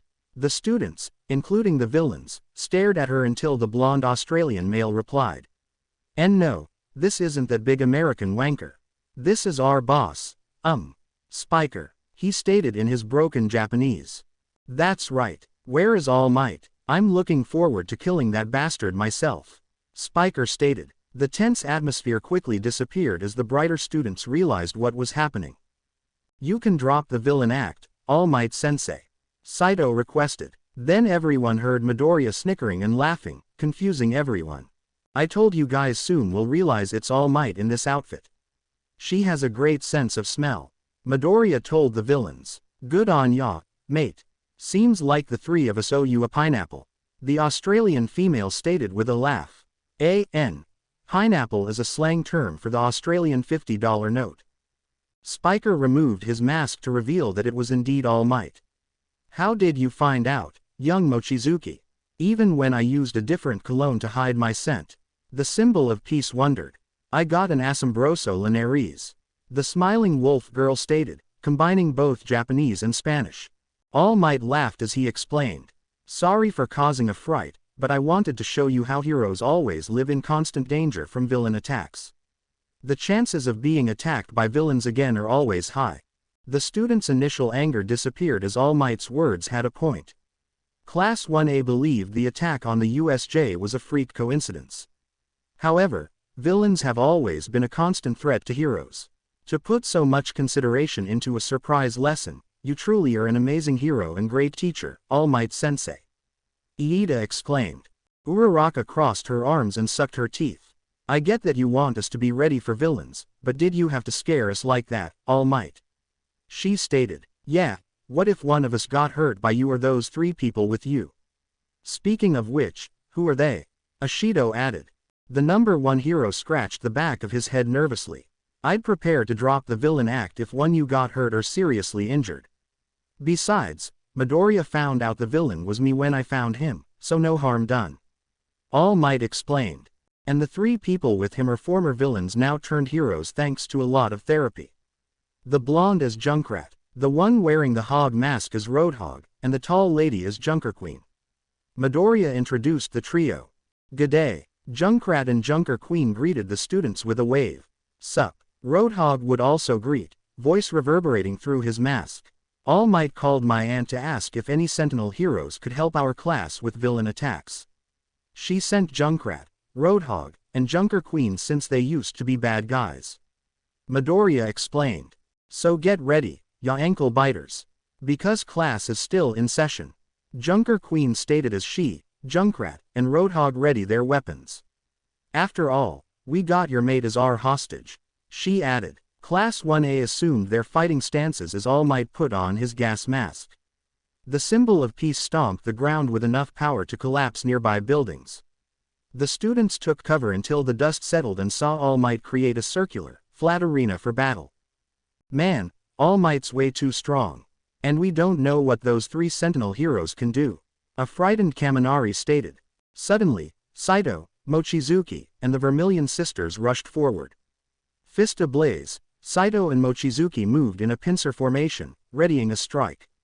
But the symbol of peace raised his left hand and flicked his finger. The air reverberated, and a loud crack popped in the duo's ears. They felt themselves being pulled forward before a force struck them in the stomach so hard the wind was knocked out of them. The shockwave would launch both girls back, causing them to bounce and tumble upon the floor. Junker Queen had noticed the other two vanishing, and with quick reflexes, she blocked the overhead strike of the Vermilion sisters' swords covering All Might's flank. Junker Queen pushed the sisters back to let Junkrat fire a grenade from his weapon. The explosion wasn't lethal, but the shockwave also sent the Vermilions flying.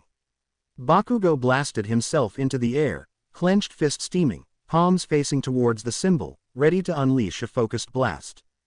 However, was foiled by Roadhog, who used his hook to snap onto him. The tank of a man spun with much strength and, with a whip motion, would send the ash blonde careening into the side of a building, dust erupting from the impact.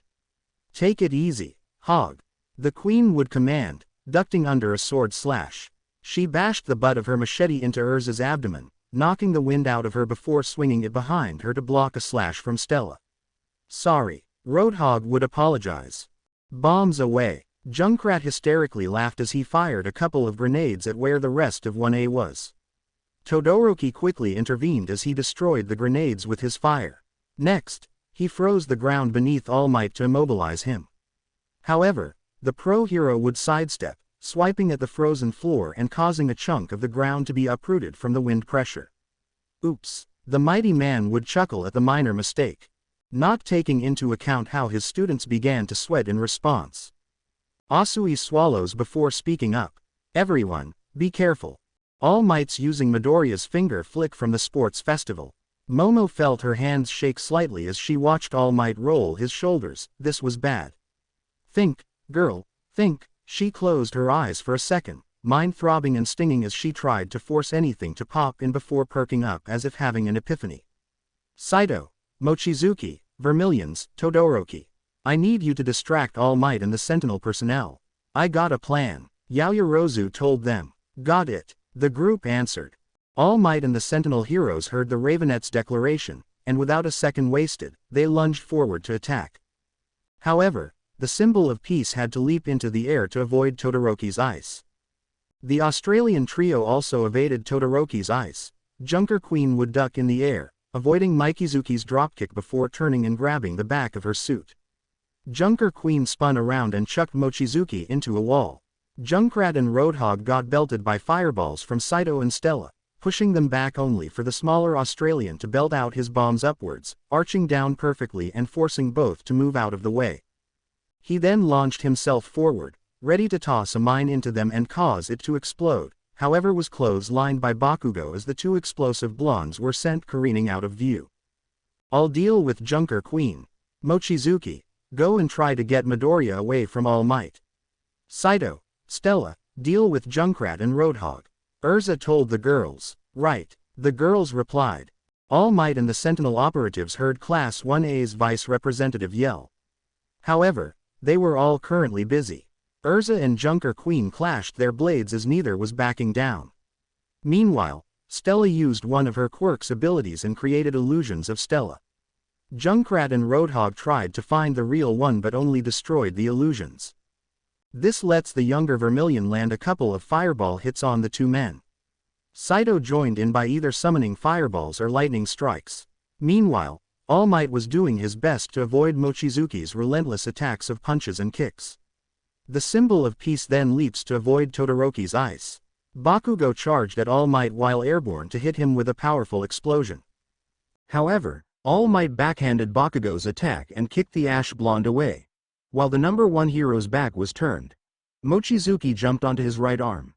She then bit All Might's arm with enough force to make him bleed and free Midoriya. The wolf girl then emitted flames onto the hero's right arm. But All Might didn't let go of Midoriya and quickly hit the wolf girl with a punch between the eyes. The symbol of peace held back on his attacks to ensure the safety of the students. All Might landed to pat away the flames on his right arm while still holding on to his successor. Todoroki used the distraction to freeze All Might's feet, immobilizing him. The pro hero was about to destroy the ice, but Mochizuki suddenly grabbed Midoriya and took him away. "Everyone, now!" Yaoyorozu yelled. Junker Queen pushed back Urza and noticed Iida running towards her. She was about to fire her shotgun, but suddenly, a sound wave hit her. Jiro was responsible, as her jacks were plugged into her boots. Iida then kicked the shotgun out of Junker Queen's hand as Tokiyami used Dark Shadow to take her axe. Koda took Junker Queen's weapons as he ran back to where Yaoyorozu was. The female Australian was dazed as Asui immobilized her by wrapping her tongue around her.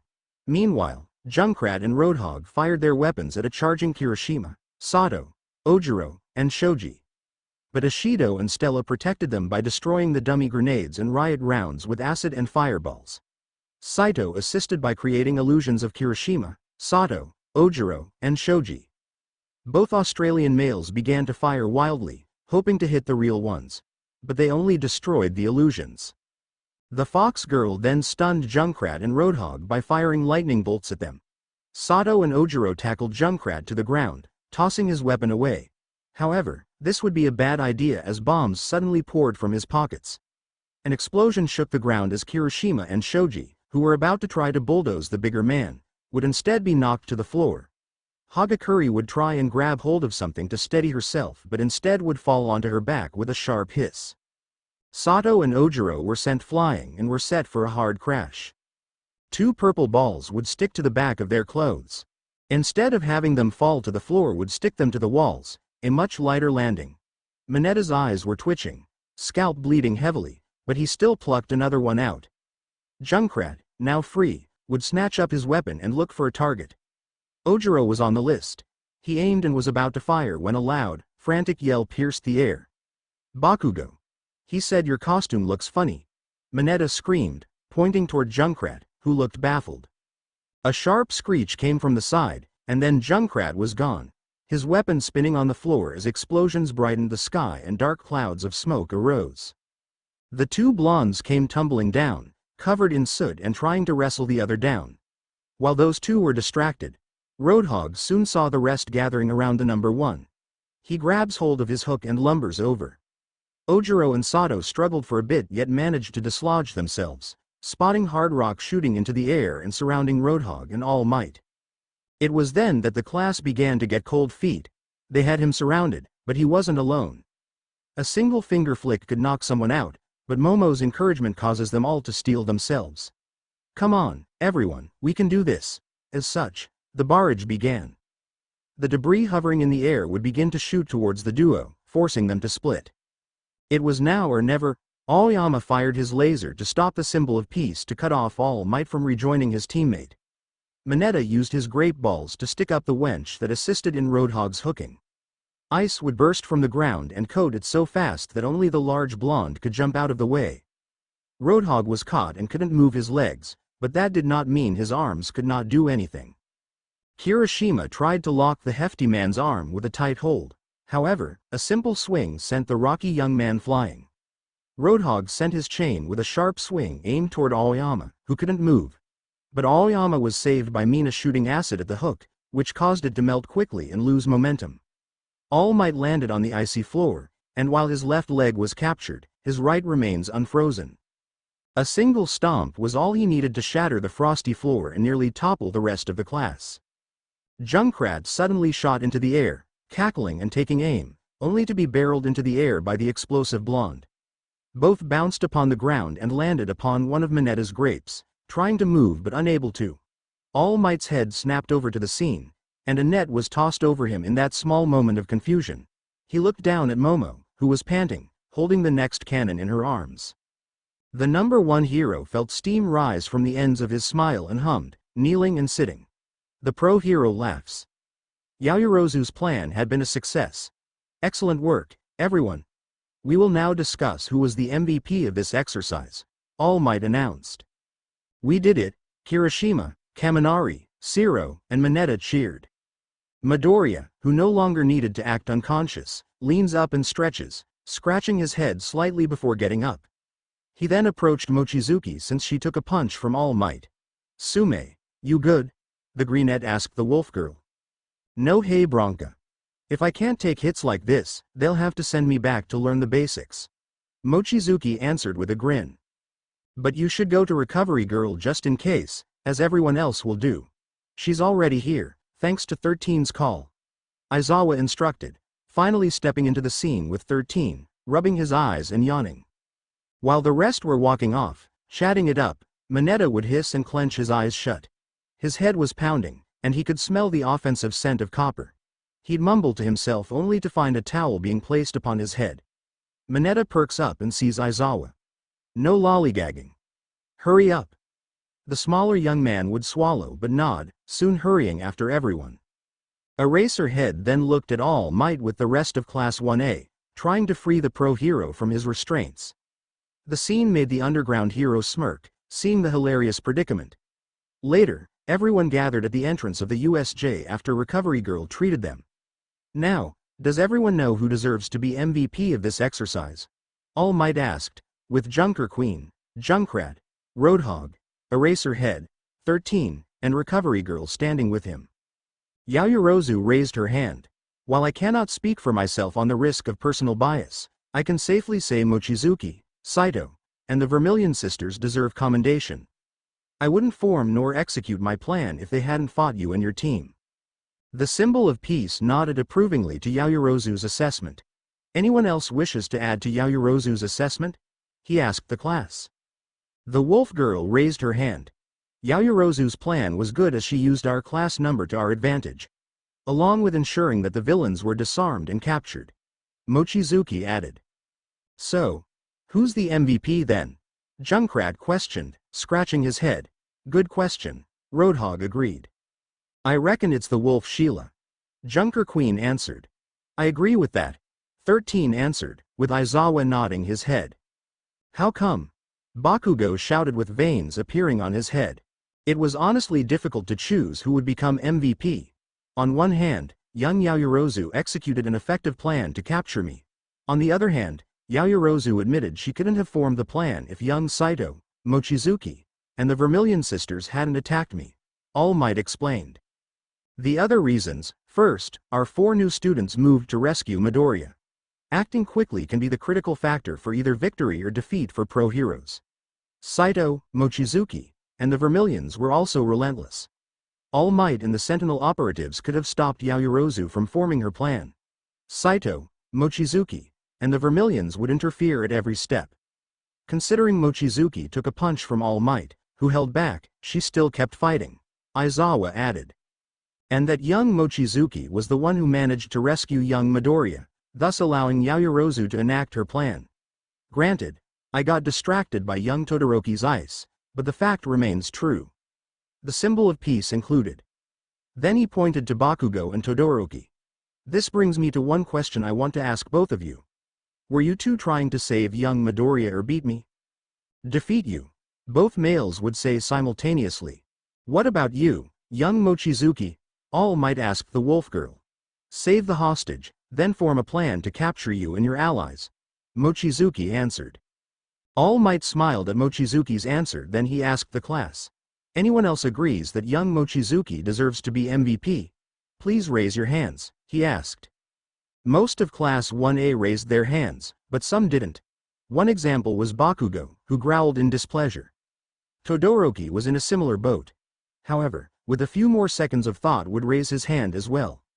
Then we're in complete agreement. Junker Queen stated. Yes, we are. 13 replied.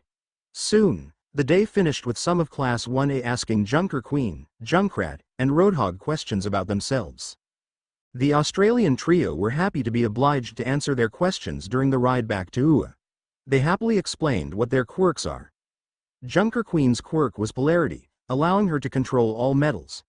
Junkrat's quirk allowed him to control the power of every explosive he touched. And Roadhog's quirk reduces the damage that's inflicted upon him. When the bus arrived at UA, a Sentinel VTOL was in a vast field. The Sentinel heroes boarded the vessel to return to base. The students also returned to the locker rooms to change into their uniforms and go home. Meanwhile, All Might returned to the teacher's lounge and reverted to his skinny form. He coughed up some blood and then wiped it off. Staying in my muscle form can be excruciating.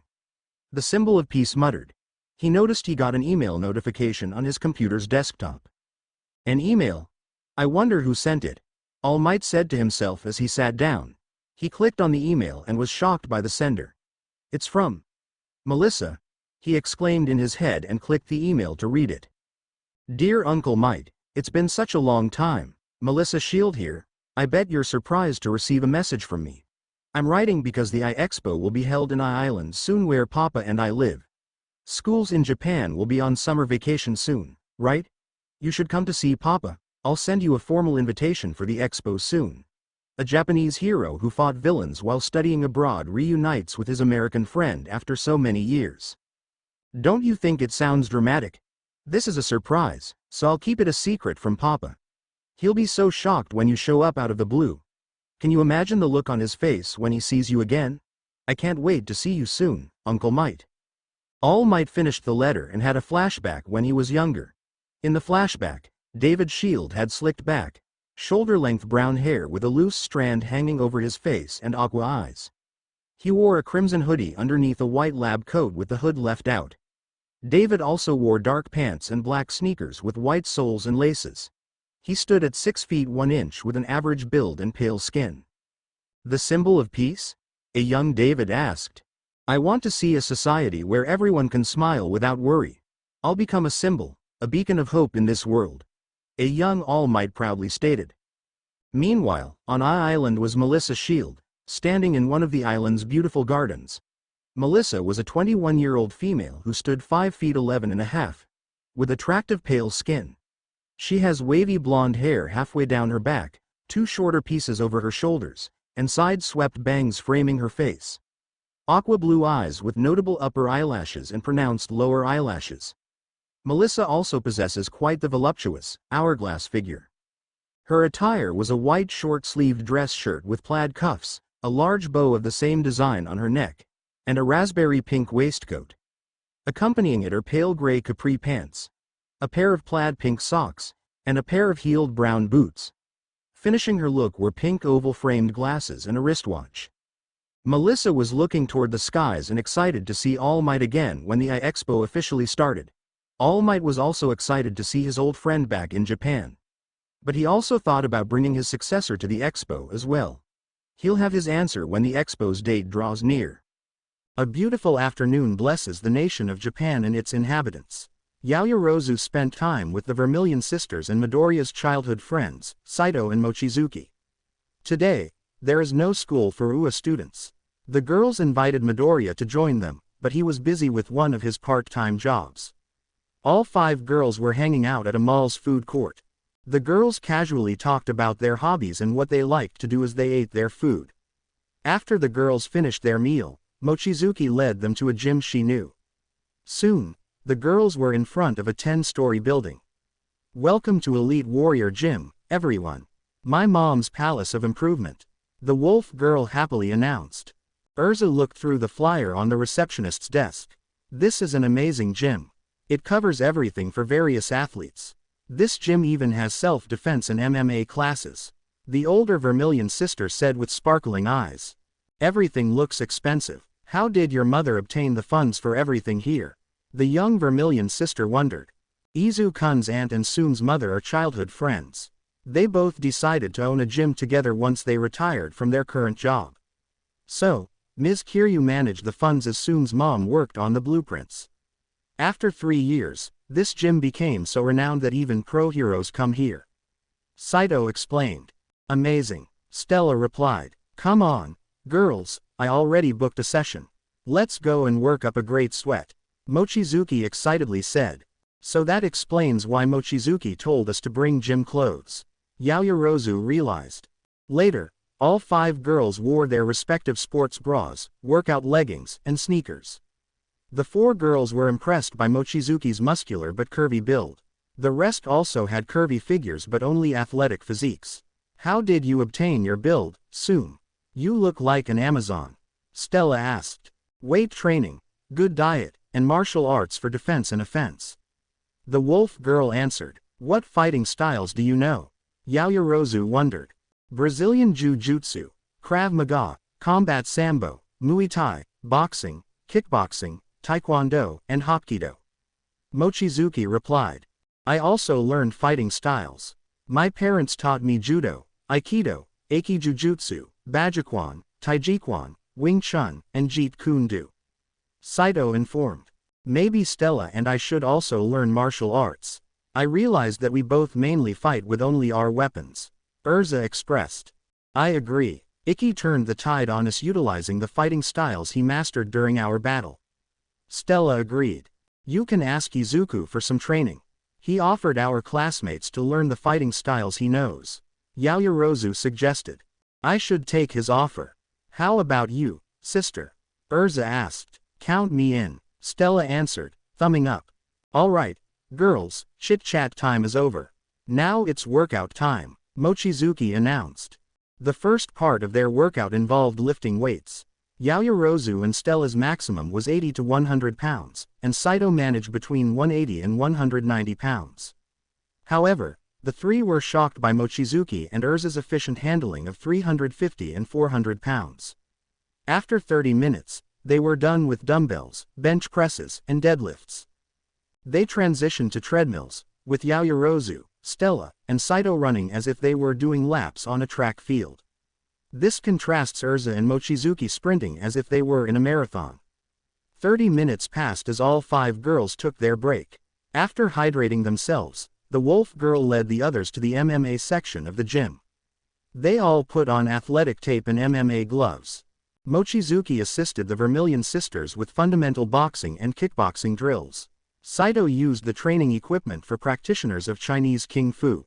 Meanwhile, Yaoyorozu hit a punching bag with the fighting styles Battle Vixen taught her. 25 minutes passed as the group took a short break. Hey, Yaoyorozu, do you want to enter the ring with me for a quick spar? Mochizuki asked. You want me to spar with you? The confused Ravenet asked. Yeah, our classmates and my mom told me you interned with Izuku's aunt. I want to see what you learned. The wolf girl said. Then I accept your invitation for a sparring session. Yaoyorozu accepted. Alright, in this spar, both of us will use 3 fighting styles. Mine will be Muay Thai, kickboxing, and Brazilian Jiu-Jitsu. Mochizuki stated. Hapkido, Taekwondo, and Brazilian Jiu-Jitsu for mine. Yaoyorozu informed. Let's enter the ring and see what you got. Mochizuki said, fired up. Both girls entered an empty octagon ring that wasn't in use. Yaoyorozu and Mochizuki put on Taekwondo foot protectors to protect their feet. Next, they did some stretches to get the blood flowing. Then, both met at the center of the ring and bumped gloves before distancing from one another. Yaoyorozu assumed the Taekwondo fighting stance as Mochizuki took a Muay Thai stance. The bell rang, and both girls began looking for an opportunity to exploit. They mock-charged each other until the first strike was launched. Mochizuki threw a Muay Thai roundhouse kick. Yaoyorozu ducked under and blocked an incoming jab from her opponent. The Ravenet retaliated with a Hapkido front snap kick, but the wolf girl stopped it. Mochizuki charged in with a barrage of Muay Thai and kickboxing jabs, hooks, and crosses. Yaoyorozu blocked each strike but got hit by a kickboxing roundhouse kick to her right side. The wolf girl continued by landing a Muay Thai straight knee kick and push kick to the chest. She charged in for a Muay Thai jumping knee, however, Yaoyorozu stopped her with a Taekwondo spin kick to the chest. The Ravenet landed a Hapkido jab, hook, and palm heel strike onto her opponent's chest. She grabbed Mochizuki and tossed her with a Hapkido hip throw. The wolf girl got up, and they both sized up once again. Mochizuki attacked with Muay Thai uppercuts, hooks, and horizontal and vertical elbows. Yaoyorozu blocked or eaves each strike before landing a Taekwondo sidekick.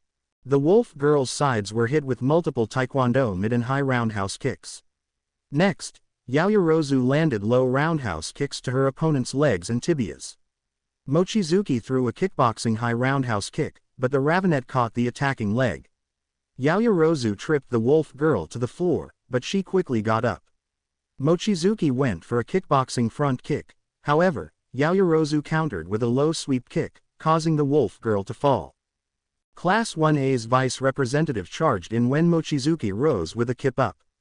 Yaoyorozu threw a spear hand strike, but her opponent evaded it. The wolf girl caught her opponent in a Muay Thai clinch hold. Next, she delivered knee strikes to Yaoyorozu's side before pushing her back with an elbow hook to the face.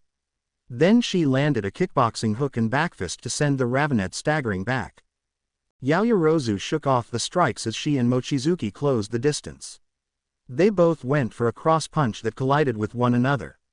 Yaoyorozu and Mochizuki shook their hands and rubbed their legs to ease the soreness. Then, they both went for a Brazilian Jiu-Jitsu submission. However, both either parried or escaped each attempted submission. Meanwhile, Saito and the Vermilion sisters were impressed by the match. Most of Sume's sparring partners usually last within 2 minutes. Izu-kun's aunt trained Yaoyorozu very well. The fox girl stated. This proves that we need to learn martial arts. Urza affirmed. Indeed. Stella nodded.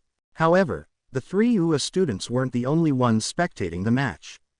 In a nearby octagon ring was a woman in her late teens. She stood 5 feet 10, and had short brown hair, purple eyes, an athletic physique, and a tan complexion. The woman finished training and watched Yaoyorozu and Mochizuki's match. That's supposed to be the girl who lost in UA's Sports Festival Battle Tournament's first round. The girl mentally questioned. Now, all of a sudden, she knows how to fight. But then again, it could be a fluke. The tan girl mentally added as she continued watching the match. Back to the sparring session, Yaoyorozu and Mochizuki continued their submission attempts. Soon, they backed away from each other as each takedown attempt was thwarted.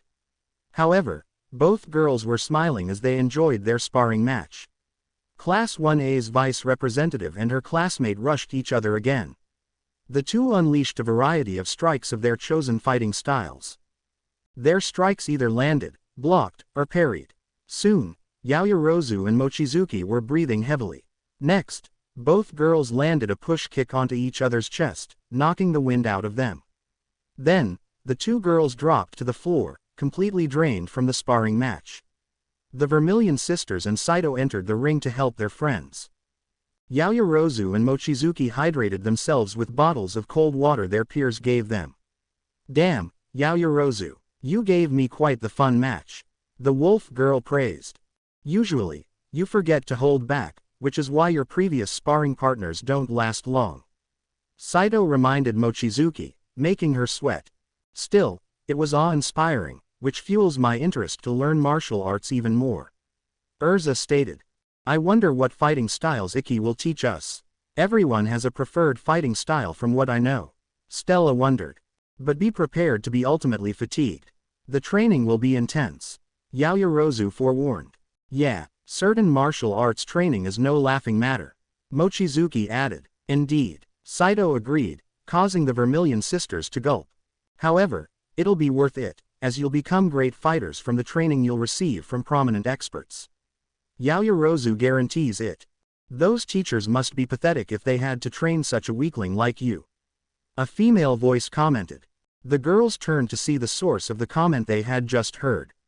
It was the same tan girl who had watched Yaoyorozu and Mochizuki spar.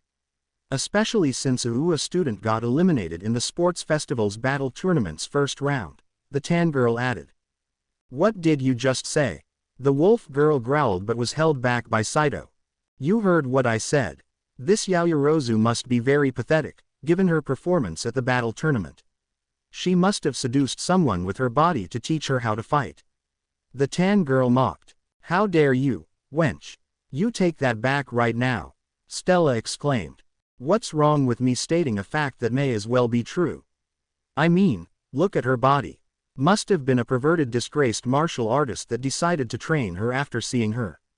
The tan girl remarked. Mochizuki and Stella were about to give the tan girl a piece of their mind. However, Yaoyorozu stopped them. I know what you're trying to do, and it won't work. I won't give you the satisfaction of getting what you want. Class 1A's vice representative stated. But don't you dare speak ill of the hero I interned with. Because she, along with her children, can beat you without breaking a sweat. You may be the prideful, arrogant type who's all bark and no bite. Yaoyorozu added. Yaoyorozu and her friends began walking out of the gym. But what the tan girl said next made them stop. That's a shame. I want to see what the girl the Midoriya family likes to play favorites with. The tan girl stated. What's that supposed to mean? Stella questioned with a scowl. Am I wrong? This rich girl who got into UA through recommendation got training many would die to get. And she got it for free. How's that fair for everyone else who wants to experience that? The tan girl explained. Izuku and his family aren't playing favorites. I was just lucky enough to be trained by her, as many deserve it more than me. Yaoyorozu remarked. Whatever you say, it must be great being very privileged to gain things the rest of us either struggle to gain or do not get at all. The tan girl replied with a shrug.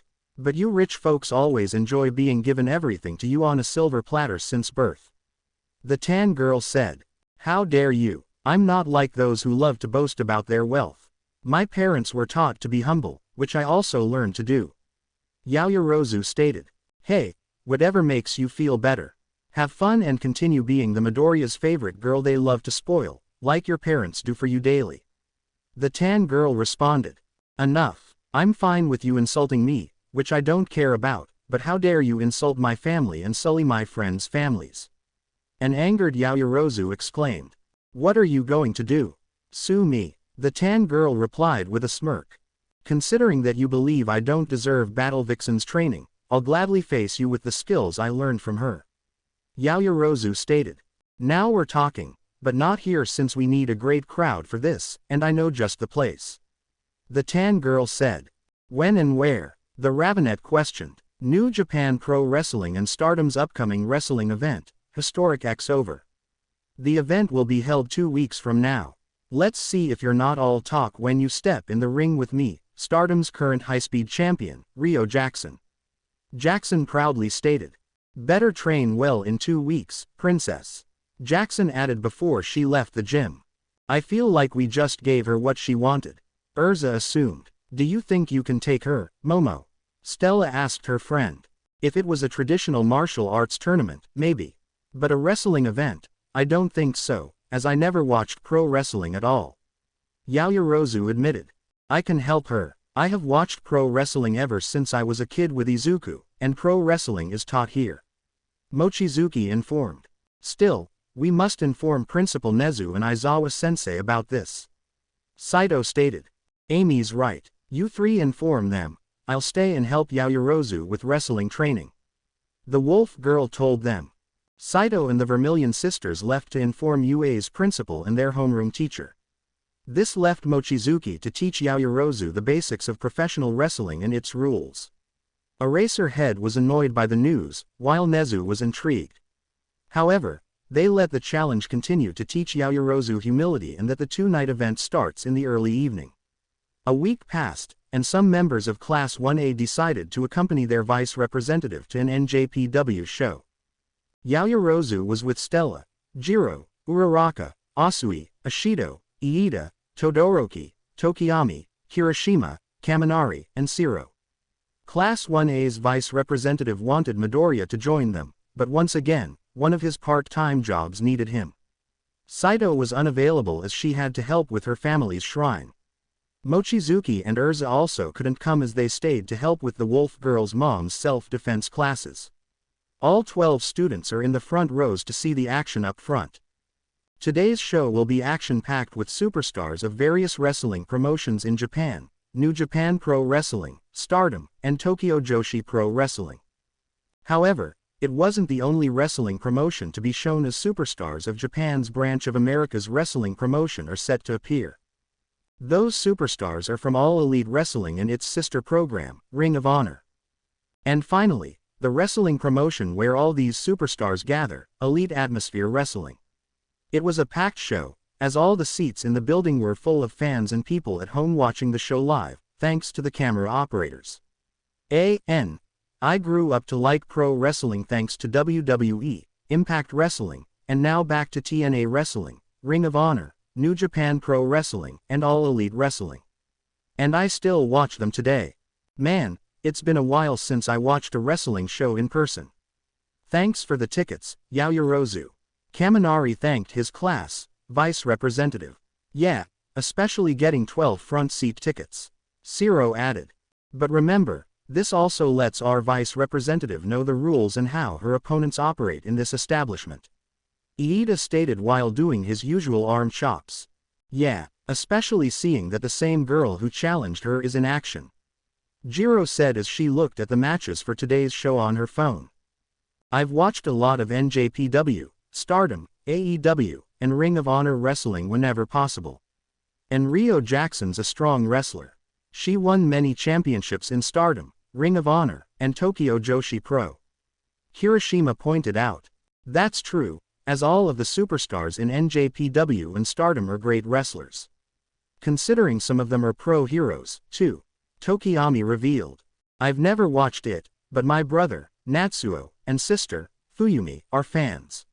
Mainly, they're fans of Tiger Mask and a wrestler named Geki. Todoroki said, A.N. From what I know and read, Geki means fierce spirit. Same, I'm a big fan of Tiger Mask and Geki. Uraraka excitedly replied, didn't take you to be a pro wrestling fan, Hiro. But my little brother's a big fan, too. Asui said.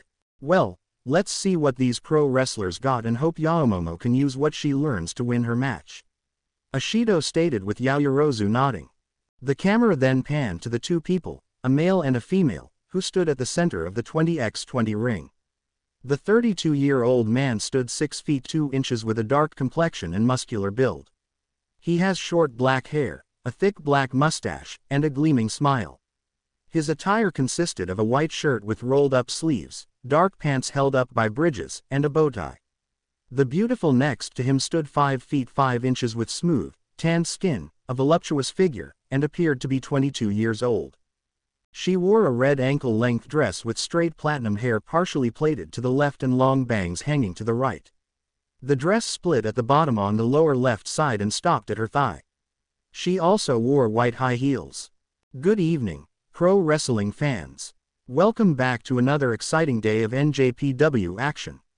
My name's the Rocket Man, Jerry Tyson. With me, as always, the lovely Sayaka Katahara. Jerry excitedly introduced himself and his partner.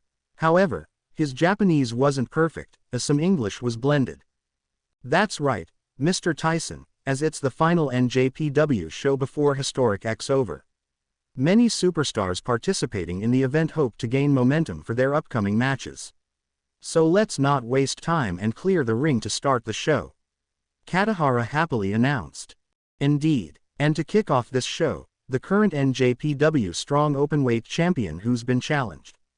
Jerry informed. The lights in the building turned off, and everyone heard piano keys playing. Next, a chorus began to sing as a heavenly beaming down from clouds played on the Titantron. A.N. Play Bobby Roode's WWE theme, Glorious Domination for Casanova's theme. Glorious. No, I won't give in, I won't give in. Till I'm victorious. And I will defend, I will defend. As the action theme continued playing, a spotlight beamed down onto a man with back to the crowd. He stood 5 feet 9 3/4, had a lean build, fair skin, blonde hair with green undersides, and appeared in his early 20s. His attire was a black robe with the words glorious on the back embroidered in gold. He slowly turned to show that his eyes were golden, and his arms were out as he basked in the spotlight raining down on him. Next, the name Casanova, in formal script font, was displayed on the screen with heavenly light shining behind it. Glorious. No, I won't give in, I won't give in. Till I'm victorious. And I will defend, I will defend. And I'll do what I must. No, I won't give in, I won't give in. Oh, so glorious. Until the end, until the end. As the chorus finished singing and the action theme returned, Casanova began to walk down the ramp toward the ring. He still had his arms out as if he were a heavenly being as the spotlight followed him. Around his waist, underneath his robe, was the NJPW Strong Openweight Championship. This match is set for one fall with a 20-minute time limit. Introducing first, from London, England, standing at 177 centimeters, weighing 78 kilograms. Representing Tiger's Den, he is your NJPW Strong Openweight Champion, Casanova. Katahara announced. Casanova climbed into the ring and stood at the center, spinning his hands around as he slumped forward. Then, when the chorus sang Glorious, Casanova spread his arms wide while removing his robe. His wrestling attire consisted of black trunks with the words "Glorious" in gold on the back and matching wrestling boots. Casanova grabbed his discarded robe and moved to the lower right ring post to wait for his opponent. The lights in the building turned on, only to turn off once more. On the Titantron was a large rocky plain, but an earthquake caused the ground to crack. The cracks spelled the name Kozo Yukita as traditional judo music began to play. A 19-year-old male with fair skin, sunglasses over his brown eyes, standing at 5 feet 10 inches, and a lean, muscular build appeared on the ramp. His short, spiked brown hair sticks up while the lower half is shorter. Yukita possesses a scar under his chin and wears a traditional judo uniform. A.N. Play Baku 2018 Judo World Championship theme for Yukita's theme. And his opponent, from Kanto, Taito, Japan, standing at 180 centimeters, weighing 80 kilograms. Kozo Yukita, Katahara announced. Yukita raised his fists with the crowd cheering as he marched toward the ring. Yukita handed his sunglasses over to the staff and then entered the ring. He stood at the center and gave the traditional judo bow. Yukita headed to the upper left ring post. The referee for this match was Chita Hattori, an older, stocky, 45-year-old Japanese adult male with a goatee and ponytail. Hattori patted down both Yukita and Devil Prince to ensure both wrestlers had nothing hidden in their clothes. The referee stood at the center of the ring and asked both wrestlers if they were ready. Both men nodded, and Hattori asked for the bell to start the match. The bell rang, and both men marched toward each other and grappled one another. We start this match with the current NJPW Strong Openweight Champion and his opponent engaged in a collar tie hold. Jerry announced. Casanova and Yukita began to try and get control over their opponent, but they kept getting out of each other's clinch holds. Both men are trying to get the dominant position. Yukita uses his judo knowledge and Casanova, trying every wrestling clinch hold. Katahara commentated. Casanova got Yukita in a waistlock from behind, but Yukita got the waistband of his opponent's trunks. Next, Yukita slammed Casanova with a judo obi otoshi. He went for cover, with Hattori immediately starting to count. However, Casanova got out of the pin when the ref counted to 1. The strong openweight champion delivered a jumping dropkick to Yukita's face. Casanova got a waistlock from behind, but Yukita countered with a judo belt drop. He went for the pin, but his opponent got out at 1. Yukita then received a dropkick to the face, putting some distance between both men. Jerry informed. Casanova picked up Yukita from the ground, only to receive an uppercut from his opponent. Next, Yukita threw his opponent toward the ropes to bounce off from. Then, the judo practitioner slammed his opponent with a judo hip wheel throw. Casanova was put into a judo single wing strangle by his opponent. Casanova tried to continue his attack only to receive an uppercut from Yukita. Jerry announced. Yukita followed it up by throwing his opponent toward the ropes and sending him down with a judo koshi guruma followed by a kata ha-jime. Katahara added as Hattori knelt beside Casanova, asking him if he wanted to tap out.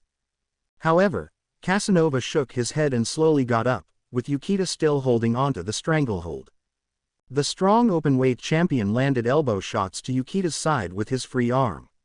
The judoka tried his best but loosened his grip on his hold, freeing his foe. The blonde hit his foe's head with a spinning heel kick, followed by an enzui-jiri kick. Casanova got up and landed elbow shots to free himself from the stranglehold. Then, landed both a spinning heel kick and enzui-jiri to distance the two. Katahara commentated. Casanova ran toward Yukita for a big boot, however, his opponent grabbed his attack. Yukita made his opponent spin around to land a judo roundhouse kick. The attack sent the blonde down to the ring. Yukita didn't stop as he landed a couple of judo foot stomps onto his opponent's chest and midsection. The judoka picked up the champion, but Casanova hit Yukita with a jumping knee strike. The champion went for a big boot, but his opponent blocked the attack. Then Casanova was spun and received a roundhouse kick, sending him down. Jerry announced. Yukita didn't stop there as he stomped on his down opponent. However, before the judoka could do anything else, he got hit by a jumping knee. Katahara added. Yukita and Casanova began to land palm strikes, forearms, or crosses on each other's heads. They continued this exchange until Yukita landed a knife-hand chop across the blonde's chest. The judoka continued to land knife-hand chops across Casanova's chest until the champion's back was against the ropes. Yukita grabbed the blonde and sent him across the ring with a judo circle throw. Before the strong openweight champion could get up, his opponent caught him in a judo ankle lock. Oh my! Casanova and Yukita engaged in a slugfest until Yukita landed knife-hand chops to the champion. He kept landing the chops until Casanova was on the ropes. Jerry exclaimed. He didn't stop with that as he grabbed his opponent, sent him across the ring with a judo tomo nage, and now caught him in with an ashi hishigi. Katahara added. The crowd was cheering for Yukita as Casanova was a heel faction, Tiger's Den member. Hattori lowered to the blonde's side, asking him to tap out so he could end the match. But the champion shook his head despite the pain he was receiving. Casanova maneuvered himself to be on his back. He then used his free leg to land a kick to Yukita's chest to free himself from the ankle lock. Looks like the champ managed to get out of Yukita's ankle lock, but it looks like some damage has already been done. Jerry stated as he noticed Casanova staggering for a bit. Yukita charged toward his opponent, but Casanova hit him with a super kick. Everyone close to the action heard the loud sound of the impact. The judoka fell to his knees as the champ ran to the ropes behind Yukita. Once the champion bounced off the ropes, he hit Yukita's head with a running elbow strike from behind. However, the blonde didn't stop there as he grabbed the judoka from the ground. Yukita went for an attack only to receive a super kick to the face. Casanova doesn't let his opponent rest as he lands Thorn Whip to the staggered judoka. Katahara announced, and the champ is going for his prized finisher. Jerry added. Casanova put Yukita in a front-face lock, then gave the crowd a curtsy bow. The strong openweight champion lifted Yukita off the ground and drove his head down to the mat. There it is. Devilish charm, Jerry exclaimed. Casanova covered Yukita as Hattori started the count. 1, 2, 3. The crowd counted as Hattori asked the bell to be rung. Casanova's theme began to play as he was victorious.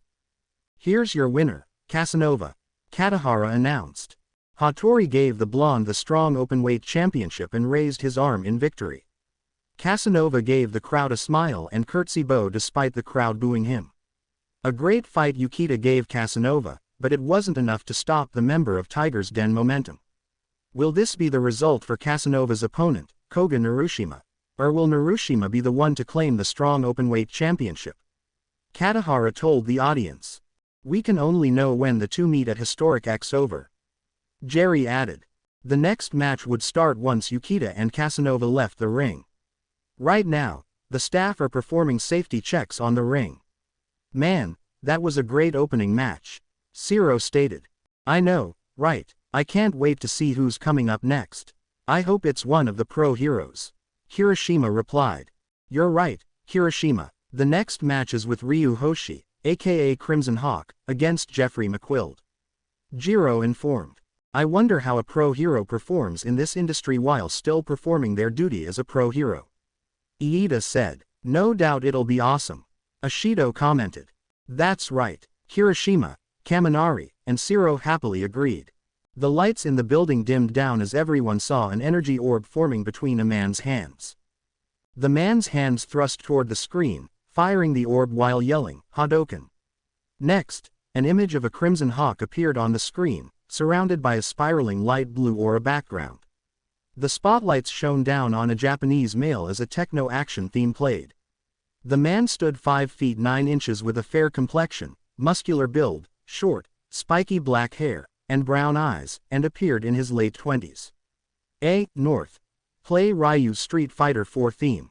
The male's attire consists of a white karate gi with the sleeves torn off, a long red headband, a black martial arts belt, and red fingerless gloves with extra padding.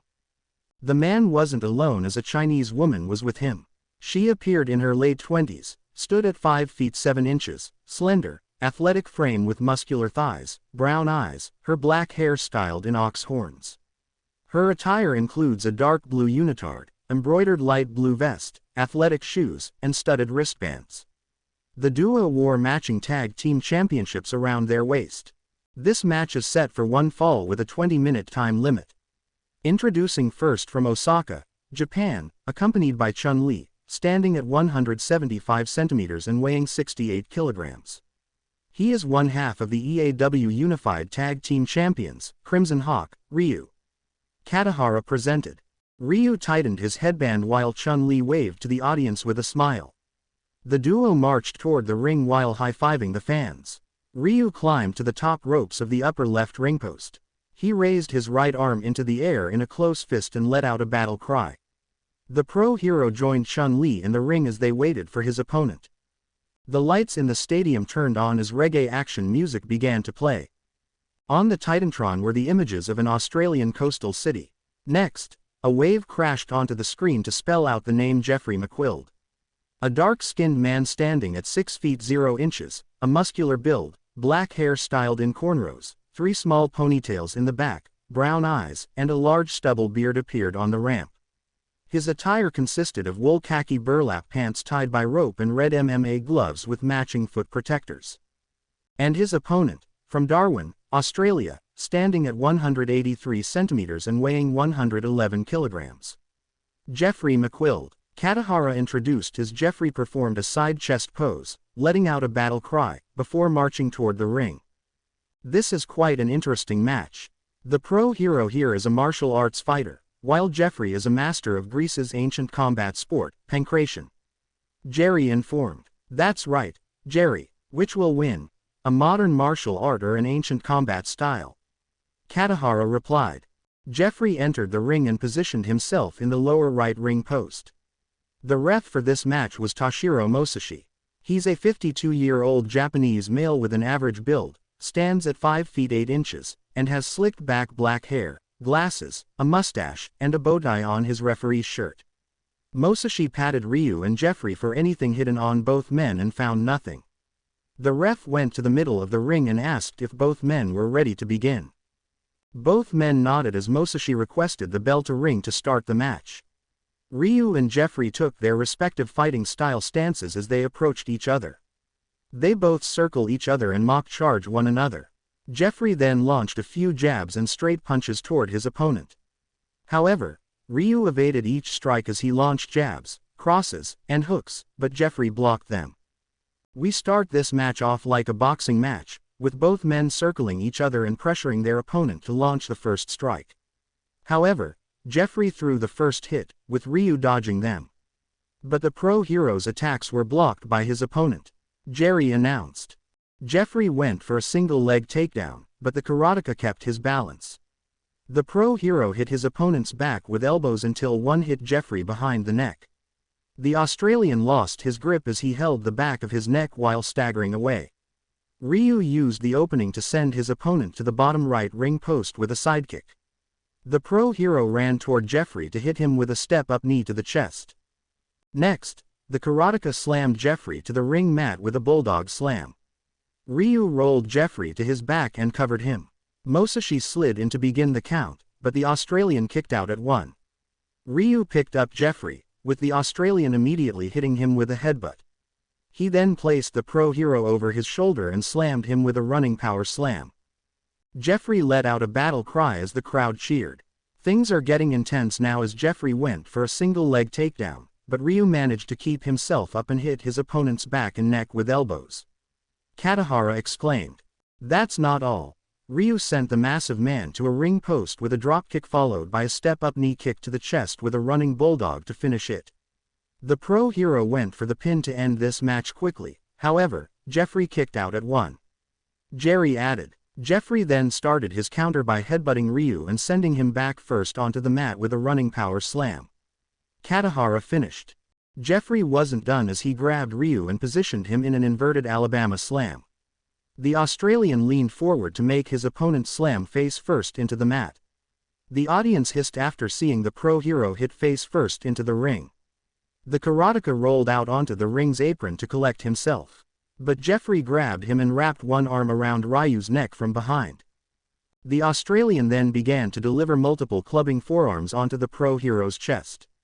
Mosashi began to count to have Jeffrey stop or be disqualified as he continued to deliver clubbing forearms. Jeffrey stopped after hitting 15 clubbing forearms and when Mosashi counted to 4. Next, The Australian ran toward the ropes behind him to bounce off of and charged toward the pro hero. Ryu received a running bicycle kick to the face, sending him off the ring apron. Oh my god, that must have hurt for the pro hero. Jeffrey started with an inverted Alabama slam to send his opponent's face into the mat. Even the audience felt that. Jerry exclaimed. But Jeffrey didn't stop there as he delivered clubbing forearms to Ryu's chest when he tried to escape. Katahara added. The ref's rope break forced Jeffrey to stop or be disqualified. However, he sent Ryu flying with a running bicycle kick to the face. She finished. And it seems Ryu's partner is checking on him. I can't blame her since she had to watch that brutality. Jerry stated as Chun-Li checked on her partner to see if he was okay. However, she was forced to step back as Jeffrey stepped out of the ring to toss her partner back. The Australian repeatedly put Ryu over his shoulder to deliver another running power slam. He then went for the pin as Mosashi began to count. 1, 2. Masashi and the audience counted as Ryu kicked out of the cover. Just when Jeffrey thought he had it, Ryu kicked out. Look at the shocked expression on that man's face. Jerry exclaimed as the Australian was shocked that his opponent kicked out of his pin. Jeffrey grabbed the pro hero, but the karateka grabbed his opponent's head and slammed his jaw onto the top of his head. The Australian staggered away to recover from the jawbreaker. But Ryu charged and delivered jabs, double punches, knife hand strikes, and uppercuts onto Jeffrey's midsection. The pro hero then threw Jeffrey into the ropes, with the Australian going for a lariat. However, Ryu ducked under it as the Australian bounced off the ropes again. When Jeffrey was close to Ryu, the pro hero slammed his opponent to the ground with a Japanese arm drag. Ryu has begun his counterattack. He started by getting Jeffrey staggered with a jawbreaker. Next, he delivered body shots to the midsection, then ended it with tossing Jeffrey to the ropes for a Japanese arm drag. Katahara exclaimed. Ryu saw his opponent getting up, but the pro hero landed 3 spinning kicks to Jeffrey's face. The Australian was dazed as he kneeled, but the karateka hit him with a roundhouse kick. The pro hero then moved to the upper left ring post, preparing to end the match. Jeffrey got hit by Ryu's tatsumaki and roundhouse kick. Jerry exclaimed. And Ryu's setting up to end this with one of his signature finishers. Katahara excitedly announced. Ryu waited for Jeffrey to return to his feet, but the Australian was still dazed. Ryu pumped his right arm into the air, which the audience chanted his name, as he charged toward his opponent. Shoryuken, Ryu exclaimed as he hit Jeffrey with a jumping uppercut. The audience heard the impact of the uppercut as Jeffrey fell to the ring. The karateka covered his opponent for the pin to let the ref begin the count. 1, 2, 3. Mosashi and the crowd counted. The ref called for the bell to be rung as he held Ryu's arm in victory.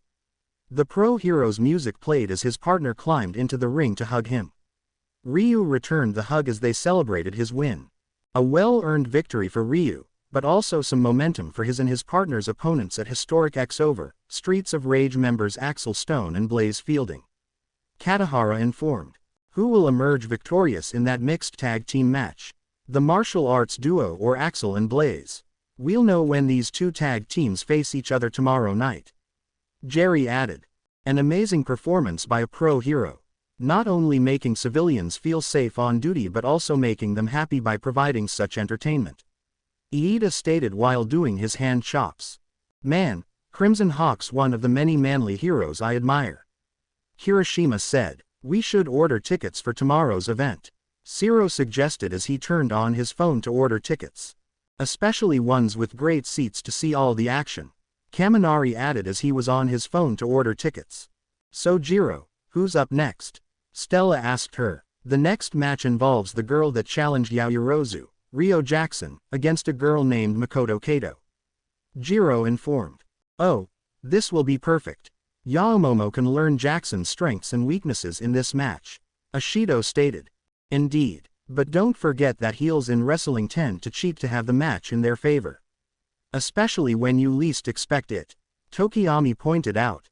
Hopefully, I can learn what I need for my match against her. Along with using my newly acquired knowledge of pro wrestling from Mochizuki. Yaoyorozu stated. The lights in the building dimmed down as everyone heard a heavy metal action theme playing. On the Titantron was a purple spade symbol with spikes piercing from the sides. Next, banners appeared above and beneath the spade. The name Rio, on the top banner, and Jackson, on the bottom banner, appeared in Franklin Gothic font. Then Jackson appeared on the entrance ramp. A.N. Play Shayna Baszler's Loyalty is Everything theme for Rio Kazama's wrestling theme. Jackson's wrestling attire included a purple sports bra with matching bikini-like shorts and boots. She also wore black gloves and black knee pads. To complete her look was a leather black sleeveless vest with a hood. Around her waist was the Stardom High-Speed Championship. Jackson made the spade symbol with her hands above her head, then removed the hood. This match is set for one fall with a 20-minute time limit. Introducing first from Kanagawa Prefecture, Yokohama, Kanto, standing at 166 centimeters and weighing 59 kilograms. She's your Stardom High-Speed Champion, Rio Jackson. Katahara introduced. She marched down the ramp toward the ring but noticed Yayorozu and her peers in the front row. Jackson balanced herself on the middle ropes of the upper left ring post. She once again made the spade symbol with her hands. Jackson turned to Yayorozu and performed the cutthroat gesture toward her with a sinister expression. The high-speed champion jumped from the ropes and waited for her opponent. The lights in the building turned on as electronic action music began to play. On the Titantron, traditional shoji doors closed to reveal the name Makoto Kato in kanji. Makoto appeared on the ramp as an 18-year-old Japanese female who stood 5 feet 3 inches. She has short, messy black hair, brown eyes, and an athletic build. Makoto wore a white karate gi, a red sports bra underneath, and a yellow headband around her neck. North. Play Makoto's Street Fighter 4 theme. And her opponent, from Okinawa, Japan, standing at 160 centimeters and weighing 56 kgs, Makoto Kato. Katahara introduced. Makoto gave the crowd a traditional karate bow as she marched toward the ring while high-fiving fans. The female karateka entered the ring and stood at the lower right ring post. Jackson removed her vest and championship belt and handed it to the staff at the ring, with Makoto doing the same with her headband. An interesting match this will be. The wrestling veteran, Jackson, against a karateka, Makoto. Jerry stated.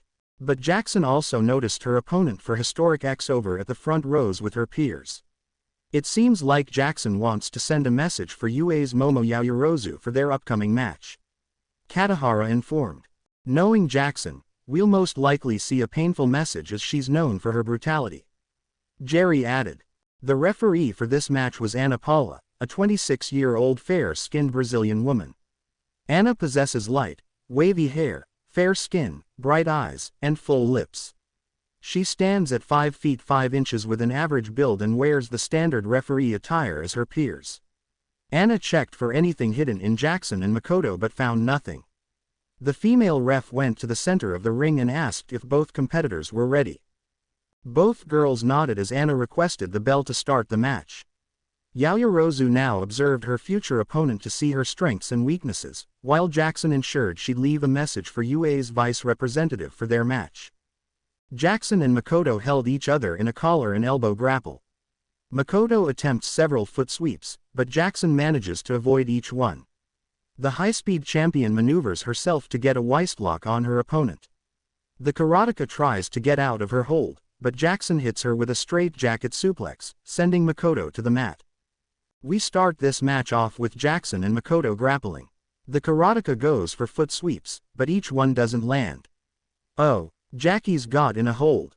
She's lifting her, and down to the mat with a straight-jacket suplex. Tyson commentates. Makoto leapt up and, not slowing down a bit, spun to land a strong kick. However, Jackson caught her leg, shocking her. The high-speed champion clicked her tongue and shook her head. Jackson flipped Makoto, making the karateka land chest first onto the mat. But Jackson immediately got her opponent in a Boston Crab hold. Look at her go. Makoto went for a strong kick to the stomach from her family's Rindo-kan karate, but Jackie girl caught the kick and flipped her to the mat. Ooh, she's going for the hold. Katahara exclaimed. The referee, Ana Paula, asked Makoto if she wanted to tap out to end the match. But the karateka declined, which made Jackson smile as she inflicted more pain. The high-speed champion let go of the Boston Crab, only to put Makoto in a camel clutch hold. Makoto yelped out in pain as Paula continued to ask the karateka if she wanted to give up. But Makoto again refused as Jackson got her opponent in a bow and arrow hold. And here's Jackson showing her brutality. She always enjoys inflicting pain on her opponents. Tyson exclaimed. A sadist, Katahara would ask, only to be shushed by Tyson.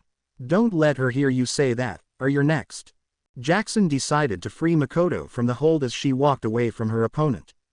She comfortably leaned against the lower right ring post while waiting for the karateka to get up. Makoto huffed, picking herself up as Paula asked if she could continue, eyes filled with slight worry. Makoto clears her throat and confirms her readiness to continue. The karateka saw Jackson at the ring post, curling her finger in a come-hither motion, goading her. A hot fury boiled in Makoto's stomach as she rushed toward her opponent. Makoto's arm lashed out, hand tense and straight as she threw a knife hand strike, hoping to chop Jackson's neck. However, Jackson evaded it and slammed her opponent's face on the ring post's top turnbuckle. The high-speed champion grabbed the karateka's shoulders and fell backward. Jackson landed a double knee backbreaker on Madoka. The champion didn't stop as she grabbed Makoto's left arm and put her into a wristlock. Jackson sneered as she looked directly at Yaoyorozu. Jackson is sending a message to her opponent at Historic X over. She taunted her opponent to strike her, and when Makoto did, Jackson slammed her face into the top turnbuckle. Katahara stated. Jackson isn't stopping. First, the broken wing, and now she has Makoto in a wristlock. Oh, the humanity. Look at how she grins. She loves this. Discussing whether Jackson likes doing this can be put to rest. Tyson added, leaning over and shaking the table, papers sliding onto the floor. Jackson tightens her hold and grins wider as she hears a pop and a deep wheeze, releasing Makoto from the wristlock. Her heel pressed down to ensure her opponent couldn't pull her arm away. Makoto's arm was bent awkwardly, spasming, veins pressing from her skin. To Jackson, it reminded her of a chicken wing. As Makoto lay there, the high-speed champion would stare directly at Yaoyorozu. Jackson dragged her finger against her neck, and her foot then raised and twitched before slamming down. There was a sharp snap, then a shrill wail. Makoto's arm was limp, her forearm now sporting deep grooves, the skin pressed up and red. Everyone in the audience gasped when they saw Jackson's action, particularly when she began grinding her foot into the already ruined arm. Oh my god, what did I say? Dear someone, call 119. Someone call 119, goddammit. Jerry screamed. It's not finished yet. You know the rules. They both know what they signed up for, no stopping until one yields or is knocked out, Katahara would declare. Jackson granted Katahara's wish when she yanked Makoto up by the hair and then put her in a rear naked choke. The karateka wheezed and gripped the arm that was restricting her breathing, but to no avail, choking and sputtering. Makoto would try desperately, attempting to buck Jackson off and even trying to roll. As her nose began to bleed, her movements slowed down. Makoto grasped the mat and pushed her legs to their maximum extent, eventually giving up and telling the referee. Paula immediately called for the bell and get Jackson to release her hold on Makoto. Here's your winner. The high-speed champion, Ryo Jackson, Katahara announced, making the fans boo. The booing got cut short when the winner of the round looked around. Many looked away in fear of becoming the next victim. Paula gave Jackson the championship and raised the woman's arm as Jackson's theme played. The high-speed champion would peer at Yaoyorozu, having kept an eye on her throughout the entire match. Even now, when Yaoyorozu was on her peripherals, she had never truly let her next target out of sight. A wide grin threatened to split her face as she exited the ring. Meanwhile, medical staff were rushing Makoto to the medical wing. Yaoyorozu was frozen. Her head followed the medical staff as they left the stage. Her eyes were wide, and sweat ran down her forehead. An unease like no other embedded itself within her stomach, yet her fist clenched tight, and her brow furrowed. How could she be so cruel? Yaoyorozu swallows and breathes slowly to ease herself. But that didn't work, causing her to slowly, almost limply, slide down into a sitting position. My god, Jackson sent her a message. Poor girl looks like she's seen a ghost, Tyson stated. You're right about that. Either way, Yaoyorozu must prepare. If only to ensure she does not end up like the last few. Katahara replied. Tyson replied solemnly. The staff was inspecting the ring. They had a few hours to kill. Well, it was a full day. But to Yaoyorozu, it might as well be a few hours. For she still did not feel prepared. Regardless, the comfortable truth was that she wouldn't be placed into the lion's den just yet. In her stewing and, to her horror, she hadn't noticed her peers walking up to her until speaking. Damn. Kirishima gasped out, chest feeling tight and stomach feeling uneasy. Girl. Are you good? Do you need a moment? Ashido asked. Yaomomo, I know you're not in the best state of mind right now, but take a deep breath. Mochi knows some good wrestling moves and should be able to help you. Jiro pointed as she tried to inspire some confidence in her friend. Mochizuki looked frozen, brow furrowed and lips drawn into a thin line. She, too, was affected by what she had just witnessed. Worry about what was to come and what would happen to Yaomomo. Yeah. Maybe she has a plan that can give you an advantage. Kaminari commented, hair standing on end, the light buzzing in the air coming from him specifically, anxious. But hopefully, you'll come out safely from your match against this sadistic heathen. Iida said while doing his usual hand chops. You totally got this, Yaoyorozu, Uraraka assured her vice rep, with the others nodding in agreement. Find out what you can use from watching previous matches. Gather your strength also, Stella added. Anyone know what the next match is going to be? Todoroki asked his peers. I got it. The next match is a tag team match. The ones competing are the teams of Paul Phoenix and Martial Law against Evil Monk and 45 Rabbit. Kirishima answered as he looked at his phone. Hey, I heard of Martial Law. Doesn't he run a dojo that teaches Jeet Kune Do and a successful restaurant in Chinatown? Kaminari asked. The very same one. Kirishima confirmed. But who's this Paul Phoenix guy? Siro wondered. Oh, Paul's a renowned judo fighter, and he and Law have faced each other a lot in their late teens.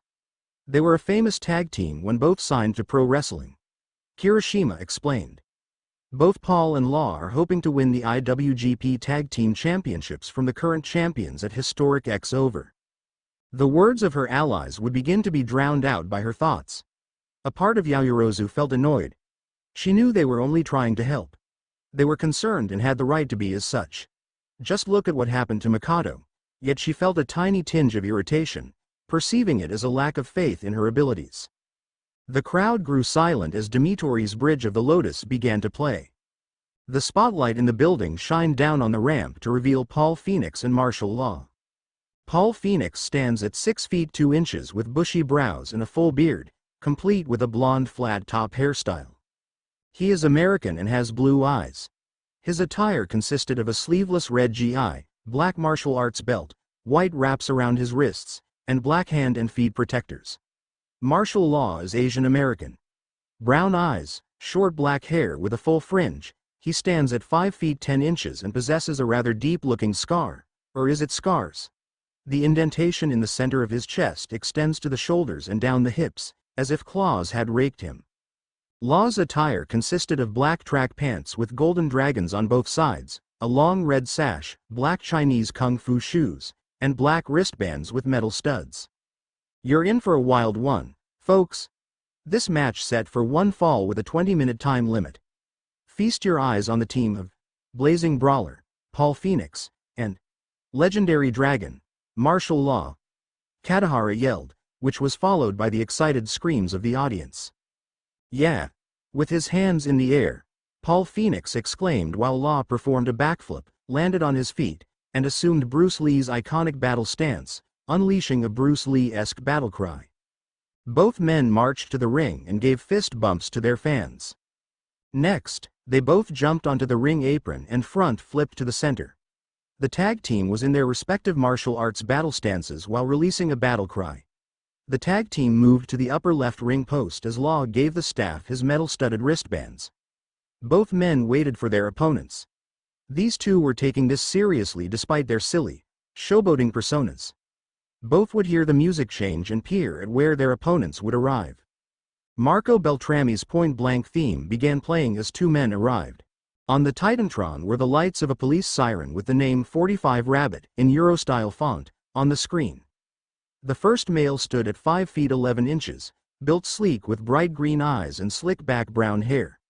The male brunette's attire consisted of a black suit, gray shirt with triangle-shaped collar pins and chain, black tie with a golden tie clip, and maroon shoes. The accessories with his attire were red gloves, a watch on his right hand, and thin-frame rectangular glasses. The male next to him also possesses a more athletic build. However, he wasn't as tall. He stood 5 feet 6 inches, with short, spiky crimson hair and gold eyes with thin pupils. The red-haired male wore black monk-style clothing with white undergarments. He also wore a blue and white bomber jacket with gold shachihoko and lightning bolts on the chest with black details. Along with his outfit were black kicker boots and a black studded belt with prayer beads attached to a chain necklace. Dull spikes ran down the length of his ensemble. And their opponents, representing Tiger Den, 45 Rabbit, and Evil Monk, Katahara introduced. Evil Monk threw double devil horns into the air, and stuck his tongue out. 45 Rabbit rolled his eyes and tightened his gloves while adjusting his glasses and tie. Both men marched toward the ring while the crowd booed at them. Evil Monk jumped onto the lower left ring post and hung off it with one hand. He cackled to the crowd with a huge smile, cheeks burning and eyes crazed. His tag team partner professionally entered the ring and walked toward the lower right ring post. 45 Rabbit gave the staff his glasses, coat, and watch as Evil Monk handed over his jacket, prayer beads, and chain necklace. The referee for this tag team match was a Japanese male named Koichi Yamamoto.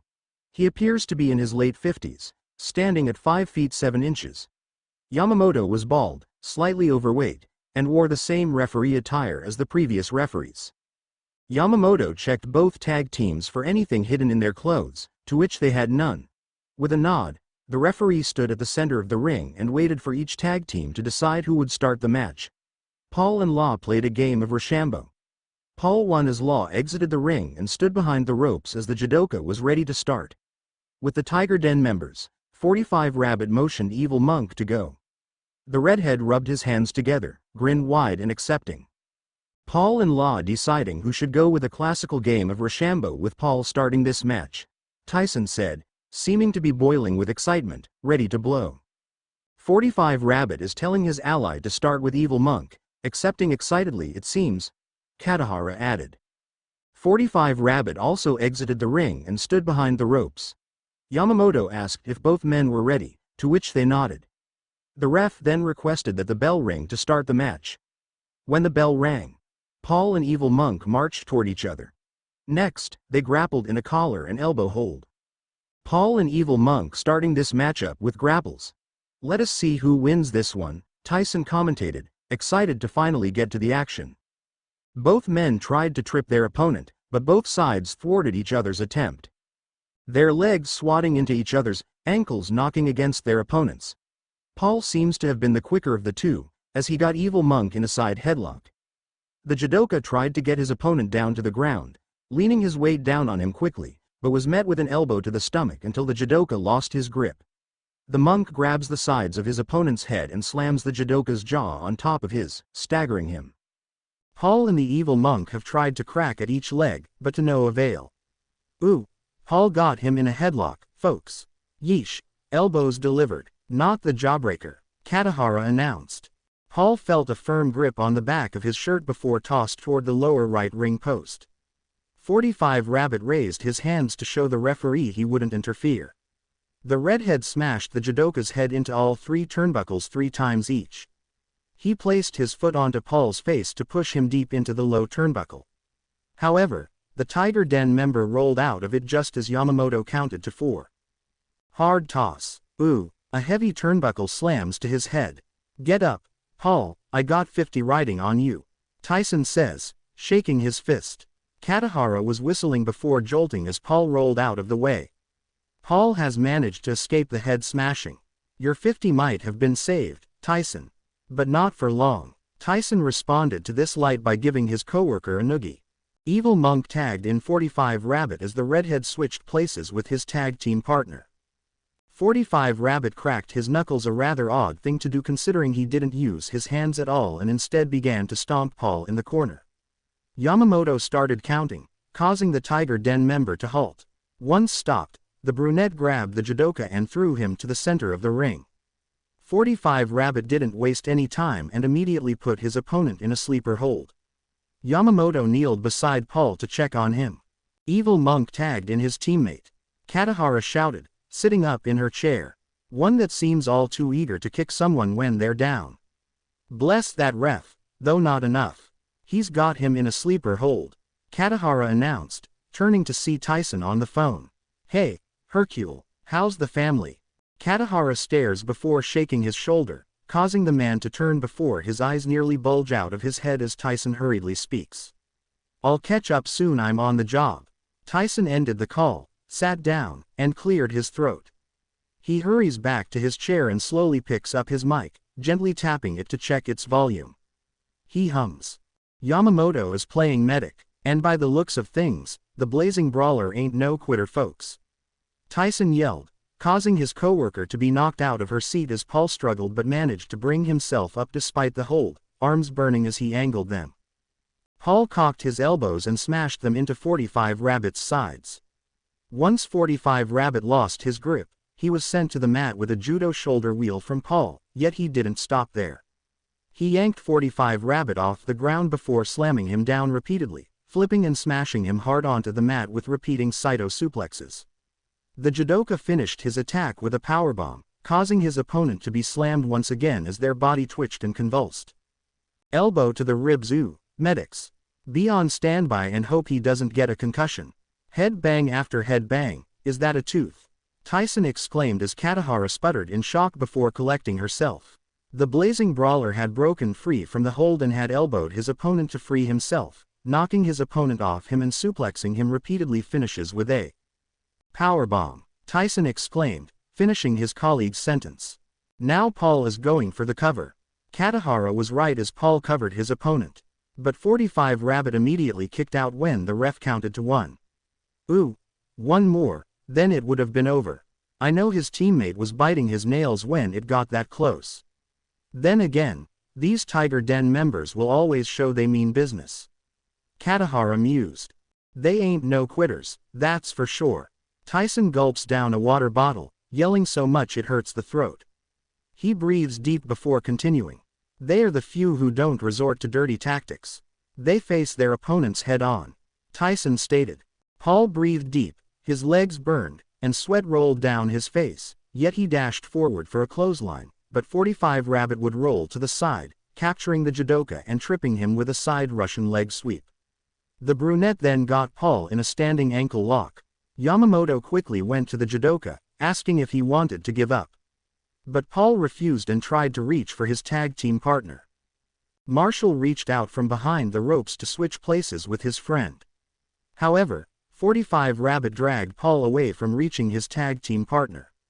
Paul went for a clothesline, but 45 Rabbit dodged it and countered with a side Russian leg sweep. Katahara exclaimed. Now the blazing brawler finds himself in a standing ankle lock, reaching for his tag team partner. Yet his opponent isn't making it easy. She added.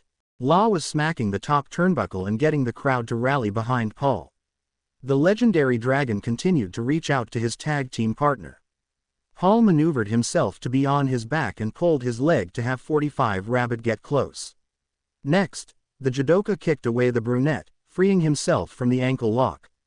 Paul jumped toward his team's corner and tagged Law as the crowd cheered. He's free and now for his partner to exact bloody vengeance on his behalf. Tyson exclaimed, rubbing his hands together and grinning wide. If it was for the entertainment or the $50, Katahara didn't know. Law charged toward 45 Rabbit and sent him down to the mat with a sling blade.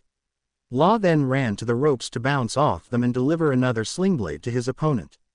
He bounced the ropes yet again to land a one-handed bulldog slam.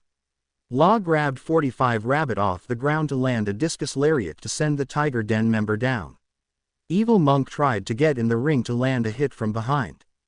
However, he was noticed, and 45 Rabbit's partner was struck with a spinning back kick to the head. The redhead fell off the ring and crashed onto the barricade. Tyson, you were right about Law, ready to dish out pain. Because he's delivering it, Katahara exclaimed. 45 Rabbit went to the ground with two sling blades followed by a one-handed bulldog. Law grabbed the Tiger Den member from the ground to land a powerful discus lariat. the lady announced. But Evil Monk tried to help his partner by getting in the ring. However, Law noticed him and hit that monk with a spinning backkick. Evil Monk was sent crashing into the barricade and is currently down. Tyson stated before he coughed a bit. His coworker suggested lowering the volume down for now. 45 Rabbit caught Law from behind to send him down with a Snapdragon suplex. Paul's tag team partner got up to his feet after the suplex. 45 Rabbit delivered low roundhouse kicks to Law's legs. Next, the brunette hit Law's sides with mid-roundhouse kicks before ending with a roundhouse kick to the head.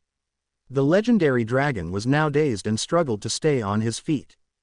Oh dear. 45 Rabbit used the distraction from his tag team partner to land a Snapdragon suplex. Followed with hard kicks to the ear, Tyson exclaimed, wincing. And a high roundhouse kick to stagger the legendary Dragon. Katahara added. 45 Rabbit grabbed Law and sent his head down to the mat with a snapmare driver. And there's 45 Rabbit's finisher, the BFT, blunt force trauma. She shouted, jolting at the thump. 45 Rabbit's going for the pin. Tyson announced as the brunette covered Law. Yamamoto began the count, but Law quickly kicked out at one as Paul was about to enter the ring to save his partner. The legendary Dragon kicks out, shocking the member of Tiger Den. 45 Rabbit mounted on Law to deliver clubbing blows to his opponent. The brunette then got up to toss Law into his team's corner.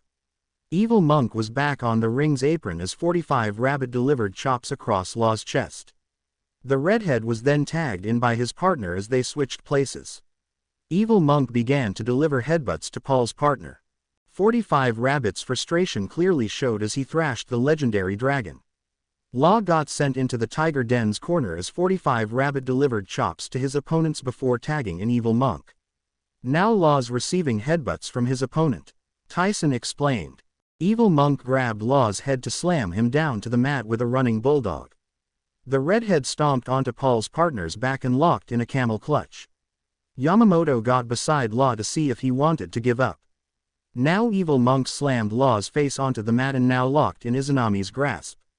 Katahara exclaimed. Evil Monk applied pressure to make Law submit, but the legendary Dragon persisted. Law pulled himself up onto his feet despite the redhead keeping a hold on him. The legendary Dragon then ran to his team's corner. He spun around to have Evil Monk's back hit the corner post.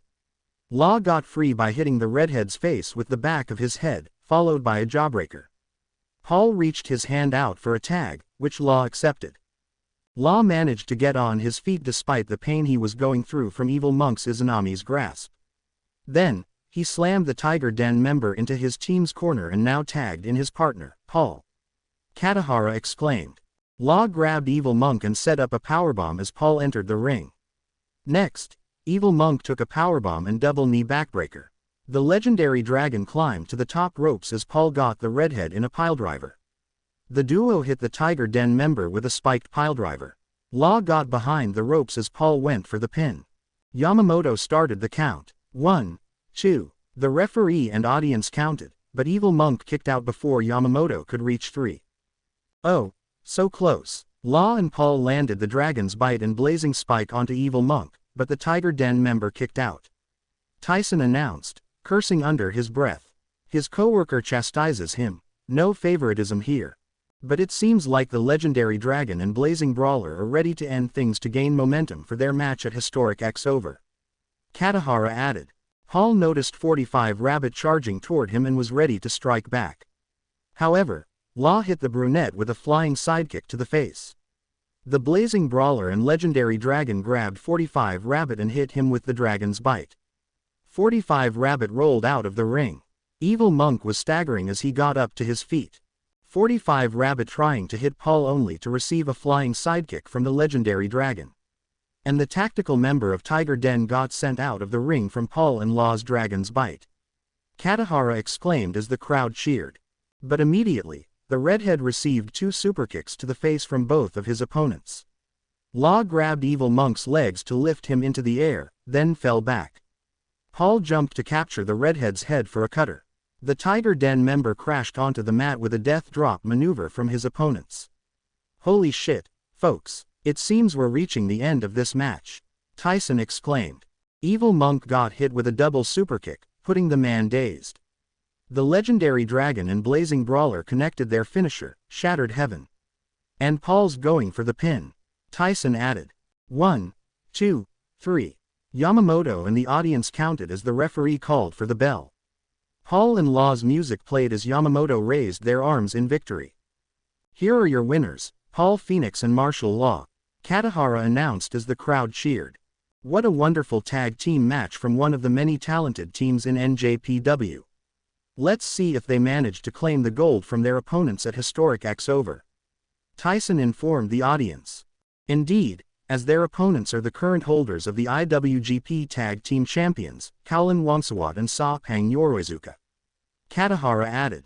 The two tag teams left the ring as the crew worked on the ring for the show's main event.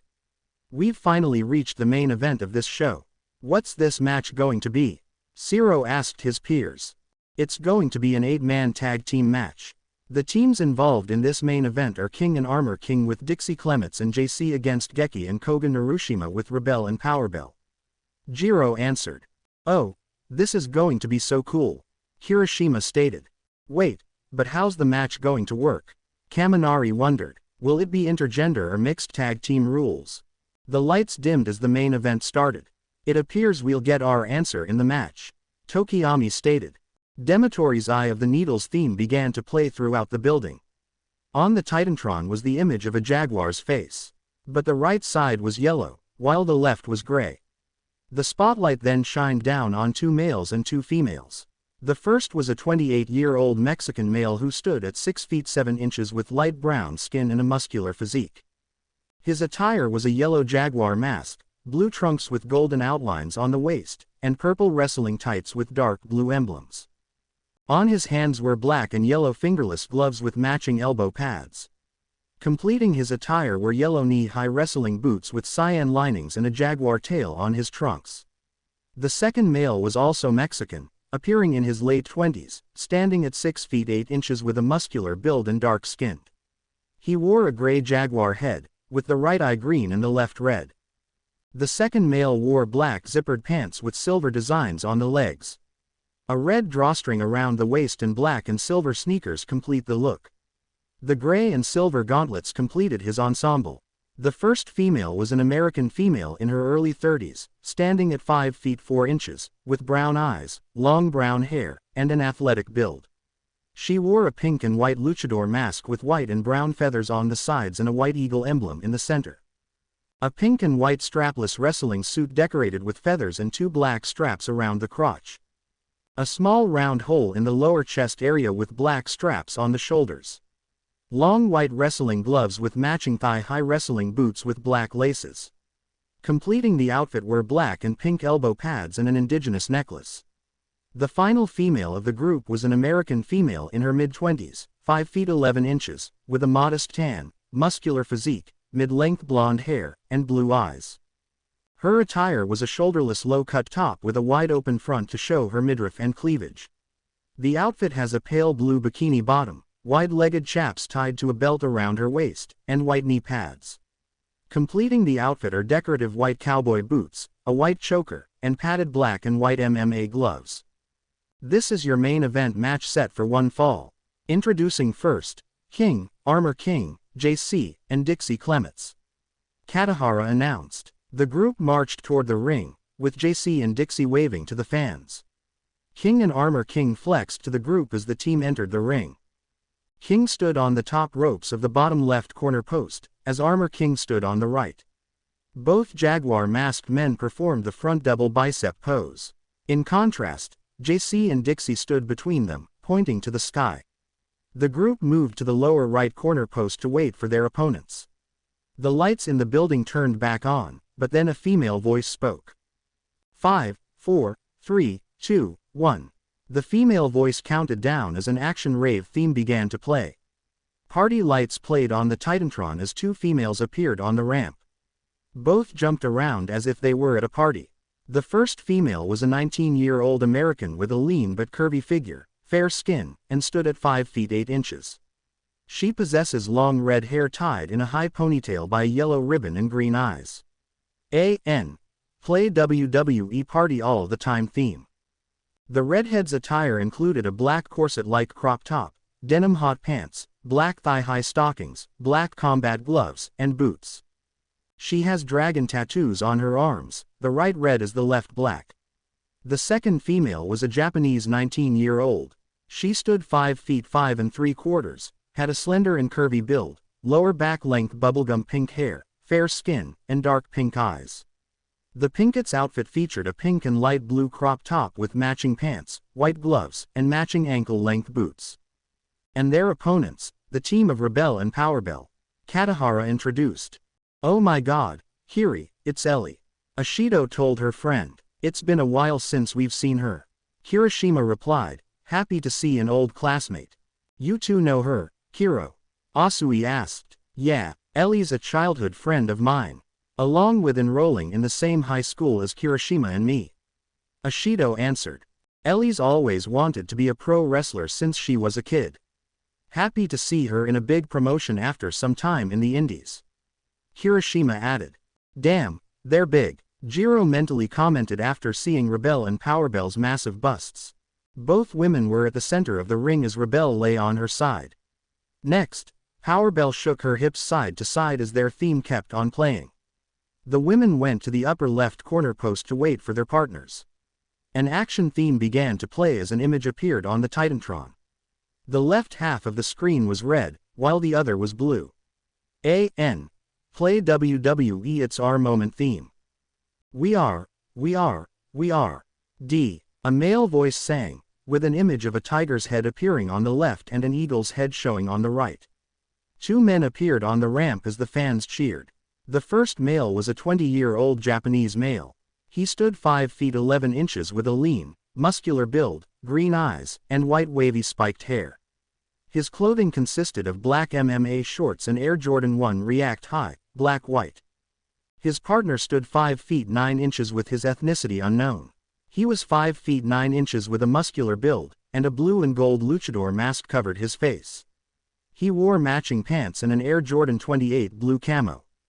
Furthermore, he wore 2 championship belts and held 1 additional belt. Around his waist was the IWGP World Heavyweight title, worn like a sash was the AEW World Championship, and in his right hand was the Raw World Championship. And their tag team partners, the team of Eagle Eye, Koga Narushima, and the IWGP, AEW, and Raw World Champion, Geki, D. Katahara announced. Both men raised their arms in the air as they let out a battle cry. If Rebel and Powerbell are both beauty and strength, then Rising Star and future hero Narushima, with the gold collector, Geki, are the beasts. Tyson stated. But, no doubt, Tiger Den member Casanova will watch this match to learn more about his opponent for tomorrow's event. Katahara replied. Overall, we're going to have a spectacular main event to end the night. Tyson commented. Both men marched toward the ring as they high-fived the fans. The duo entered the ring to join the partners for today's match. The referee for the main event was Cheetah Hattori. Geki handed over his championship belts to the crew as Hattori checked both teams for hidden items. Hattori discovered nothing on each team and stood at the center of the arena. Armor King and Geki stayed in the ring as their teammates stood behind the ropes. The ref asked if both men were ready, which they acknowledged. Hattori requested for the bell to start the match. Geki and Armor King approached each other and locked up. Geki and Armor King are starting this match up, locking up and jockeying for control. Katahara announced. For those wondering what type of match this will be, it's an intergender match. Meaning, anyone, and I mean, anyone can be in that ring. Tyson informed. Geki and Armor King continued to lock up until the blue-masked luchador got behind the gray-masked Jaguar luchador. Geki sent Armor King down with a German suplex. Armor King quickly got up, but was stunned by an Enzuigiri.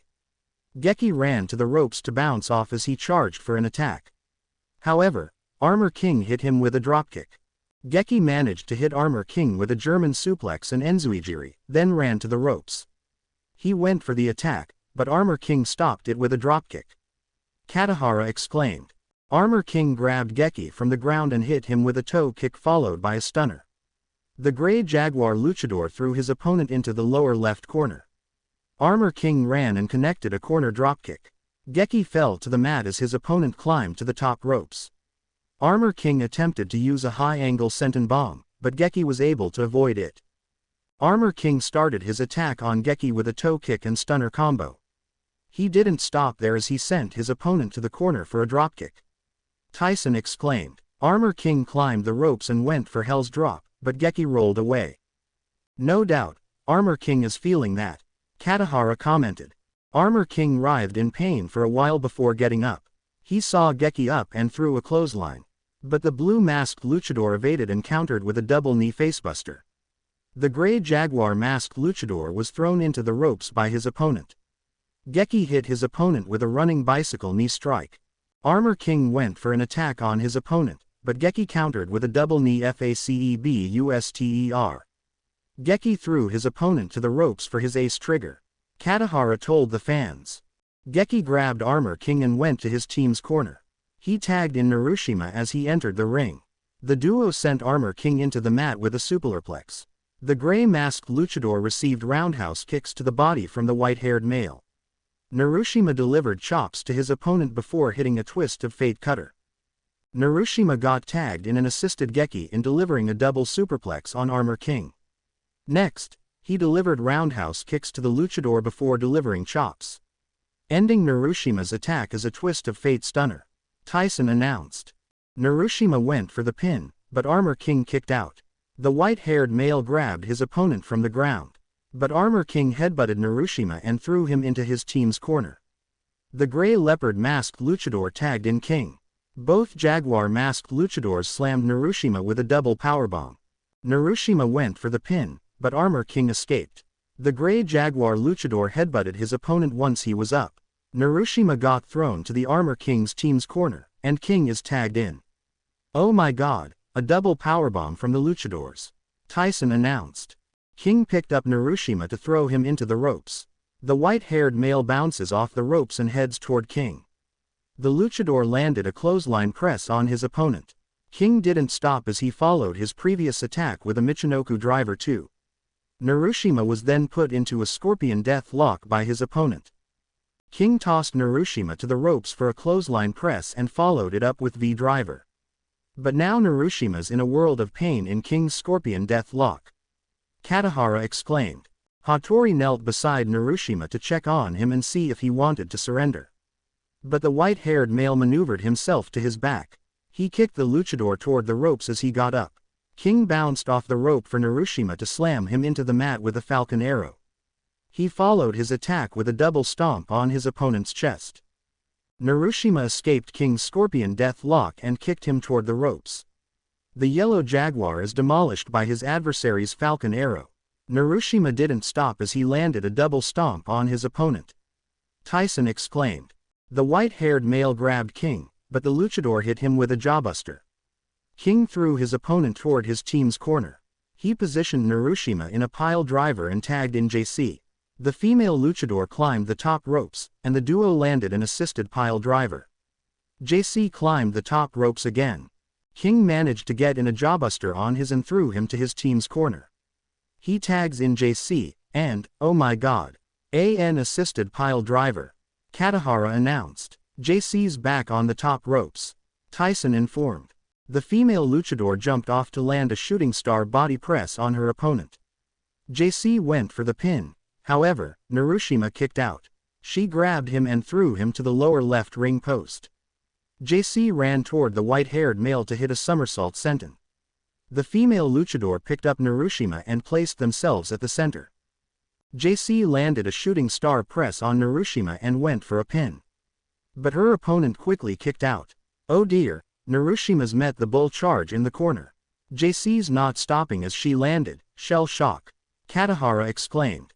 God damn, I know some of our fans wouldn't mind being hurt by JC.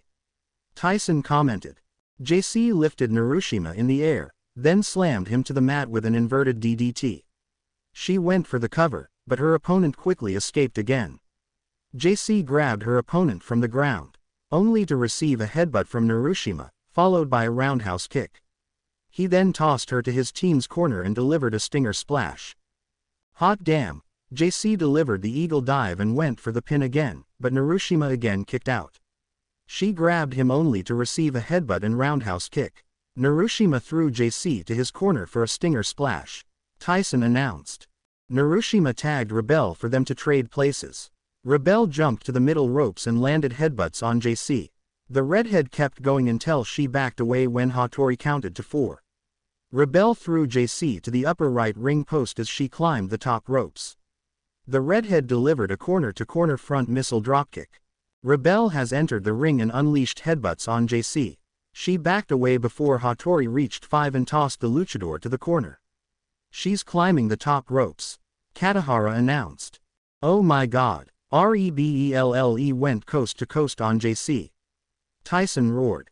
Rebel went for the pin as Hattori began the count. 1, 2, Hattori and the audience counted. However, King and Armor King entered the ring to push Rebel off their partner. Both Panther luchadors grabbed Rebel and slammed her into the mat with a double choke slam.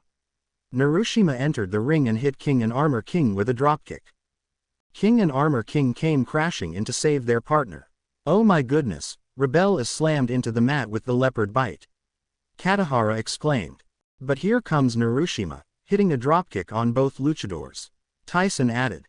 Narushima ran to the ropes to bounce off them for a double clothesline.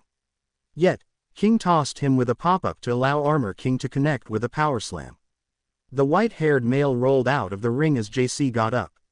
The 3 luchadors grabbed the redhead and hit her into the mat with a triple powerbomb. JC covered Rebel for the pin as King and Armor King returned to their corner. Narushima bouncing off the ropes for a double clothesline on the luchadors. But instead he receives leopard bite. Katahara exclaimed. JC, King, and Armor King lift Rebel into the air for a triple powerbomb. JC's going for the pin. Tyson announced. 1, 2, Hattori and the fans counted. But the redhead kicked out before the count reached 3. JC picked up Rebel from the mat and tossed her opponent to her team's corner. The female luchador tagged in Dixie as the females switched places. The blonde delivered mid-roundhouse kicks to Rebel's midsection. Rebel kicks out but is thrown into JC's team's corner, and Dixie's tagged in. She's delivering roundhouse kicks to her opponent's midsection. Tyson stated. Dixie placed Rebel in a fireman's carry hold and marched to the center of the ring. The cowgirl slammed her opponent to the mat with an F5 slam. Dixie continued her attack as she grabbed Rebel and slammed her back to the mat with repeated powerbombs. The redhead found herself in an STF hold by her opponent to make her tap. Hattori kneeled by Rebel's side if she wanted to surrender or not. Geki, Narushima, and Powerbell got the crowd to rally and motivate Rebel to escape and tag one of them in. Dixie marched to the center of the ring with Rebel on her shoulders for an F5 slam. The cowgirl continues her assault with repeating powerbombs before locking in the hog tie. Katahara announced. Rebel's teammates are rallying the crowd to motivate her to escape and get one of them in the ring. Tyson added. Out of nowhere, King and Armor King ran to their opponent's corner for a forearm strike on the trio. Both Geki and Narushima crashed into the barricade, but Powerbell held on. The leopard luchadors returned to their corner, as Dixie still had Rebel in the STF hold. However, the redhead slowly got to her feet before running back to slam Dixie to the upper right ring post. Rebel got Dixie on her shoulders and connected 2 Death Valley drivers as she reached her team's corner. Rebel tagged in Powerbell as the two switched places. Hot damn, Rebel's teammates are hit with forearms from both King and Armor King. Geki and Narushima crashed into the barricade, but Powerbell managed to save herself. Katahara exclaimed. Rebel got back to her feet, smashed Dixie into the ring post, and connected 2 Death Valley drivers. She added. And Powerbell is tagged in to get some payback for her team. Tyson informed. Dixie got up and received chops from Powerbell before being thrown to the ropes. The cowgirl bounced to let the Pinkett connect a dropkick to the face. Powerbell grabbed her opponent from the ground to land a headbutt at the center of the ring. Dixie's opponent ran toward the ropes, and the cowgirl was stunned. Powerbell got her opponent with a super flip piledriver. Powerbell landing chops across Dixie's chest and tossed her to the ropes for a dropkick. This girl's not stopping as the cowgirl stunned from a headbutt.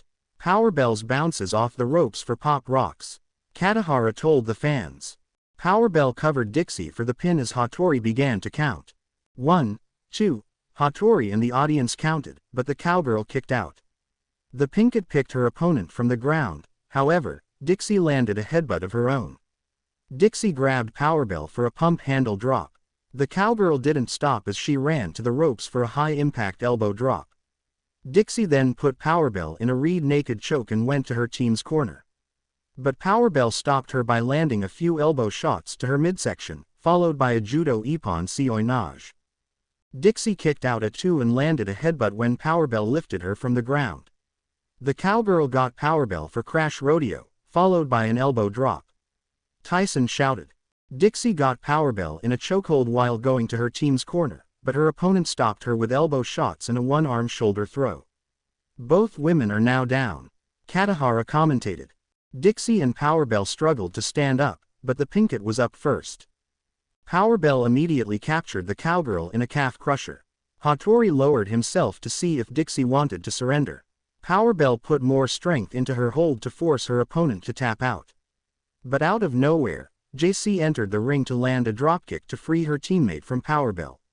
The female luchador prepared to hit the Pinkett with a powerbomb. However, Rebel came running in to hit JC with a tornado DDT. Both women struggled to rise, but Powerbell is the first and immediately applies a calf crusher to her opponent. Powerbell would have put more pressure if it weren't for JC coming in for the save. Tyson exclaimed. JC prepared to land a powerbomb, but Rebel came crashing in and sent the luchador down with a tornado DDT. Katahara added. Rebel was about to continue her attack on JC. However, King and Armor King hit her with a shoulder check. Both Jaguar luchadors prepared to use Leopard's Bite on Rebel. But Geki and Narushima saved their teammate by bouncing off the ropes. Geki hit King with a springboard forearm, while Narushima landed a springboard Hurricane Rana on Armor King. Geki, Narushima, and Rebel grabbed their opponents and flung them to the ropes. The three luchadors crashed onto the floor as Powerbell's teammates remained in the ring. Rebel was about to continue her attack, but King and Armor King interfered. Both Leopards prepared to use Leopard's Bite on Rebel, however, Geki and Narushima saved their teammate. Katahara announced. Powerbell's teammates tossed their opponents out of the ring, leaving the cowgirl alone. Tyson informed. Geki positioned himself at the upper left ring post as Narushima went to the lower right. Both males struck Dixie with Busaiku knee kicks as she was on her knees. Geki and Narushima ran to the ropes to bounce off toward the Leopard luchadors. Both Geki and Narushima hit the two luchadors with corkscrew planches. Powerbell climbed the upper left ring post as Rebel held Dixie in a neckbreaker hold. Geki and Narushima landed, meet in the middle, on Dixie before running to the ropes to hit King and Armor King with corkscrew planches. Katahara exclaimed. And Powerbell and Rebel are ready to end this match as they prepare their finisher. Tyson announced. Powerbell and Rebel connected a 450 splash and neckbreaker combo on Dixie. It's time for Party Crasher. Tyson exclaimed. And Powerbell's going for the cover. Katahara informed as the Pinkett covered the cowgirl. 1, 2, 3. Hattori and the audience counted. Here are your winners. DIY, Powerbell, and Rebel. Katahara announced as Powerbell and Rebel's theme played. Geki and Narushima joined their teammates in the ring to hug them. The team raised their arms in victory as Hattori returned Geki's championship belts to him. But out of nowhere, an action-esque country theme played throughout the building. DIY and their female teammates were confused as someone appeared on the ramp. Play Mickey James's hardcore country theme. On the ramp was an American female who appeared in her mid-20s. She stood 5 feet 10 inches, possessed an athletic, curvy build with a medium bust, fair complexion, long pink hair with chin-length bangs framing her face, and brown eyes. Her attire consisted of a cyan blouse, a white wool shirt, a pink skirt that stops above her knees with a white belt, and black Mary Jane shoes. Slung over her shoulder was the EAW World Championship. The American female began walking toward the ring as the fans cheered for her. Oh my, if it isn't our EAW World Champion, Jackal Tojo. I wonder what brings her here. Katahara wondered. Jackal requested a microphone from the staff, which they provided. The EAW World Champion entered the ring as DIY, Powerbell, and Rebel wondered why she was here. I'll cut to the chase, as everyone in this building is wondering why I'm here. The answer is that I found my opponent for Historic X over. Jackal said as she then pointed to Geki. And I chose you, Geki. I want to face you for a winner-takes-all challenge. Jackal's announcement caused all the fans to cheer. I faced some big names from NJPW, Stardom, AEW, ROW, and EAW, both male and female. However, I had to deal with some ups and downs in my career. You reminded me of myself when I entered the big leagues. We experienced a period of defeat after defeat, yet we did not allow any of it to discourage us. Instead, we used those defeats to motivate ourselves to improve ourselves. That's why I'm choosing you as my opponent. Jackal explained. After all, you defended and held 3 different world championships for almost 2 years. I currently have 35 straight victories in major events and held this championship for 2 years. But, during our careers, we never once faced each other in a big event. So, I think it's about time we fixed that and put our titles and streaks on the line. Therefore, Geki, do you accept my challenge to main event, Historic X over? Jackal stated. The fans began chanting for Geki to accept Jackal's match. Geki stretched out his hand for the microphone, which Jackal gave to the masked wrestler. The fans quieted down as Geki brought the microphone to his mouth. You're right that we never faced each other in events like Historic X over or the others. But we battled many times, and I always lost to you. Geki said, his voice in a husky tone. And now you offer me to put my championships on the line at tomorrow's event. So what's my answer? Please say yes, Geki. Don't disappoint your fans. Tyson commented.